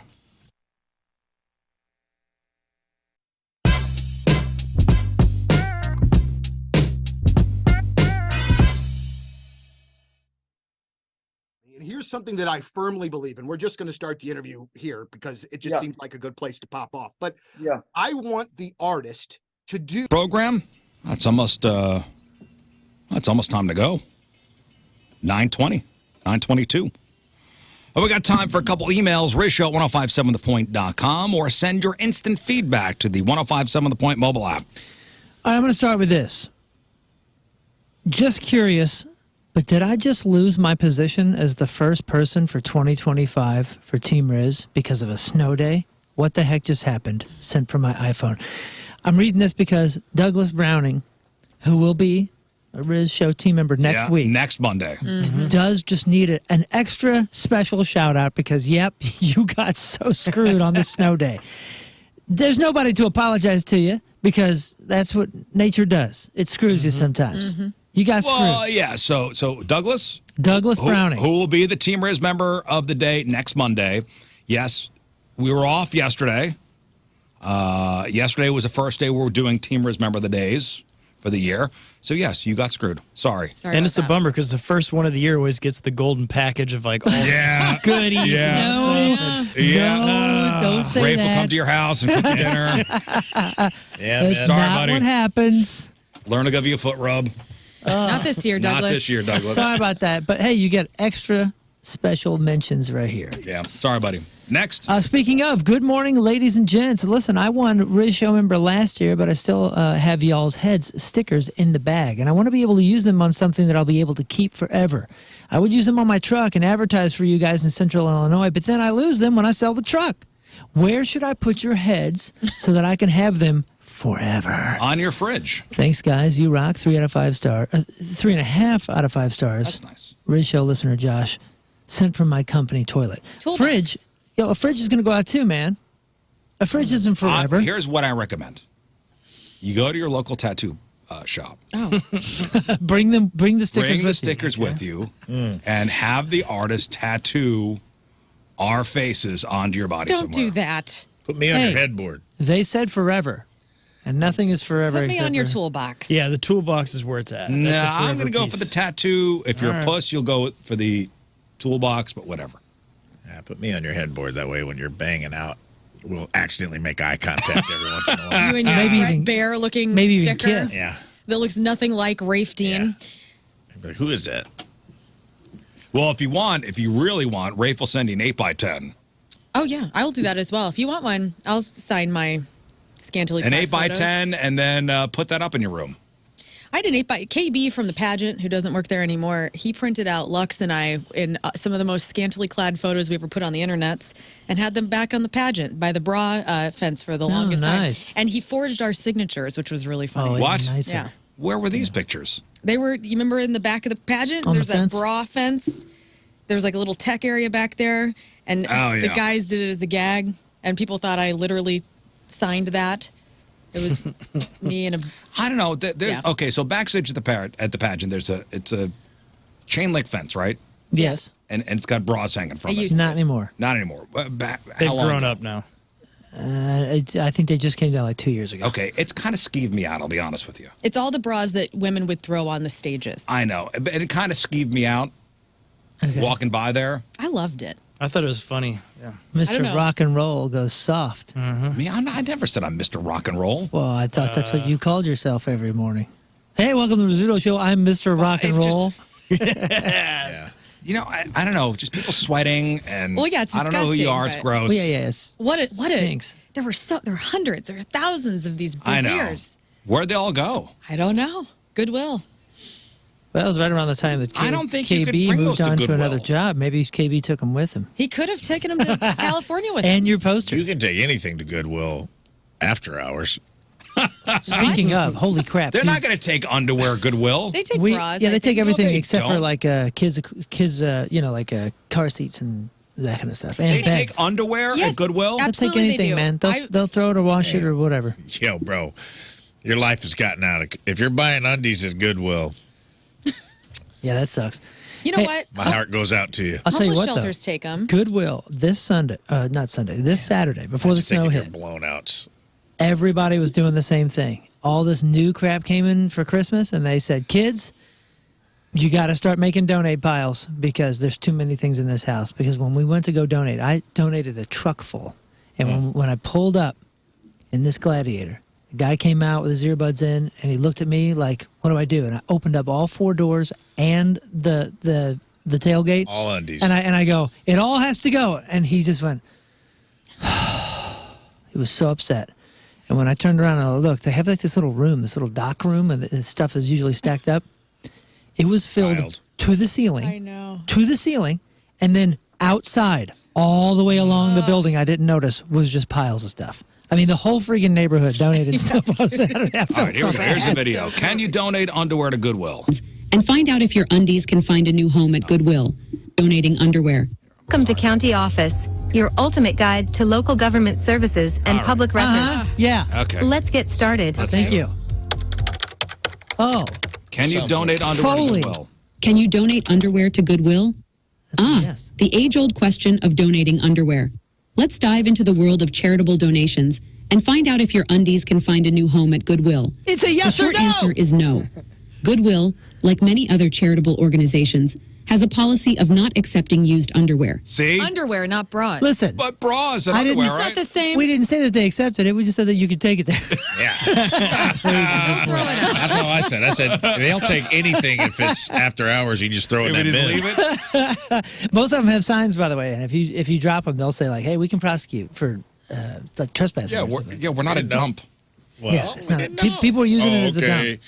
You don't take used antifreeze. How was I supposed to know? Be a little clearer in your Yeah, policies. I would figure you guys could sell used used motor oil. No? Oh, you don't want my old water heater. Sorry. I thought you were trying to help the world. You cannot donate used underwear to Goodwill. It kind Okay? of makes me happy to know that. One more short one, Moon. One more short one. Okay, food news. Good morning, beautiful and boys. I'm just catching up on last week's 2 podcasts, and I only know 2 of you guys are official drunks on the show, and I wanted to ask, have you ever tried milk before bed after drinking? Milk is the best hydration that you can do. I know it's hard to do after drinking all night, but it does work wonders. Sent from Lern's broken bathtub. I'm lactose intolerant. That would cause all sorts of issues. By the way, I need to confess. The after party of the Hubbard Christmas party, where I was with you, Rizz. Yeah. My husband drove me there, thank God. I was hammered. I got home and vommed everywhere. Yeah, you were crying there. Whoa. What do you mean I was crying? I don't remember that. Like, a was I salty crying discharge about? from I don't the know. eyes? Cats? I said, are you crying? You were No. crying? I don't remember Yeah, crying. you were. What was I crying about? I don't know. Wait. Please describe the scenario. Yeah, go for I mean, it's not going We to were singing at me. Wendy's. I thought we were sitting at Wendy's after being at Four Hands. Yeah. And I thought you were crying over your cat. With Joe Schoenwetter. He and I were talking cats. I don't think I was crying. I about think it. you were. Oh, well, I might have been. I don't remember. I was And then your hammered. husband collected you and brought you home. You blacked out there? I didn't black out, but I passed out on the car on the way home. I was like completely hammered. But you don't remember the entire time you were there? I remember getting there, immediately doing tequila shots. Yeah, that was on you because I said I don't want to do tequila shots, and next thing you know, a tray of tequila shots come out. And talked a lot about the cats. Yeah. But you don't remember Talked about the my entire birthday. time. No, I do not. But isn't that blacking out? I thought that was blacking out. Yeah. I was just Nah, hammered. it's not blacking out. It's Brown out. Yeah, you just don't remember all the conversations you had. Wait, It was what is bad a news. blackout if you Blackout is complete. Don't remember being there. Don't remember. If you're just Like if Will it's just Smith a, took it's a the- little spotty. It's a brownout. It's like I remember talking to Lern, but I don't remember what we talked about. Or like she still remembers this series of events. Well, she doesn't remember crying, but Yeah, I don't remember crying, but How long were you there? so I don't know. I mean, we got But there. this is a blackout, is it not? Tim picked me up at Four Hands because he was like, "Call me if you need me," and I was like, "I need you." And so we left my Yeah. car there, and then we went to Wenty's. Wenty's, yeah. Never been there before, and and thus I don't remember much. I mean, I was just having a I great was time. home by like 9:30, 10 o'clock. So You weren't there very long I was home either? before you. you left before me. damn. So you went hard I in the did. paint. You were home by like 8 o'clock and still. Impressive. It was pretty Torched bad, out like guys. that? I felt it was one of those. Good job, guys. The minute I got home, it was on. Yeah, all right. It was bad. It was Good mom times. Oh, you could tell. You could tell at the first party that She was going to throw up. Oh no, Lern was great. I'm saying like you could tell that like probably 60% of the staff they were ready. She rocked. They were Oh, ready. yeah. That's a good party. It was, I was like having a good time. ready to jam. When did you know VOM was happening? Car ride home? Car ride home. Yeah. But you held it together. Okay, can I bring did. up another thing at That's the, at cool. the holiday party? Okay, Oh, here we go. Here let's we go. hear Here we go. this. Here we go. Okay, Who's so in the a sights? Santa walked in. Oh yes. Who ordered the Santa? Unannounced. We did not order him. Wait, was I? Did I? I don't remember this. You were there. He was out. I was blacking out. You blacked out. He hadn't come in the room yet. I don't know what you're talking about. You left before Santa came. Or no, he was walking in. Okay, Right then. somebody walked in. It was a great Santa, by the way. Uh-huh. It was a good-looking Santa. Okay. Big, burly, old guy, white beard, A cool Jeep. and everything. Oh, Oh, my the God! Jeep. Everybody got Santa's here. Mm-hmm. And everybody starts sitting on his lap and taking pictures and. And what did all you that do? stuff. I said, "Is somebody's got to tip this guy?" Yep. You took it upon yourself to be worried about the tipping. So he's gonna tip. Yes. He's gonna tip a regular Santa, but he wins $1 million on a No, scratchers, and he ain't giving the clerk no. nothing. What's right is right. This guy comes in. He's gonna tip Out a of all the stranger people Santa. that don't need to be tipping, you had your Hanukkah sweater on. Yeah, you go. You're Oh, the only oh, man oh, that was worried about tipping the I Santa. went, "Oi!" oh, I ain't a part of this. You just, I see what was going on. You thought if he didn't get tipped, he'd blame you because of the Hanukkah sweater. No, well, no. What's right is right. What? Well, you said to talking Liv about? and I, we were standing right next to you as this whole process in your brain came out of your mouth, and you said, "Somebody's got to tip him." And Liv and I go, "What?" It's like a thing. He had a Santa Jeep. We were talking about the Jeep. Scott and I were. Yeah, in but the- he came in, and everybody's taking pictures with him. He's not doing it for free. Yeah, but is someone paying him? No. Are you sure? So he We didn't he know- just goes around with the shtick knowing that think- some idiot's going I- to tip him no matter what? Yes. I bet Four Hands brought him in. We he's did like not the plan. characters in Times Square. Whoa, you think so? He's a Yes. cowboy. So he just goes around and picks out the suckers that are going to tip him no matter what. If you don't tip it, like so, even on Hollywood Boulevard, Yeah. like you take a picture with a guy dressed as Batman, Well, you he's shouldn't. expecting money. You're right. You shouldn't be taking pictures with him and not tipping him. I'm with you on there. But you didn't need to tip on behalf of the group. That's who's- what I said. Oh, I didn't, But then we did get in a photo. Oh, you did. because I tipped him. Well, okay. Well, then that makes sense. I And thought you know were what? Santa saying, didn't hand it back to me. Okay, great. But you didn't need to. I mean, if anyone was going to be tipping Santa, it would have been somebody besides you. Well, he's Nobody not thought about it. He's not a saint. Like the bosses should have tipped Santa. Of course they should have. I was waiting for one of them Could have to. just been a random Santa, dude. So this is a rant towards the ball. You're It had yelling to at be the someone provided the Santa for the party. I heard that somebody in the Four Hands had gotten the Santa for a different party, and he just kind of meandered into our party. Yeah. We were fun. to collect some. to extra collect money. Extra. So you're yelling at the bosses right now. This is your rant. I'm yelling at everybody there. I'm All happy right. you tipped. I didn't have any cash, so I was happy you did it. But And you know what he said? I handed it. I said, "Thank you, Santa." He goes, "Thanks, homie." Shalom. wow. That's nice. That was very sweet of him. Santa's He didn't have to all say me. anything. Thanks, That's homie. cool, man. Worth every penny, I bet. He was a good-looking Santa, too. Oh, now you're hitting on him? It's the second time you said that, man. What? Because there are Santas that don't look great. Yeah. I What do agree. you mean, It was good-looking Santa? Like there's a Chris guy Hemsworth laugh with was a beard? soft. No, I mean like clear, like Artie Lang and Just like Elf. Yeah, You're just saying like he wasn't a disheveled piece of crap Santa. No, Yeah, he was yeah, like yeah. a well put together, He hadn't pissed himself. True a belly. well put together, real white beard, real brow. good costume, Yeah, it made sense. He did All it right. Top shelf Santa. top shelf. Yeah, West County Mall Santa. Dude, the West County Mall Santa this year, classic. I mean, he looked. It's probably the same guy. Postcard. Gosh dang. It makes a difference. And you look by, and I hate to be of this age, but when you walk by and you look, you actually are kind of looking and checking and grading a guy. We went a long time ago. I remember a long time ago when our kids were little. Chesterfield Mall. Was that Chesterfield or was that It wasn't West County. West man. County? I don't think it was West County. Wherever it was, he was kind of slovenly, wasn't Yeah. I was like, this is he? Yeah, that wasn't the Discount. Yeah, I want to say Chesterfield Mall. this mall ain't gonna last a long time. No, it didn't. I called it then. You could tell, yeah, their budget had slipped. I called it that. All right, listen, we got to take one final break. When we come back, we'll wrap it up. But one final look at the traffic and weather. If you're out there, good luck. Moon coming at you. Traffic is brought to you by Golden Oak Lending. Do you need extra cash? Golden Oak Lending can convert your home's equity into cash in as little as 14 days. Let Golden Oak Lending cure your blues. There's trouble everywhere, but mostly 270 westbound between, what the heck is that, 64, it looks like, and 364. Everything is super red there. 70 is red, 40 is red. 44 is looking clearer than most, and as is 55, but please be careful. Slow down. Everything is slow. Your point forecast, cold and breezy, high of 27. Right now it's 21 at the Point Studio.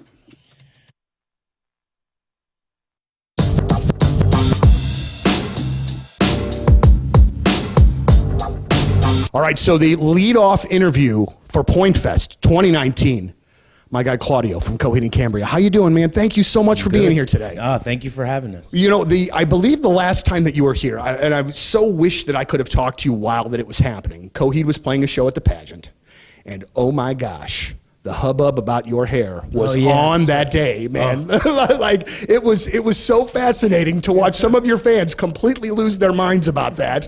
And I'm curious from your perspective because, you know, I mean, I know that the music is so important and everything that goes involved in this is such a big deal. And the hair thing to me seems like it would be something that you would be a little uncomfortable with as far as... Flooring has been in the St. Louis area, family and locally owned for 3 decades. Mike Reynolds is the main Michael.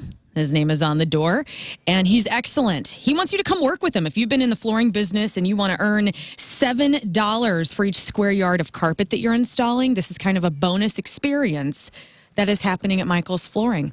And if you're looking for flooring, obviously, yes, they have all sorts of different types of floors, wood floors, tile floors, carpet, which is back, which is why they're hiring more carpet installers at Michael's Flooring, because so many people are deciding to put, you know, soft floors in the bedroom and in the family rooms again. People are sick of buying these massive, you know, rugs. In addition to the flooring that they're laying down, why not just have a soft floor and then call that what it is, your new home, right? And there are 3 locations, St. Louis, Creve Coeur, Dardenne, Prairie, St. Peters. That's where you can go. IGotFloored.com is also where you can see all their flooring options. Go to some of their actual shops, get your hands on the material, say hi to Mike Reynolds. He's got a pretty kick-ass ponytail. You'll see him. IGotFloored.com. Joined in the Point Studio now by the mastermind behind Ghost, Tobias Forge. How are you, man?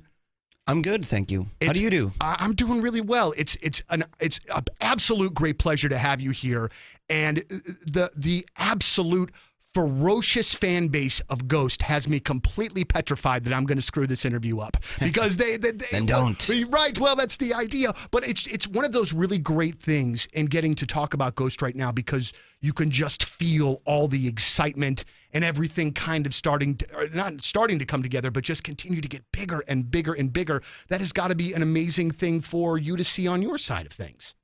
Of course it is. I mean, I've done many records in my life that had it caused nothing. You Right. know? So it's you never know how many times you will have this feeling.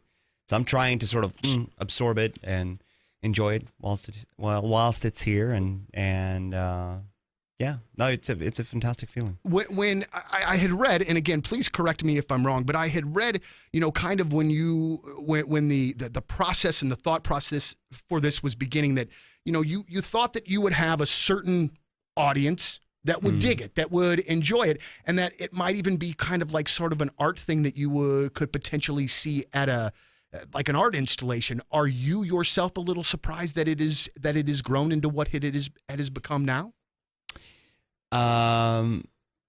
Yes.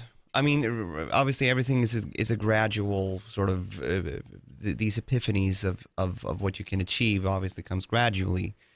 And now obviously I know what took us here, but there was definitely a thousand things that I could never have predicted back in 2008. Where fun and fantasy meet. So Valentine's Day coming up. Not too early to start planning on maybe a little sexy something for that night. Or, listen, lotions, lubes, vibrating toys, things for the expert, things for the novice, everything in between. If you want to, get maybe a first-time thing, go to Patricia's and ask any employee, hey, what should I get? Steer me in the right direction. They're not going to judge you. Trust me, they've heard it all before. They've got exciting new products all the time over there. If you're looking for adult board games, hell, if you're looking for a naughty deck of playing cards, they got them at Patricia's. And if you are planning the bachelor or bachelorette party, you got to go to Patricia's for your party supplies. 3 locations: St. Peter's, the Cave Springs exit on Page, 3 miles east of the Westport Plaza, and at the corner of Grand and Gravois. For all your fun and adult toys, it's Patricia's, where fun and fantasy meet, and where naughty is nice.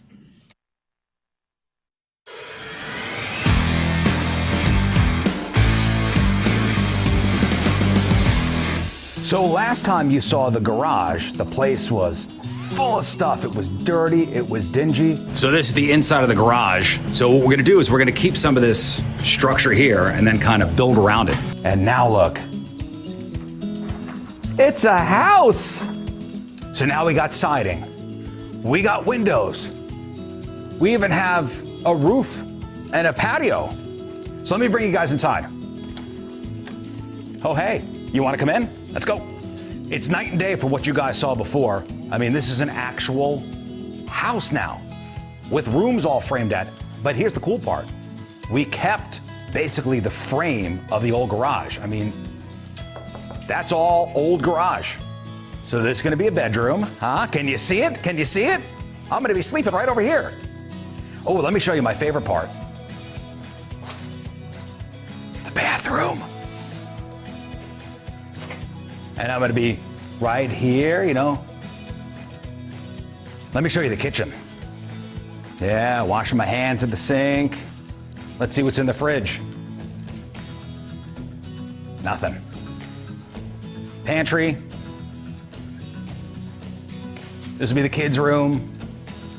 I know it's dark in here, but this will be kind of a mud room. After working in the field, come over here, take off your stuff, washer, dryer. There's another bathroom over here that if the dogs get dirty, wash the dogs off, and everybody's clean and can relax. Let me tell you about one of my favorite parts of the house. We even got a metal roof on this puppy.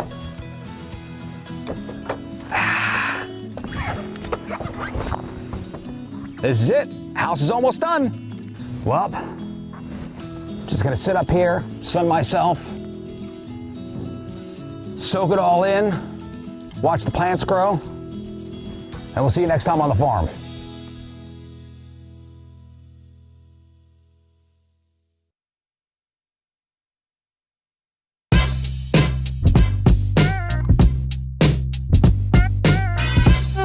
Of Pain on 105.7 The Point. You are live with Liv, and I am backstage at the Hollywood Casino Amphitheater with Breaking Benjamin, getting all of our swears out so we don't do that on the air right now. Gentlemen, how are we? We're good. Great. It's good to be here. Good. Thank you so much for taking the time to be here. And I'm going to start off by saying something I said to Brent Smith a couple days ago of Shinedown. I'm a fan before, being a DJ and having a cool job. And I'm sure you guys can relate to that too, that you're a fan first with so many of these acts.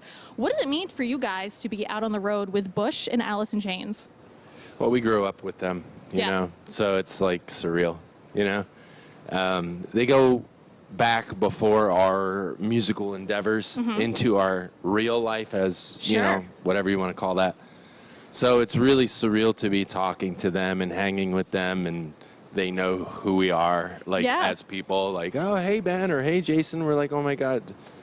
It's still getting used to it after 2 months. Yeah, and it's been like 2 months. Yeah, I mean, there's a moment of breakdown, I would think, between, being a fan and they seem so distant, and now they're a peer.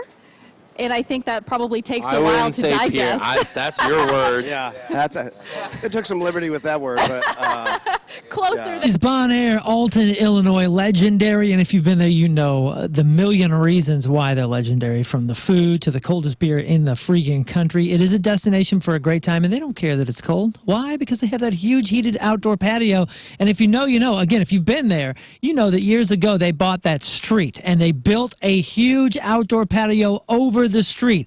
Yes, it is heated. Yeah, they're still doing live music 7 days a week, even through this cold. It is toasty and nice and warm in there. That incredible Fast Eddie's experience hasn't changed. In fact, it's only improved. The last time I was there, I went for the half-pound Fat Eddie burger. I'm usually a Big Elwood or a chick on a stick guy, and you can even get that Cajun hot chick on a stick, which is so freaking good. Of course, they have that peel and eat shrimp that they're world famous for, but the burger was amazing. It was amazing. I cleared the whole thing. Yeah, it's a big old half-pound Fat Eddie burger, but I cleared it. I love the fries. And again, they got the music there. 7 freaking days a week, live music with that huge heated outdoor patio. Bring a group of friends. If you're looking for something to do with your work, maybe some sort of a work gathering or even a lunch meeting, it's time to get back out to Fast Eddie's if you haven't been there in a while. Only rule is you got to be 21 and up. And guess what? No need to bring cash, because Fast Eddie's is now taking credit cards. That is a big deal. Get out there. If you are 21 and in the mood, head out to Fast Eddie's Bon Air, 367 North, cross the Clark Bridge, hang a right and follow the sign. You know where it is, Fast Eddie's Bon Air, Alton, Illinois.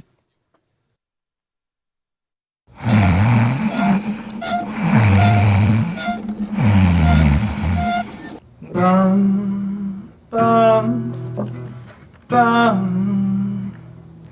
Hi from the outside.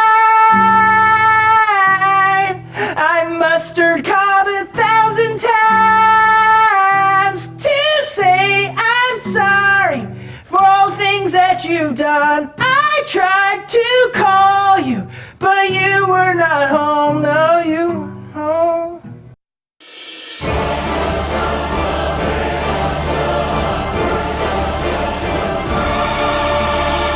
This is King Scott, Ways of the Blades. Today I'm going to teach you swords. First, you want to start with the holiday special, the great way to start an attack. They'll never see it coming. Next, you want to use the Festus backswing, especially if they use the Matthew Perry. Now you want to finish with the Canterbury slice. It's a great follow-up if they're using the Crom's Delight or the miniature poke. Thank you for watching. This is King Scott's Ways of the Blades. Now you know swords.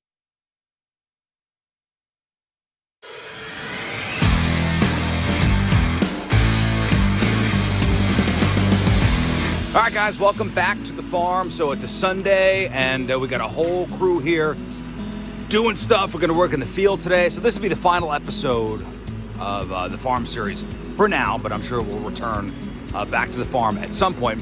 So I'm going to show you what's going on here, the progress of the plants, how those elderberries are looking, and we'll look inside the house, and I'll tell you about some future projects we got coming up here. And there's our tractor, courtesy of Herb Equipment, the Captain Rizz tractor. We're moving some poles. Poles. All right, so behind me is another barn. This is a future project that we're going to do. So we're going to turn this barn into a greenhouse. So come on, let me show you what's going on inside. So this is where the old owner, I guess, stored some of his tractors, some of his big carts for the field. So eventually, what we're going to do is we're going to take the sides off and kind of renovate this structure and make it a greenhouse, so we could start cultivating our own elderberry brands and maybe start selling what they call the cuttings. Right now, this is home to many a groundhog. All right, we're out here in the big field, and I am going to show you the progress of some of these elderberry plants. So you saw at the beginning, pretty much nothing. And it's a couple months later, and I'll show you what these elderberry plants look like. Look at that. Mulch is down. Plants are looking good. You know, you'll see a weed every once in a while, but we gotta pull those. But these plants are looking sweet. There's my partner in crime, Cat the dog. Hi, Cat. Let's go.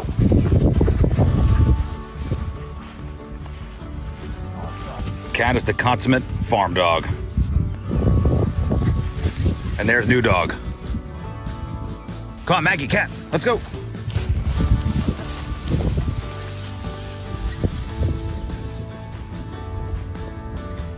So I'm not sure if we're gonna get a very good crop this year, but this is basically laying the foundation down for years to come. Dale ever in celebration of New Year is happening with Zero Res.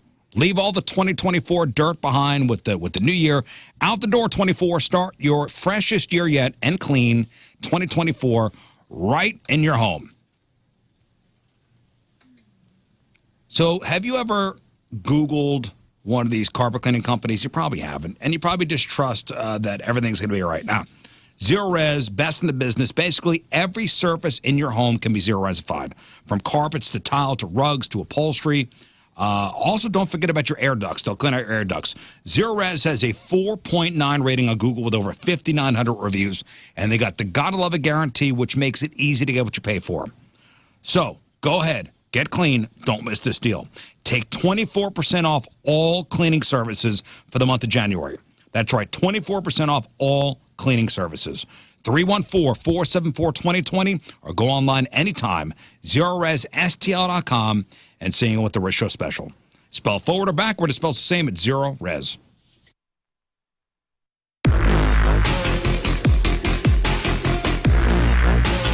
Backstage at Point Fest, and this is, I gotta say, of all of the interviews that I've done, as far as the placement in conjunction with the show, this one is a little different because there's not going to be a show here tonight, but we've got Highly Suspect here to join us. So, gentlemen, hello, and I'm going to make this probably pretty awkward for all of us. Happy to be here.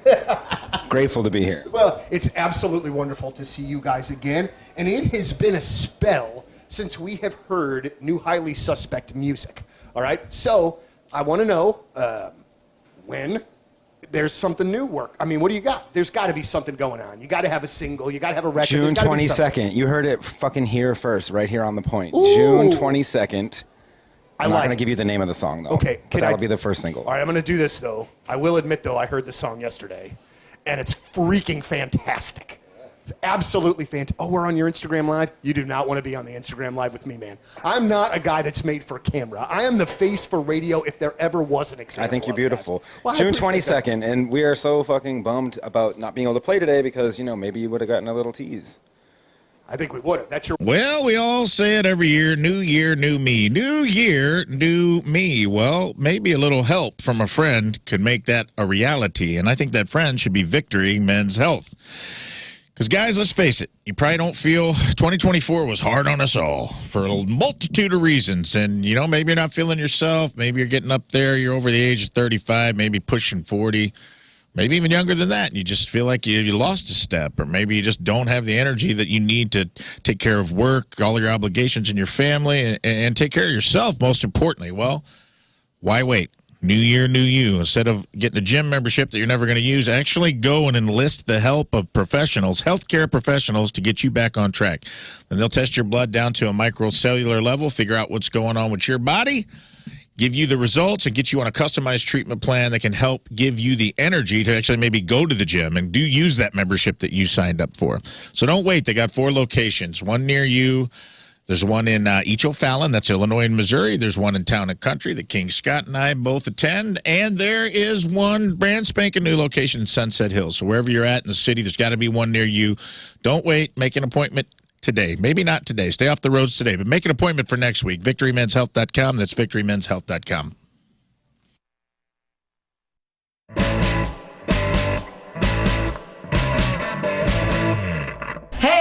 We're the Interrupters! And we're here with our new friends Sarah and Donnie from The Point. We're at Music Record Shop and we're gonna go get some records.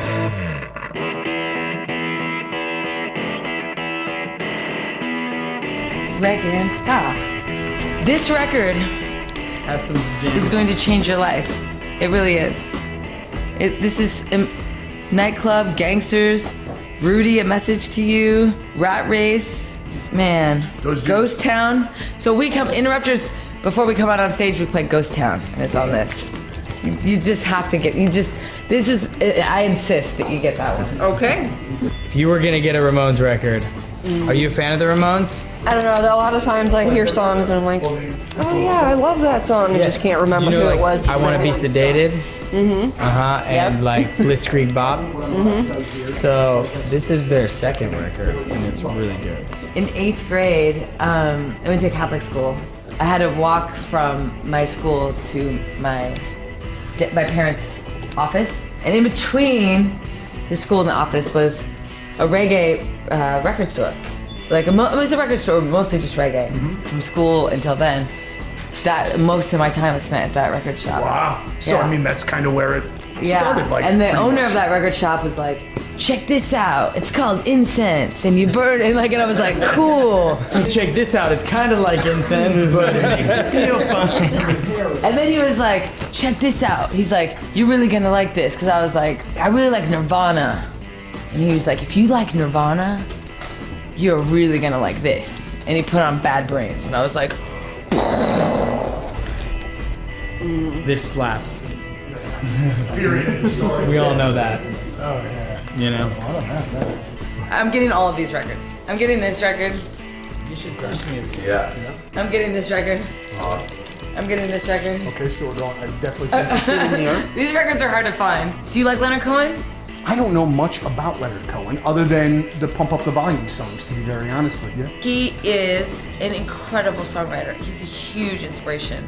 My dream would be to just write one song as good as a Leonard Cohen song. He's just the best songwriter. And you, and I mean, and you hold, but so like then, but then how do you rank your own like songwriting when you're ranking it up against some of your favorites and arguably some of the greatest people that have ever written a song ever? Well, yeah, I mean, yeah, well, like Kevin and I were talking the other day, listening to Bruce Springsteen. I mean, his lyrics are out of this world. You paint a picture, like you don't even need. He puts you there. He puts you there. Yeah. Taste, touch, smell, sound. You're in the 3D experience of wherever he's taking you, and that's really like Leonard Cohen does that. And I don't think I'll ever achieve that level, but like I'm a perfectionist. I'm always gonna keep trying to put you there, put you in the place. Well, because that's the best, and you know the ones that can do that are I mean, it's not, I don't want to say few and far between, but it's just like those are the best of the best. Everybody, we've had a pretty good time. Incredible. We've got some really good things. So thanks to the Interrupters. You guys have been amazing. Thank you, and thank you. No problem, Sarah. Did you have a good time? Absolutely. I would assume that you have increased your vinyl collection sizably. I have. All right, very good. Very good. And thanks to Music Record Shop. They're always so great. Thank you, everybody. Thank you so much. Had a great time.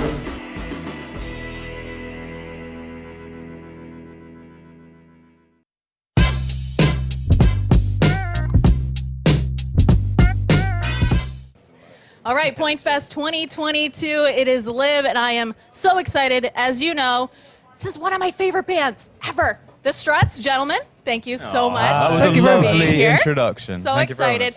So to start, I actually have a prop because I met you guys several years ago.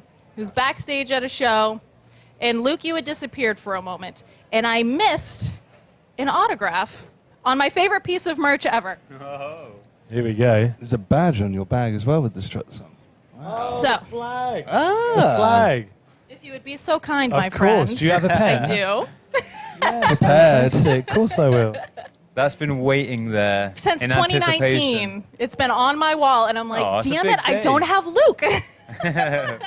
Seize the opportunity. Exactly. I have you guys hostage, so I kind of had to. Thank you so very much. Pleasure. I'm sorry I didn't sign it before. You had a show to get ready for. That's I was getting ready. Oh, that makes sense. You didn't just like bail on me. No. Okay. So we got the struts here. You guys have a lot of new things going on this year. You got a new label. You got a new logo. You got a new single, which I can only assume, is there a new album in the works? Yeah, we've been, well, officially we started working on a new record like in February. Okay. And then we've sort of honed in even harder on the making of it since coming back to LA. So you had a big holiday season. You probably racked up a little bit of debt, and all those bills are starting to roll in. It's a little terrifying because you saw what you spent. And but I got some good news for you. If you go to First Community, they have an absolutely amazing way to help you out right now with their home equity line of credit. It's what you could do is you can open up a home equity line of credit, and you can consolidate that debt into one monthly affordable payment, and you could pay that balance off at any time with no prepayment penalty. So you're going to save a ton of money there, and your line of credit stays open. That's really good news, and it gets even better because right now at First Community, they're offering the first line home equity loan for the amazing introductory rate of just 4.99% for the first 12 months. And the current rate on this loan is a little over 8%, but you don't have to worry about that for the first full year. And regardless, those rates are probably a fraction of what you're paying in those high-interest credit cards. So do yourself a favor. Swing by First Community. I mean, there's no closing costs. There's no application fee. It's a great rate, but it won't last long. Again, go to firstcommunity.com or stop by any of their convenient 40-plus locations throughout the metro area. That's firstcommunity.com.